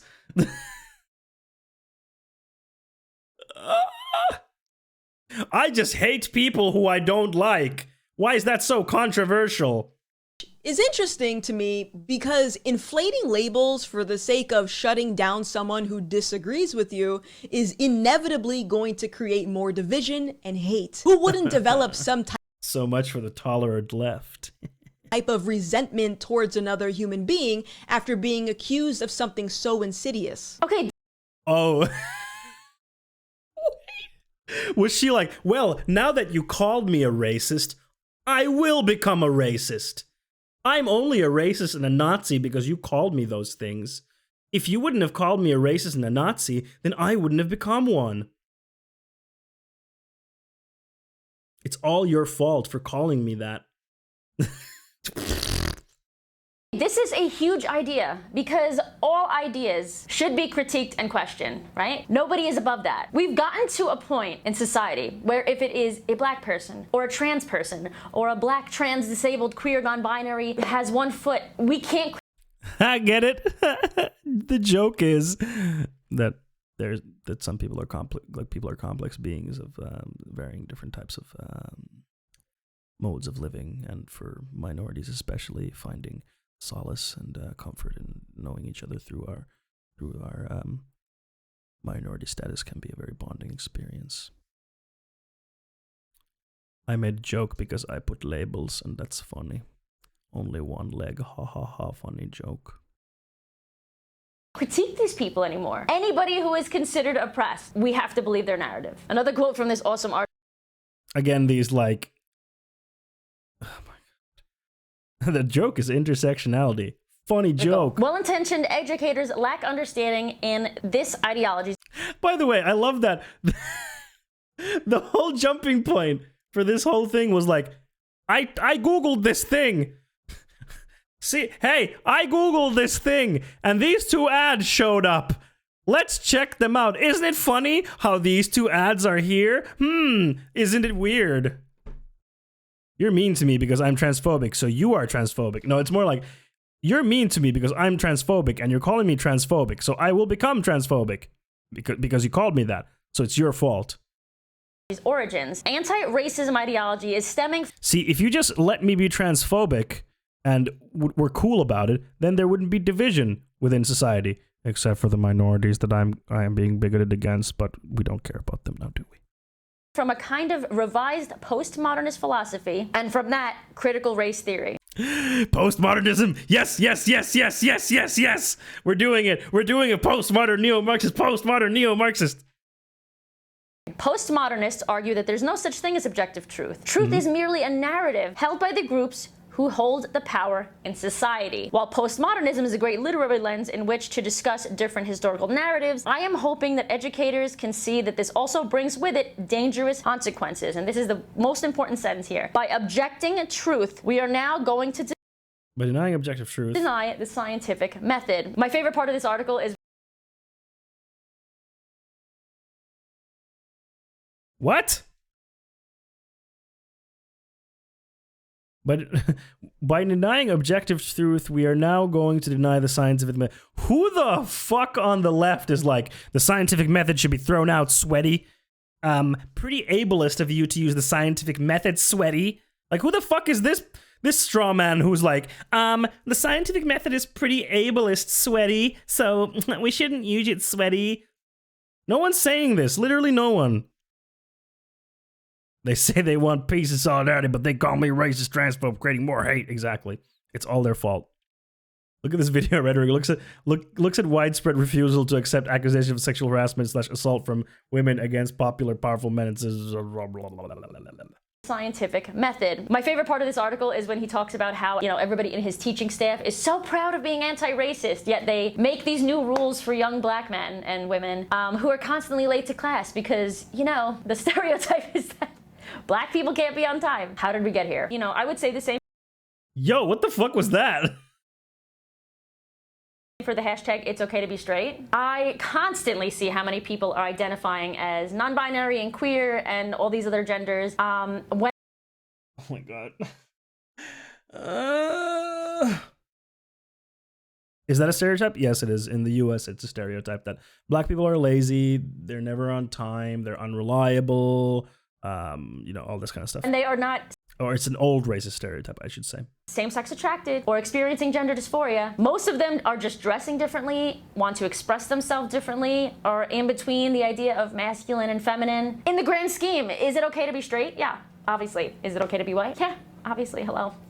These are all things that we cannot control and do not make us better or less of a person. But let's see what the far left has to say about this, shall we? The trouble with saying it's okay to be white, of course. What? It's okay to be white or it's okay to be straight. It's so fucking stupid. Like, you don't need to say that. Obviously, it's okay. It's the fucking majority. It's the ones who are in the position of power. Yeah. Like, is it okay to be a man? Yeah, of course it's okay to be a man. Like, I didn't choose to be a man. I was born assigned male at birth, and that's who I am. There's nothing wrong with that.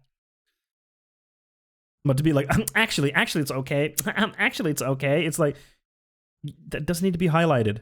That doesn't need to be highlighted because it makes it so that, you know, men or white people or straight people are trying to portray themselves as like, oh, we are actually the truly victimized people here. We are actually the truly minority here. We are the one who are being oppressed by being called meanie bobini. And it's like, no, you're the ones in the position of power that have been taking abuse of that. So calling that out is totally justified. To be fair, she's right. Everything is subjective, and we could very well be calling purple skies blue and red grass green. The only objective thing is, for instance, Fawn's beard exists. Welcome to the universal truth, baby. Yeah, I mean, well, she was reading a quote, so technically she wasn't right. I get wrecked. No tall men, exactly. Of course, there's a fucking article on this. Okay, so a bunch of posters apparently were printed out and put on university campuses. He said the posters were No, posters were put up on university campuses. No. Test of racial discriminatory ideology taught at the university. He said many professors explicitly teach in their courses that it is not okay to be white. It's okay to be. Yeah, they're like, welcome to the class. Are you white? And then people raise their hands. I would like to tell you that you should die. Now then, let's start this course on advanced geothermics. We need to instill Hegelian dialectics in school, humble some motherfuckers by shattering their brains. I don't even know what the fuck that means. Be white appears to be a literal or denotive message, but when we read it in context against the Wait. It's okay to be white appears to be a literal or denotative message, but when we read it in context against the backdrop of institutionalized Eurocentrism and current anti-racist political movements like Black Lives Matter, we see that this is far from benign. Yeah, that makes sense. Yeah, that makes perfect sense. Like, you're basically trying to say, like, oh, the current power structure is okay, like, shut the fuck up. So, yeah, that makes total sense. Backdrop of institutional Eurocentrism and current anti-racist political movements like Black Lives Matter, we can see that it is far from benign. This is probably why there's been an uprise in things like hashtag it's okay to be white. Or can we just simply admit that it's freedom of speech and also freedom of interpretation? If you choose to interpret. What the fuck is freedom of interpretation? The fuck is that? Yo, is that in the Constitution of the United States of America? Yo, which one is that? Which amendment is the freedom of interpretation? Which one's the freedom of interpretation? And I need to Google this. USA Constitution freedom of interpretation. What does the Constitution say about free speech? Yeehaw, brother. Oops, I can't write. Nope, nothing about that. What the fuck is this freedom of interpretation? Now they're just making shit up. Yeehaw, brother. The freedom of interpretation is if I call you a pedophile vampire, you have the freedom to interpret that however you want, brother. To me, that means you're a bad person. I need to go back. I forgot what you said. Backdrop of institutional Eurocentrism and current anti-racist political movements like Black Lives Matter, we can see that it is far from benign. This is probably why there's been an uprise in things like hashtag it's okay to be white. I'm not sure what she means by this, but probably the reason why there's been a rise in hashtag it's okay to be white because there's been a large push because of Black Lives Matter in the last year about racial justice and anti-racism. So, of course, there's going to be a counter reaction to that. That's why it's happened, not because universities are saying it's not okay to be white. Or can we just simply admit that it's freedom of speech and also freedom of interpretation? But if that's freedom of speech, then is it not also freedom of speech for university professors to say that it's not okay to be white?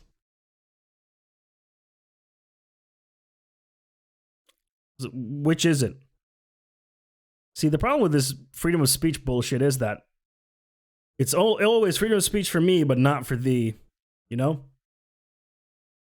Like, isn't it their freedom of speech? Hey, it doesn't work like that, brother. You don't understand, brother. I get to see what I want, but you don't. This jumping between the two videos, people, seems very random, and this video doesn't really seem to have much structure. Yeah, it would have worked. Like, it would have helped if she would have, like, introed, like, hey, I'm doing this with this person.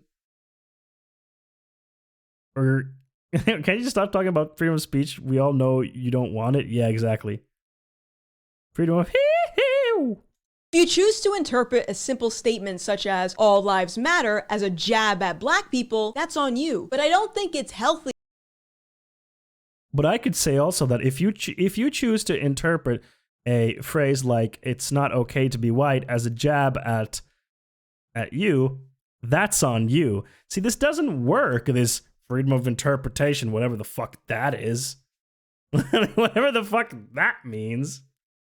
Because she's not a free speech absolutist, like, by far, because, like, can a high-ranking military official tell Russia the nuclear launch codes of the United States of America? No, they can't. Therefore, freedom of speech doesn't fully exist. To automatically assume simple statements are malintentioned unless you want to constantly view yourself as a victim. This should go without saying, but white nationalism or neo-Nazism isn't the same as saying it's okay to be white. Furthermore, I don't think anyone was saying that. At least not in the text that she was showing. No one was saying that those are the same thing. Like, this is a complete straw man, unless that article later on goes to say that it's the same thing. I don't know. They didn't present it in this video. I can't change the fact that I was born with this skin color, so it doesn't make me special in that regard. That said, if you find your skin color special enough to celebrate it, that's fine. You do you. But remember to keep that same energy, meaning if you're proud of your blackness, other people should be allowed to celebrate their color as well. Everything is the same and there's no historical context. Oh my god. Like, people on the right just don't fucking understand history and context. They really just don't. Everything is the same. Either everyone can do it or no one can do it. Not understanding history and context. Why is it so hard? Why is it so fucking hard to understand history and context? Including white people. If we compare it to people saying that I'm proud to be gay, I don't think that's actually comparable. Obviously, we are saying we are proud to be gay, but what we actually mean when we say that, we are proud to be ourselves and living our truth openly. We are not proud of the simple fact that we exist and did not choose this. People don't need to come out as black or white in the... Wait, why is she contradicting her now? Wait, what? Because she's right, yeah. The same way you need to come out as LGBT. Well, at least some people. Some people are obvious. Consumer simple fact that we exist and did not choose this. People don't need to come out as black or white in the same way you need to come out as LGBT. Well, at least some people. Some people are obvious. Consumer culture helps build rebels. Identity. Wait, why did she... Wait, what? She just, like, countered her with a very apt point. Like, wait, what?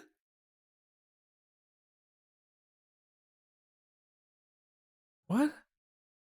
I'm so confused. The structure of this video is bonkers. Because history is not their immediate surrounding presence. History is not anymore. Thus, racism is gone. It is a big part of branding campaigns, diffusing politics of new social movements into commercial demands for representation, inclusion, diversity, and tolerance. Obviously, like, we know that already. Consumerism also preaches an ethic of non-conformity. Nonconformists are never satisfied. Yeah, an ethic of non-conformity, that is. Satisfied with the status quo, continually seeking new ways to let me allow that. Sorry about that, AC. You see the no such thing as white pride, Fondue? Like, white is Italian or American or Irish, etc., but black is just monolithic as black because of history and context. So having black pride is celebrating culture, but white pride isn't, because historically white people have had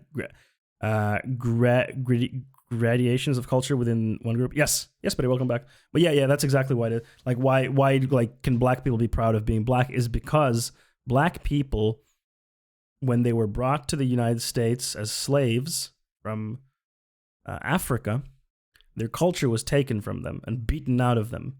So black people have lost their culture. Like, a black person in America can't trace their roots easily. Like they can't say like, oh, I am from Nigeria, or I am from Tanzania, or I am from Somalia, or whatever. Like they can't easily trace them back, whereas white people can say, oh yes, my family is from this specific village in Ireland. They can pinpoint it very well. Black people can't do that. Their culture was taken from them. That's why celebrating black for them is the unifying thing, because their culture was taken from them, and the only culture that they have now is the one they built themselves. Whereas white people, it's not the case. White people still have their different cultures: Irish, Italian, Polish, what have you. Subverted. Here's the best part. Therefore, to be a rebel, to transgress and subvert the perceived status quo, is the dominant popular mode of identity. And if being anything other than being white and cis and straight, people are going to figure out how to do it, because people are hating on cis, straight, white people these days. Now I think I understand how we so got hard to be a cis, white, straight person, truly. Yeah, right now, the true, like, being punk is actually being white. Here. Let me know what you think, though. I think it's obvious that we need to learn to separate intellectual conversations and activism, so I will leave you with this. Challenging a narrative is not racist. It is not transphobic. It is not sexist. It is not bigoted. All ideas should be critiqued. It can be, depending on the context. Challenging a narrative can be transphobic, racist, homophobic, sexist. It depends on what this narrative that you're challenging is and how you do it. For example, trans people are valid, and you're like, no, they're not. That's a made-up thing. That challenge is transphobic. What's the video on the left? The two genders, men and the rest. No, I don't want to watch it. I cannot. I remember seeing this video about cultural capital, and it was talking about how black people had to kind of rebuild their culture and how it had been pushed down since the beginning. That might be Peter Coffin. I think Peter Coffin uses the cultural capital term a lot. Unfortunately, Peter Coffin is not great on Twitter.com. Like, their videos, some are pretty good. Bourdieu, cultural capital, love of art and hip hop in YouTube. Oh, cool. I meant the one with the lesbian sex, got my left and right wrong. What the fuck, clickbait? Yeah, because she also has like sex positive stuff because she's a sex worker. Like, she has an OnlyFans and stuff like that. So she has like a lot of sex positive stuff. That's why her YouTube is so weird. Like, her YouTube channel is super, super confusing because it's like lesbian sex slower means more orgasm. Here's proof. And then she has like, two genders. Ugh. Do I regret leaving the left? And then like, lesbian fingering, best sex toy review. And it's like, what are you? She has like lesbian sex stuff interwoven with right-wing ridiculous bullshit. No, it's not clickbait. I mean, it is what. How do I get this out? It's so weird. Dated a trans person? That poor guy. Yeah, right. Oh my god, I hate this. Yet another sex worker was transphobic. Yep. It sucks because it's like a non-straight sex worker is like, you should be the ally here, yet you're not. Womp, womp, womp. That's all I can say. In the swamp, swamp, swamp. This is much. I saw that already. All right, everyone. We did not get to video games today because we had so much good content. Sorry about that, but womp swamp. I'll drain the swamp, don't worry. I'll drain it for you, brother. All right, it's time to raid, everyone. Get your raiding pants ready. Put on a fresh pair of underwear, because we're raiding. I'm gonna raid Bunny now, because starting from Sunday, we go to summertime, and then I can no longer raid her because of schedule. So we're gonna raid Bad Bunny because she's cool. She's cool. She's a very cool lefty YouTuber, Twitch streamer. So get in, everyone. It's time to raid. Get in. My friends. Get in, my friends. It's time to raid. We're going raiding. All right, everyone. Thank you very much for the stream today. It was a lot of fun. TwitchTuber, exactly. It was a lot of fun. Thanks, everyone. And thanks for all the new people here. Yes, Betty, thank you very much for your raid. I very much appreciate it. Everyone, go follow Yes, Betty. You already haven't. We'll finish streamer. And for everyone else, here's the usual end stuff. Get in our Discord if you're not already there. Join us. Support me on Patreon, because that way Jeff Bezos doesn't get your money, and I can maybe do this full-time at some point, and you get some exclusive content at some point. Also follow me on YouTube, Twitter, and Instagram. Also TikTok. I try to post there. Actually, I need to edit a video right after this. And I hope you have a great week. I'm going to be live on Wednesday, 5 p.m. Central European Time. That's 6 p.m. Finnish time. We're going to be playing some Devil May Cry 5 then. And yeah, it's going to be fun. Also talking, just chatting. That's pretty day. Okay, everyone. Goodbye. Have a great time.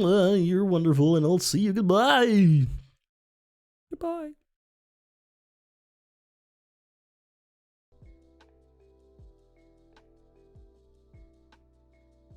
Conscious Life Expo